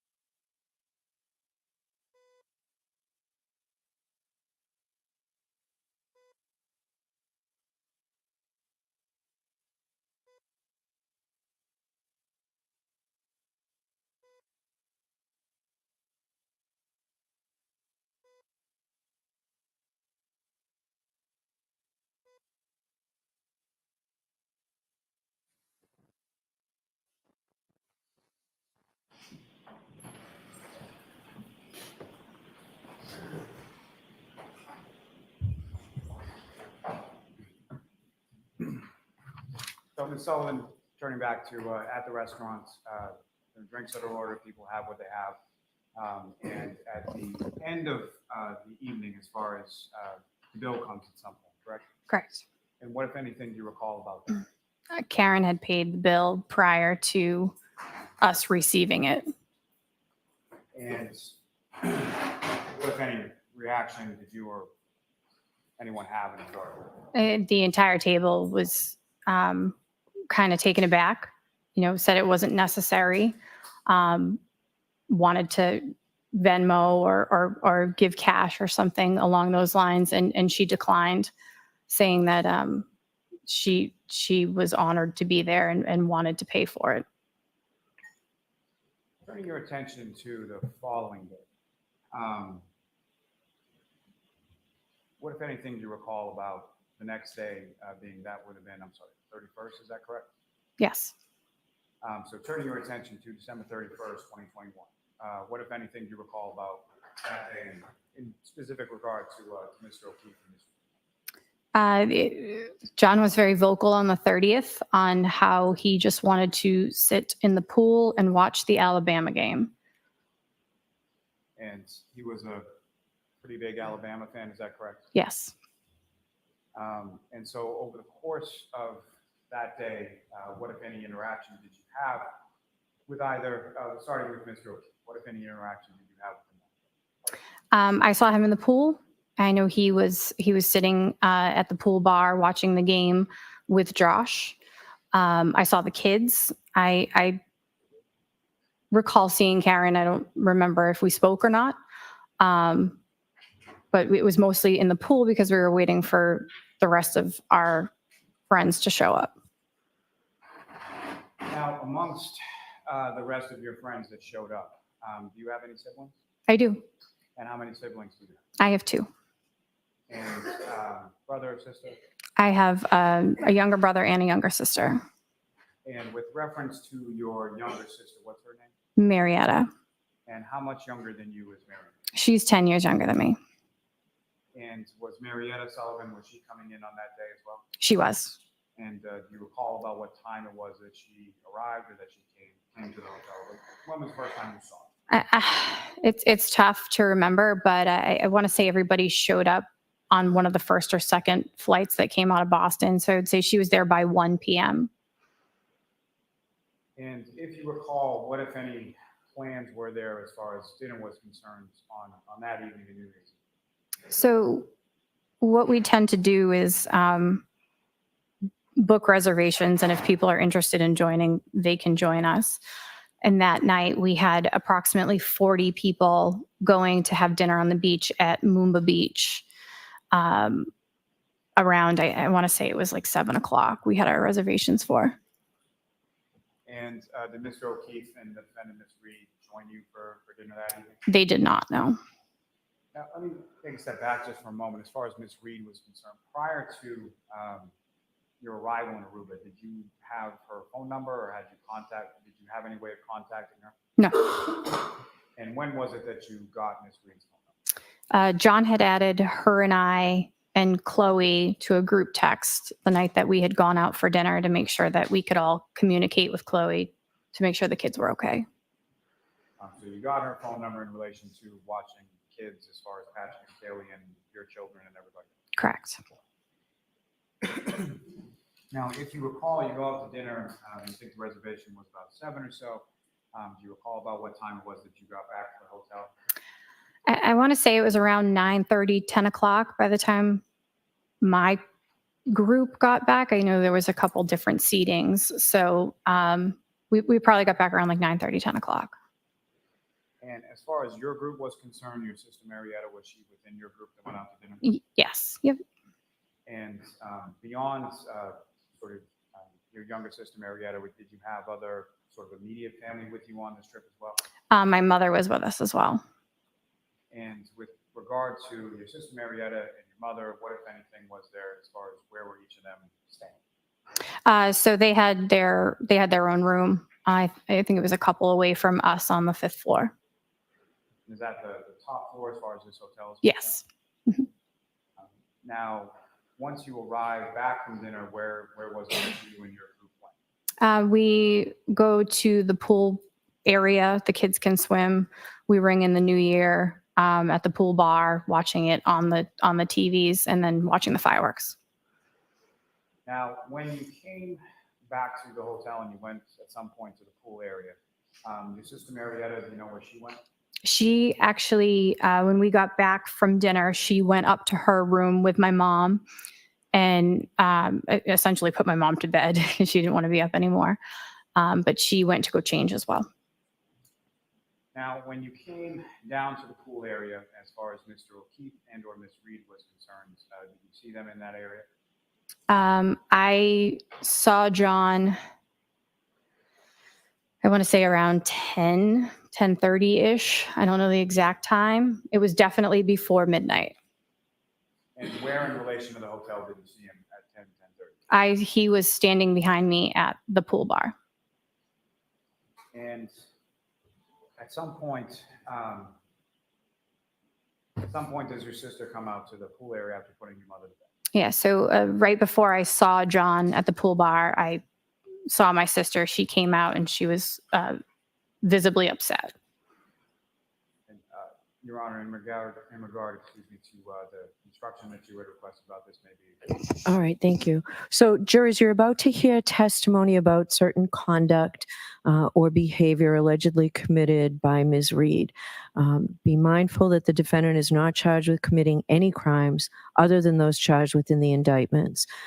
The witness's testimony may not and indeed must not be considered by you as any evidence that the defendant has a bad character or as evidence that she has a propensity to commit the crimes with which she has been charged. You may not take the defendant's prior acts as a substitute for proof that the defendant committed the crimes charged here, but you may consider the acts solely on the limited issue of the state of mind of the defendant and the nature of her relationship with John O'Keefe as it might go to motive or intent. You may not consider this evidence for any other purpose. Specifically, you may not use it to conclude that if the defendant committed the act or acts, that she must also have committed the offenses with which she's charged. You can only use the evidence for the limited purpose of how it goes to the defendant's state of mind, the nature of her relationship with John O'Keefe, as it may go to motive. And just for the records, my findings are the same that I made at sidebar previously. Go ahead, Mr. Lally. Thank you. Now, with regard to at some point your sister comes out to the pool area where you were, is that right? Correct. And do you know where Mr. O'Keefe was at that point? I do not know. And when your sister comes out to the pool area, what happened? She said, Objection. Yeah, that's sustained. I thought you were doing something else. When your sister comes out to the pool area, how would you describe her demeanor when she comes out? Objection. No, I'll allow that. she was frustrated. And at some point, did you have a conversation, without regard to what the conversation was, at some point, did you have a conversation with her about something that had just happened? Yes. Now, following that conversation with your sister, at some point subsequent to that, Mr. O'Keefe come back out to the pool area? After I spoke with her, yes, he came out to the pool area. And do you know about how long a period of time it was between the time that your sister came out to the pool area and Mr. O'Keefe came out to the pool area? I mean, I would say approximately 20 minutes, but I don't really know exact timing. Now, when Mr. O'Keefe came back out, did you have any conversation with him? I did. And can you describe that conversation? All right, is this the instruction that you were talking about instead of the other one? All right, so jurors, I have another instruction for you. So you're about to hear evidence of statements made by John O'Keefe. Is that accurate now, Mr. Lally? Yes. All right. These statements are being admitted only for a limited purpose of establishing John O'Keefe's state of mind. You're not to consider this testimony as proof that the defendant has a bad character or propensity to commit crimes. The testimony of witnesses recounting conversations with Mr. O'Keefe can only be used as they go to the defendant's motive or intent on January 28th or 29th, and only if you find that the defendant was aware of Mr. O'Keefe's state of mind at the time of the crime and would be likely to respond to it. There need not be direct evidence that the defendant learned of Mr. O'Keefe's state of mind, so long as you reasonably can infer from the evidence that she did learn of it. Okay, Mr. Lally. This is subject to our objection. Yes, yep. So, Ms. Sullivan, if I could take you back again. So Mr. O'Keefe comes out, you have a conversation with him. Can you describe to the jury what that conversation was about? I turned around and I was pretty shocked to see him. I said, "What's going on?" And he said, "Nothing." I said, "Did Etta and Karen have words?" And he said, "I don't know." And I said, "Well, that's not what Etta said." And I asked him if everything was okay. And at that time, his phone was lighting up, and it looked like calls and texts, and it said Karen on his phone. After you make that observation, what event did you say to John? I asked him if he needed to take it, and he said, "Yes, she's crazy. I got to take care of this." And was that the last time that you saw him on New Year's Eve? It is. Now, turning your attention to the following day, New Year's Day, did you see either Mr. O'Keefe or Ms. Reed at all on that day? I did not. I saw the children, but we didn't see them that day. No. Now, turning your attention to the following day, being January 2nd, what was sort of the plan as far as what was going on that? Our hotel has a private island. The hotel that we stay at has a private island, and we rented all 8 of the cabanas between the 60 of us that were there. And when the cabanas went on sale, I had reached out to John and asked him if he wanted me to get him one. And he said, sure. So I booked one for him, and he paid me for that cabana. So we all went out that morning. And it was probably around, 10 o'clock in the morning, and they weren't there yet. And so I sent him a text and I said, are you coming, or do you want me to sell this cabana? Because there was other, couples there. At least he could have made, the money back. And he asked me who was there. And I said, everybody. And I named off a couple names. I'm not really sure. But I said, everybody's here. And when you said that, how did Mr. O'Keefe respond? He said, well, apparently I made out with your sister the other night, according to Karen. Now, is that the first time that you had heard that? Yes. So fair to say whatever you had heard from your sister on December 31st was not that? Objection. No, I'll allow that. Correct. And what was your reaction when Mr. O'Keefe told you? Objection. I'll allow it. I was shocked. I immediately found my sister and said, did you make out with John? Objection. Sustained. Now, when you went to talk to your sister, who was it that your sister was with when you went to talk to her about this? I don't recall who was standing near her. Maybe my mom. I don't know. As far as your sister was concerned at that time, was she dating someone? Yes, And the person that she was dating, was that person on the trip as well? he was. Yes. And was that person that she was dating that was on the trip as well? Were they at the cabanas on that day that you were there? They were. Yes. Now, as far as you have some conversation in regard to your sister, and then at some point you go back and have further conversation with Mr. O'Keefe. Yeah, I said I texted him back. I said I just talked to Etta. She said absolutely not. That did not happen. Objection. Move to strike.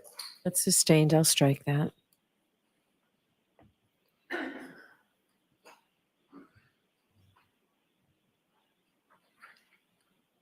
Now, at some point after that exchange, did Mr. O'Keefe and or Ms. Reed and or the kids come out to the cabana area? They did. Yes.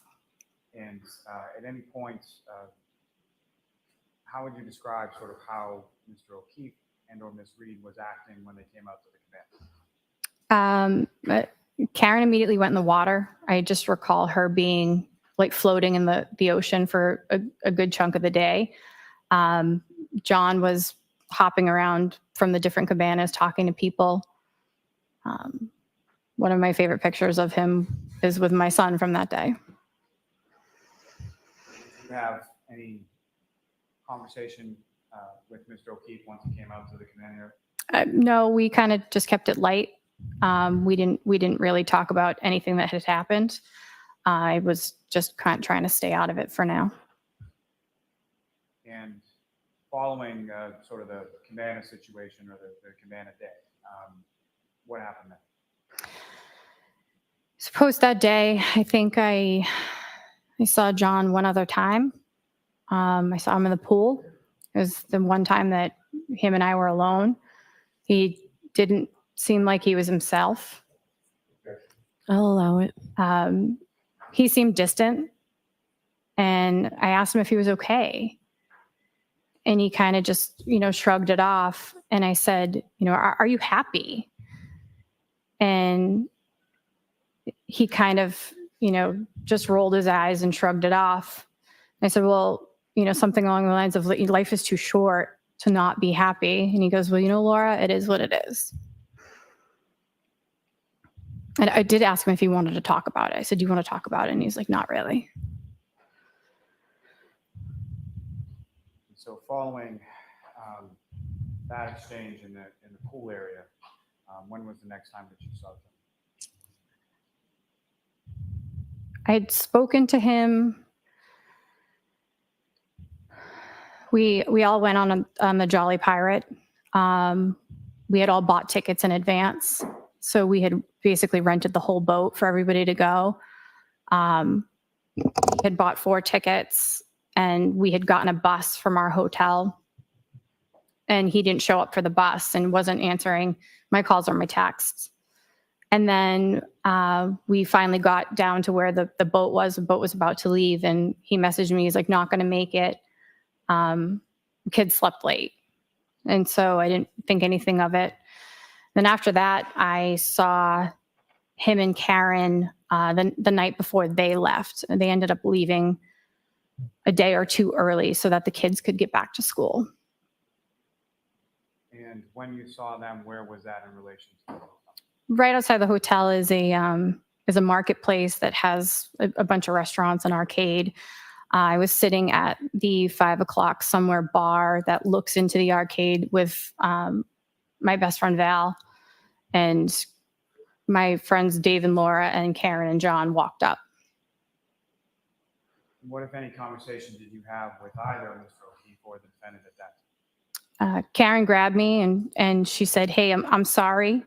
I thought I saw something that I didn't, and I would like to pay for some of your sister's room.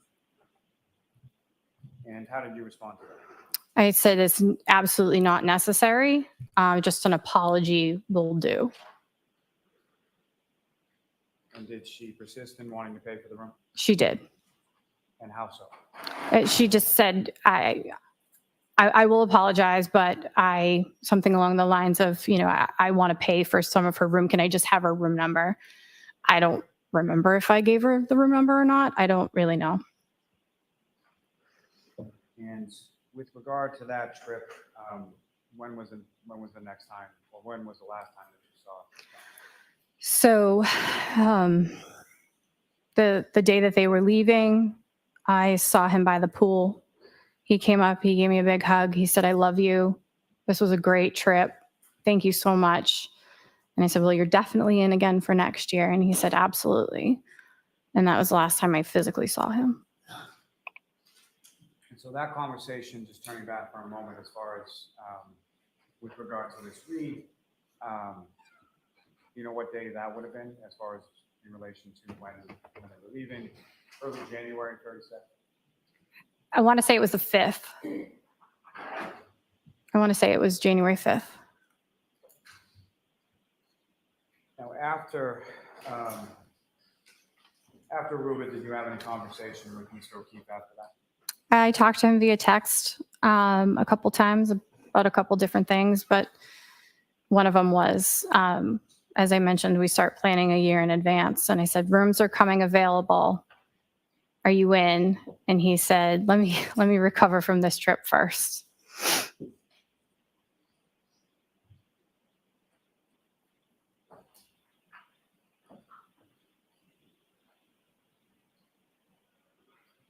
Now, ma'am, if I could turn your attention to Saturday, January 29th, 2022. You recall that day? I do. And at some point that morning or during that day, did you get a call? I did. I received a call from, I'll hear that she received a call from someone. I received a call from my aunt. And what did you learn in the call from your aunt? Objection. Oh, wow. That John O'Keefe had passed away. And after you hung up the phone with your aunt, what did you do with that? I hear this subject to striking. I called him. I called anybody's number that I had associated with the family. I ended up calling Kaylee. I texted Kaylee. I texted Karen. And without any regard to what Kaylee said, did Kaylee respond to you via text? She did. And then at some point, did the defendant, Ms. Reed, respond to you as well? She did. Was that a phone call or a text, or how did she respond? It was a text later that afternoon. And do you recall what she said in the text that you got? She said, "Hi, Laura. John has passed." And Do you recall what, if anything, you responded to that? I said, "Oh my God, what happened?" And she said, "We found him in the snow at 5 a.m. And what, if anything, did you ask her, or how did you respond? I said, "What happened?" I just recall, kind of going into a tailspin, asking a bunch of questions. And she mentioned, she said, "I don't know. We were both at the same party. I didn't go in. I went home."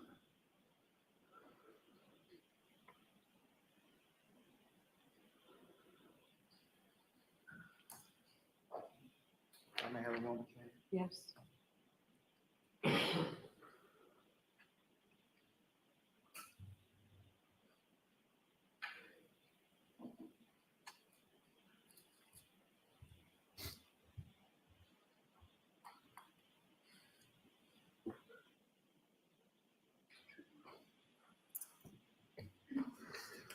Thank you, Your Honor. I have nothing further for this witness. Thank you. Thank you.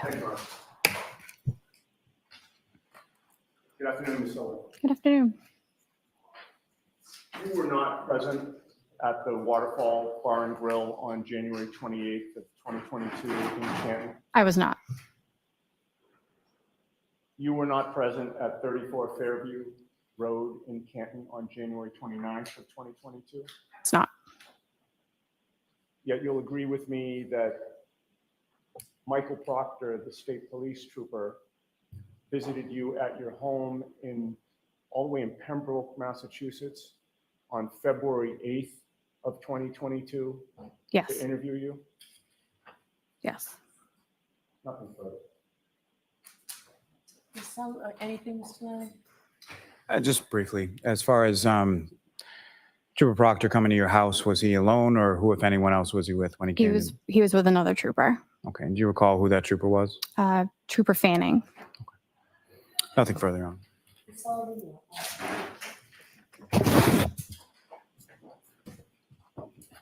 Your next witness, Mr. Nye? Yes, Your Honor. The Commonwealth will call Miss Marietta Sullivan. Counsel, I'll see you while we're waiting for this witness.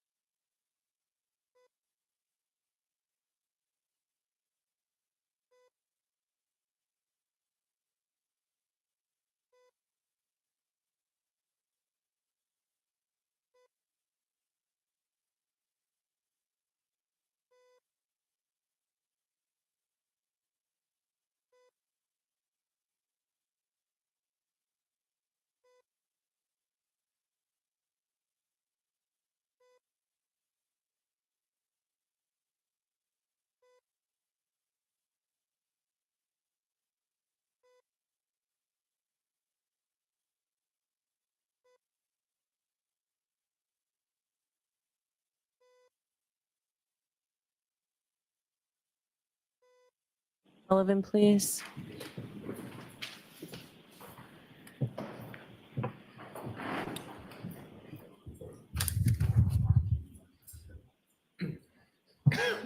Raise your right hand, please. Do you solemnly swear the evidence you give to the court and jury in the case now hearing is the truth, the whole truth, and nothing but the truth, so help you God? I do.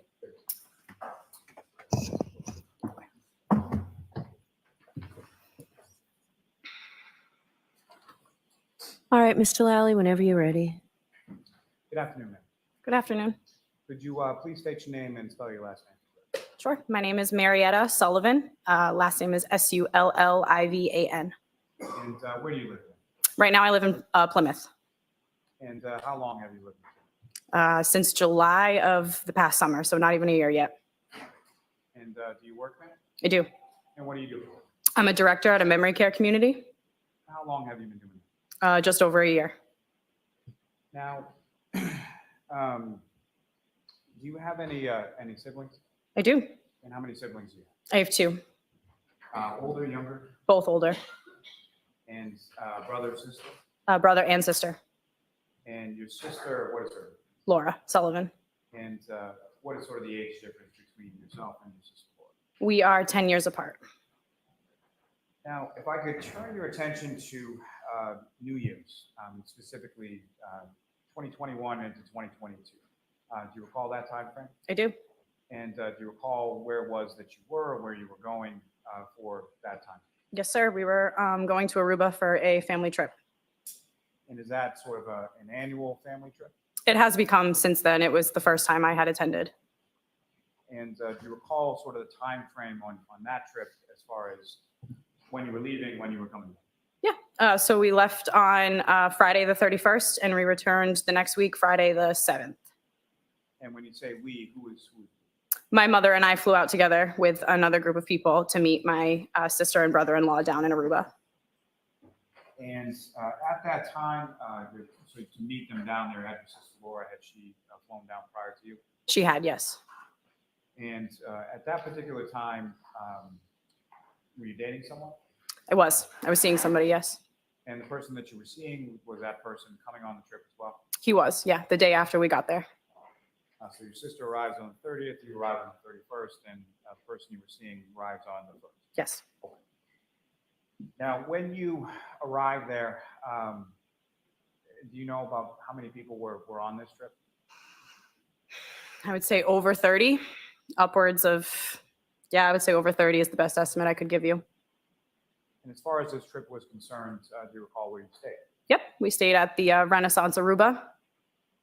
And is that someone that you stayed on this occasion as well as subsequent occasions? Yes. And on the 31st, when you and your mother arrived, do you recall about what time of day it was that you got there? So our flight landed around 3:30-ish. I would say we weren't at the hotel much later than that.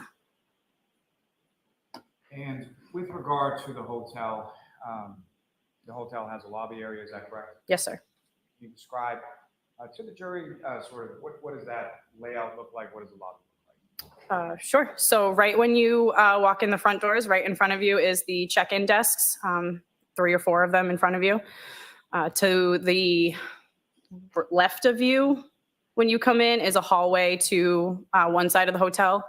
To the right of you is a bank of elevators that leads to another hallway that leads to the other first floor side of the hotel. You're in a big lobby, and then directly across from where the elevators are is the entrance to the pool area. And when you arrive there at some point in time in the late afternoon of the 31st, you obviously check into your room. Mhm. And then following that, where do you go from there? So we checked into our room, and then happy hour was starting around 4:30. So we met everybody down at the pool for that time. Is there a bar in that area of the pool? Yes, pool bar. And so when you get down to the pool bar area, who, if anyone specifically, did you see or did you run into? So first ran into my sister, gave her a hug, the rest of the kids and my brother. As soon as I got into the pool, I ran into Johnny and a couple of our other friends that were sitting at the pool bar down there. And with reference to who you referred to as Johnny, what's his last name? John O'Keefe. And that was someone that you knew at the time, is that correct? Yes. And how did you know this person? He was a very, very dear family friend. He was very close to my sister. subsequently became very close to me and my family as a result. And he was my nephew's godfather. And fair to say that you had known him for some substantial period of time.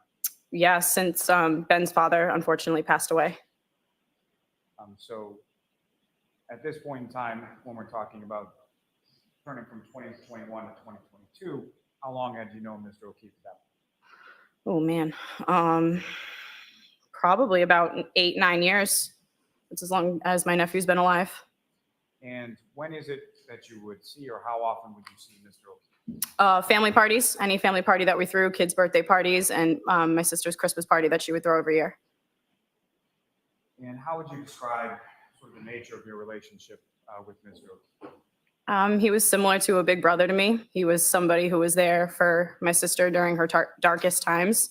So I really respected him for that. But yeah, he was a big brother and a family friend.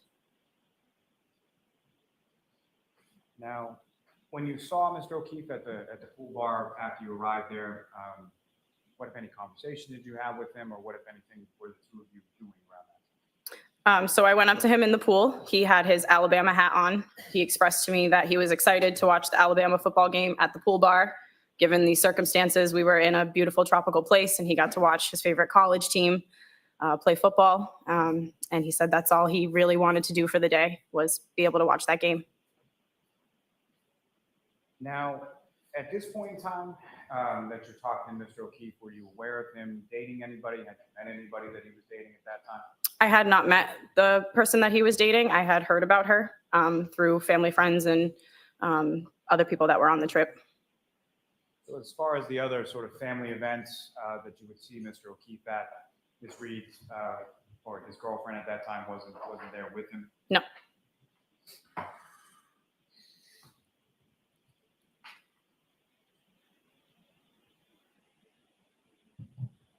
So after the time that you spent at the pool bar that afternoon, do you recall what else you did that evening? Yep. So most of us in the group had dinner reservations. I believe they were around 7 p.m. and we were all getting ready to leave the pool bar to get picked up around 6:30. And as far as fairly large group that went out to dinner that night? Yeah, most of us. And was Mr. O'Keefe part of that group that went out to dinner? He was not. Do you recall about what time it was that you got back to or returned to the hotel? Most of us got back a little after 9. Taxis were kind of crazy to get, so little after 9. And when you got back to the hotel, where did you go? I went upstairs to check on my mom. She had gone in a bank of taxis before me, so I went upstairs to make sure that she was up there and safe and in the room. And so however long you spent up in the room with your mother, at some point did you come back? I did. And when you came back down, by down, I mean, do you recall where you were staying in the hotel? Yep. So we were on the 4th floor of the hotel. So I took the elevator up and then I took it back down to the lobby. And at that point in time, when you're getting back from dinner and going up to the room and coming back down, were you aware of where Mr. O'Keefe and his niece and nephew were staying? I knew where they were staying. Yes. Room wise. Yep. And where was that in relation to the lobby? 1st floor. So lobby's on the 1st floor, their rooms are on the 1st floor. Yes. So when the elevator gets down to the lobby level, you get out. Is that correct? Mm-hmm. And what if anything? So you have to Sorry. say, okay. You just have to answer yes or no. Yes. Sorry. That's okay. So the elevator gets sent down to the lobby. You walk out. Who, if anyone, do you see when you come out? So when the elevator opens up, the first person I saw was the attendant standing behind the desk.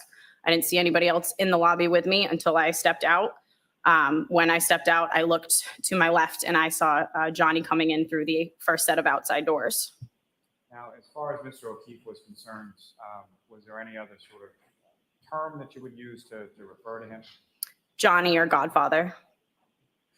And, Your Honor, I think this may be the appropriate.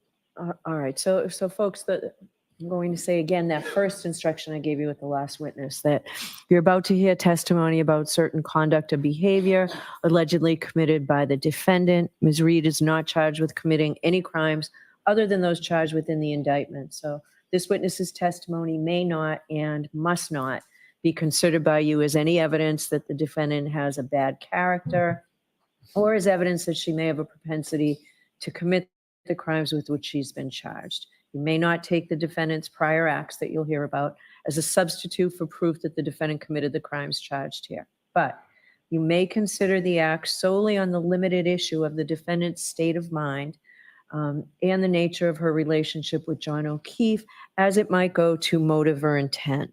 You may not consider this evidence for any other purpose. Specifically, you may not use it to conclude that if the defendant committed these acts, that she must also have committed the offenses with which she's been charged. You can only use the evidence for the limited purpose of how it goes to the defendant's state of mind, motive, and the nature of her relationship with John O'Keefe. And for the same findings that I made at sidebar. Proceed, John? Yes. Thanks. So you walk out of the elevator, you're by yourself, correct? Yes. And you see Mr. O'Keefe. Could you see where Mr. O'Keefe was in relation to the lobby or where he was coming from? He was coming from the outside doors into the lobby, Is that where the pool bar is located? opposite side. Opposite. Yes. And when you see him come in, who, if anyone, did you see with him initially? Nobody with him. And what, if anything, was he doing or how was he acting sort of when he came?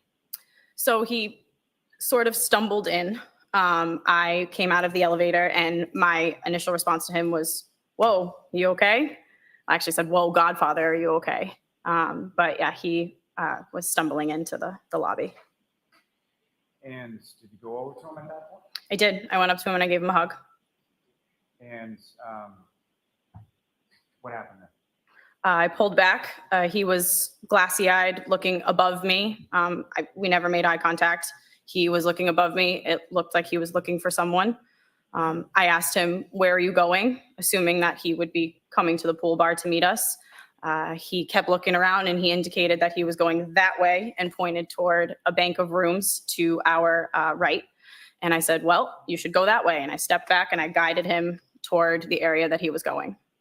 Now, as far as the bank of rooms to the right, you indicated that you were familiar or aware of where Mr. O'Keefe was and where the children were. Is that correct? I know they were on the first floor. I'm not 100% positive as to where exactly their rooms were.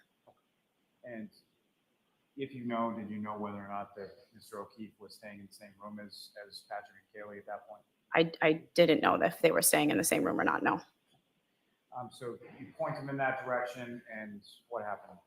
So I pointed in that direction. He walked off. I continued out to the pool bar when I heard very loudly his name screamed across the lobby very angrily, and it made me stop in my tracks. And when you stop in your tracks, what happened?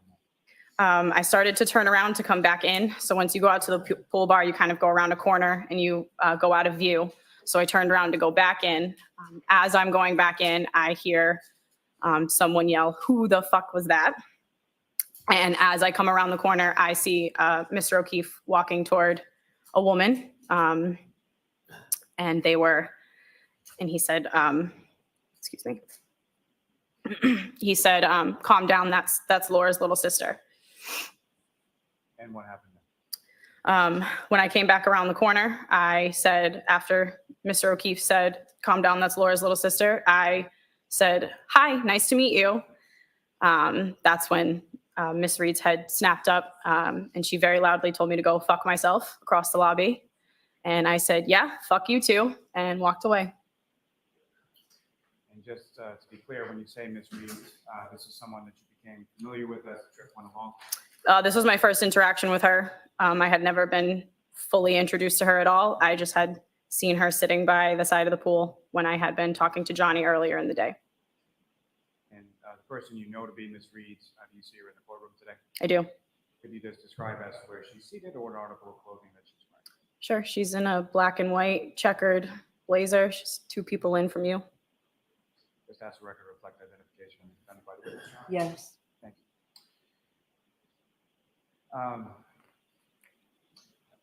As far as Ms. Reed was concerned, what, if anything, did you observe as far as the defendants beyond the yelling? What, if anything, did you observe as far as her demeanor or how she was acting at the time that this interaction was going on? She was just very loud. She very, energetically screamed for me to go fuck myself. She was waving her hands. Johnny was trying to calm her down. And after I said, yeah, fuck you too, I went out to the pool bar. So I didn't see much after that. And could you hear anything as far as when you were walking out to the pool bar, as far as any other conversation between the defendant and Mr. O'Keefe? Not after that first time, no. You go back to or you go out to the pool bar, and who, if anyone, did you talk to? I went straight up to my older sister, Laura, who was out to dinner with the couple the night before. And I said, I'll allow this part. I went up to her and I looked at her and I said, John O'Keefe's girlfriend. And she looked at me and said, Karen. And I said, yeah, you guys like her? She said, yeah, she's okay. And I said, well, she sucks.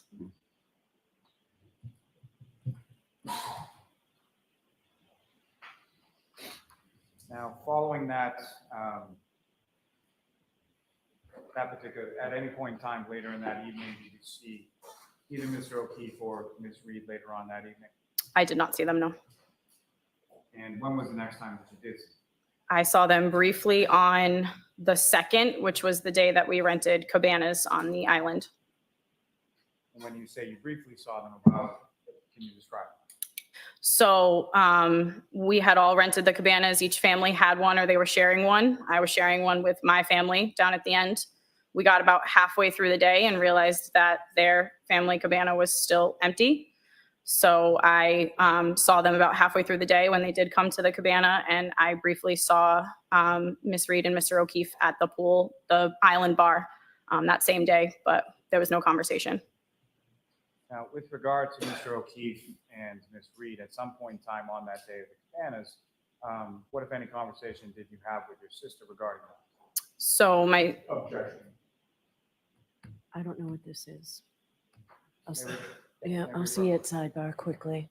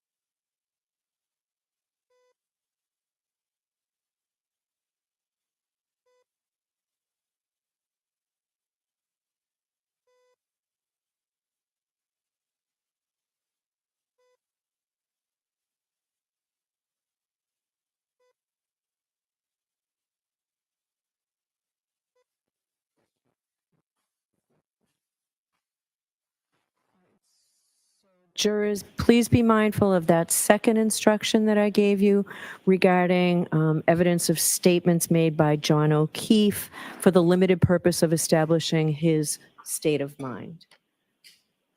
And I will fully give you this instruction again at the end of the case. So, but it's the same one that I already gave you. Go ahead, Mr. Lally. Ms. Sullivan, with regard to the day of the cabanas, did you have some conversation with your sister Laura in regard to Mr. O'Keefe and Ms. Reed? I did. And what, if anything, did your sister Laura tell you she had learned from Mr. O'Keefe? So my sister pulled me aside from everybody and asked if the night that I got into the altercation with Miss Reed in the lobby, if I was making out with Mr. O'Keefe. How did you respond? That I absolutely was not. And when you say absolutely was not, beyond the fact that it didn't occur, why would that not occur? He was, I'll allow it. he was family. He was my older brother. For all intents and purposes, it just never would have happened between us. And you expressed that to your sister, is that correct? I did, yes. Now, as far as the remainder of the trip was concerned, starting with the defendant, Ms. Reed, what, if any, other interaction did you have with her? None. And as far as Mr. O'Keefe was concerned, what, if any, further interaction did you have with him? None. That was it. And was that normal or as far as Mr. O'Keefe was concerned? Objection. I'll allow it. That, as far as I knew Johnny, that wasn't normal. He would always come up to us, up to our family, try to be around my nephew. his godchild. And he was always the life of the party and wanted to be around his family and his friends. And following that trip in Aruba, did you see Mr. O'Keefe again? I did not. I have nothing further, Your Honor. All right, Ms. Giannetti? Thank you, Your Honor. Good afternoon, Ms. Sullivan. Good afternoon. Fair to say that you were not at the Waterfall Bar and Grill on January 28th of 2022 in Canton. I was not. You were not at 34 Fairview Road in Canton on January 29th, correct? Was not. Yet Trooper Proctor drove all the way to Pembroke to interview you on February 8th of 2022. Did he not? He did. Nothing further. Ms. Lally, anything? Just very briefly. Ms. Sullivan, when Trooper Proctor came to the house in Pembroke, were you living there at that time? I was. And was he alone or was he with another trooper? He was with another trooper. And do you recall that trooper's name? I don't. Now, with regard to your conversation with Trooper Proctor and the other trooper that day, was it just you that he spoke to? Just me. Let me ask it a different way. Okay. As far as when the troopers came to your house on February 8th, are you the only person from your home that the troopers spoke to that day? No. Who, if anyone else, did they speak to in the home? They spoke to my sister first. And at any point, did they speak to your sister's boyfriend as well? No. And when they spoke to you, when they spoke to you, where was your sister? She was outside of the house. She went to go pick up my nephew. And when they spoke to your sister, where were you? I was downstairs in my room, which was in the basement. And could you hear what they were talking about when they were talking to your sister? I could not. Nothing further. All right, Ms. Sullivan, you're all set. Thank you. All right, so jurors, we're actually finished with witnesses for today. We've finished everyone that we had hoped to finish for today. So we're done for the day. As you know, we're not in session tomorrow, but we will see you Friday, and Friday will be a full day. So please, those 3 cautions, do not discuss this case with anyone. Don't do any independent research or investigation into the case. If you happen to see, hear, or read anything about the case, please disregard it, let us know. Just leave everything here, literally, figuratively, clear your heads, and we'll see you Friday. Thank you very much. All rise, jurors out, please. Jurors, leaving a note from the following.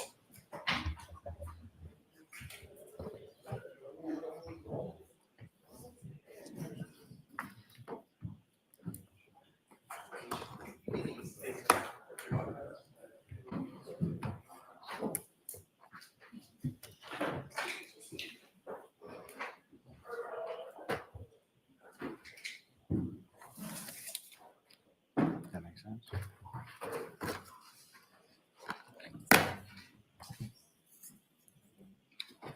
You may be seated. All right, so hopefully we will start and finish that one witness on Friday anyway, but have a second witness here. I'll have at least a couple other witnesses. Your Honor. Okay, but it would be great if we could complete the testimony of that one witness for all sorts of reasons. I will do my best. I'm hopeful. I am. I'm hopeful. I think we can. Okay. Anything I need to look at or anything in particular for Friday? Probably, but I can't think of it. May we approach this briefly? Okay.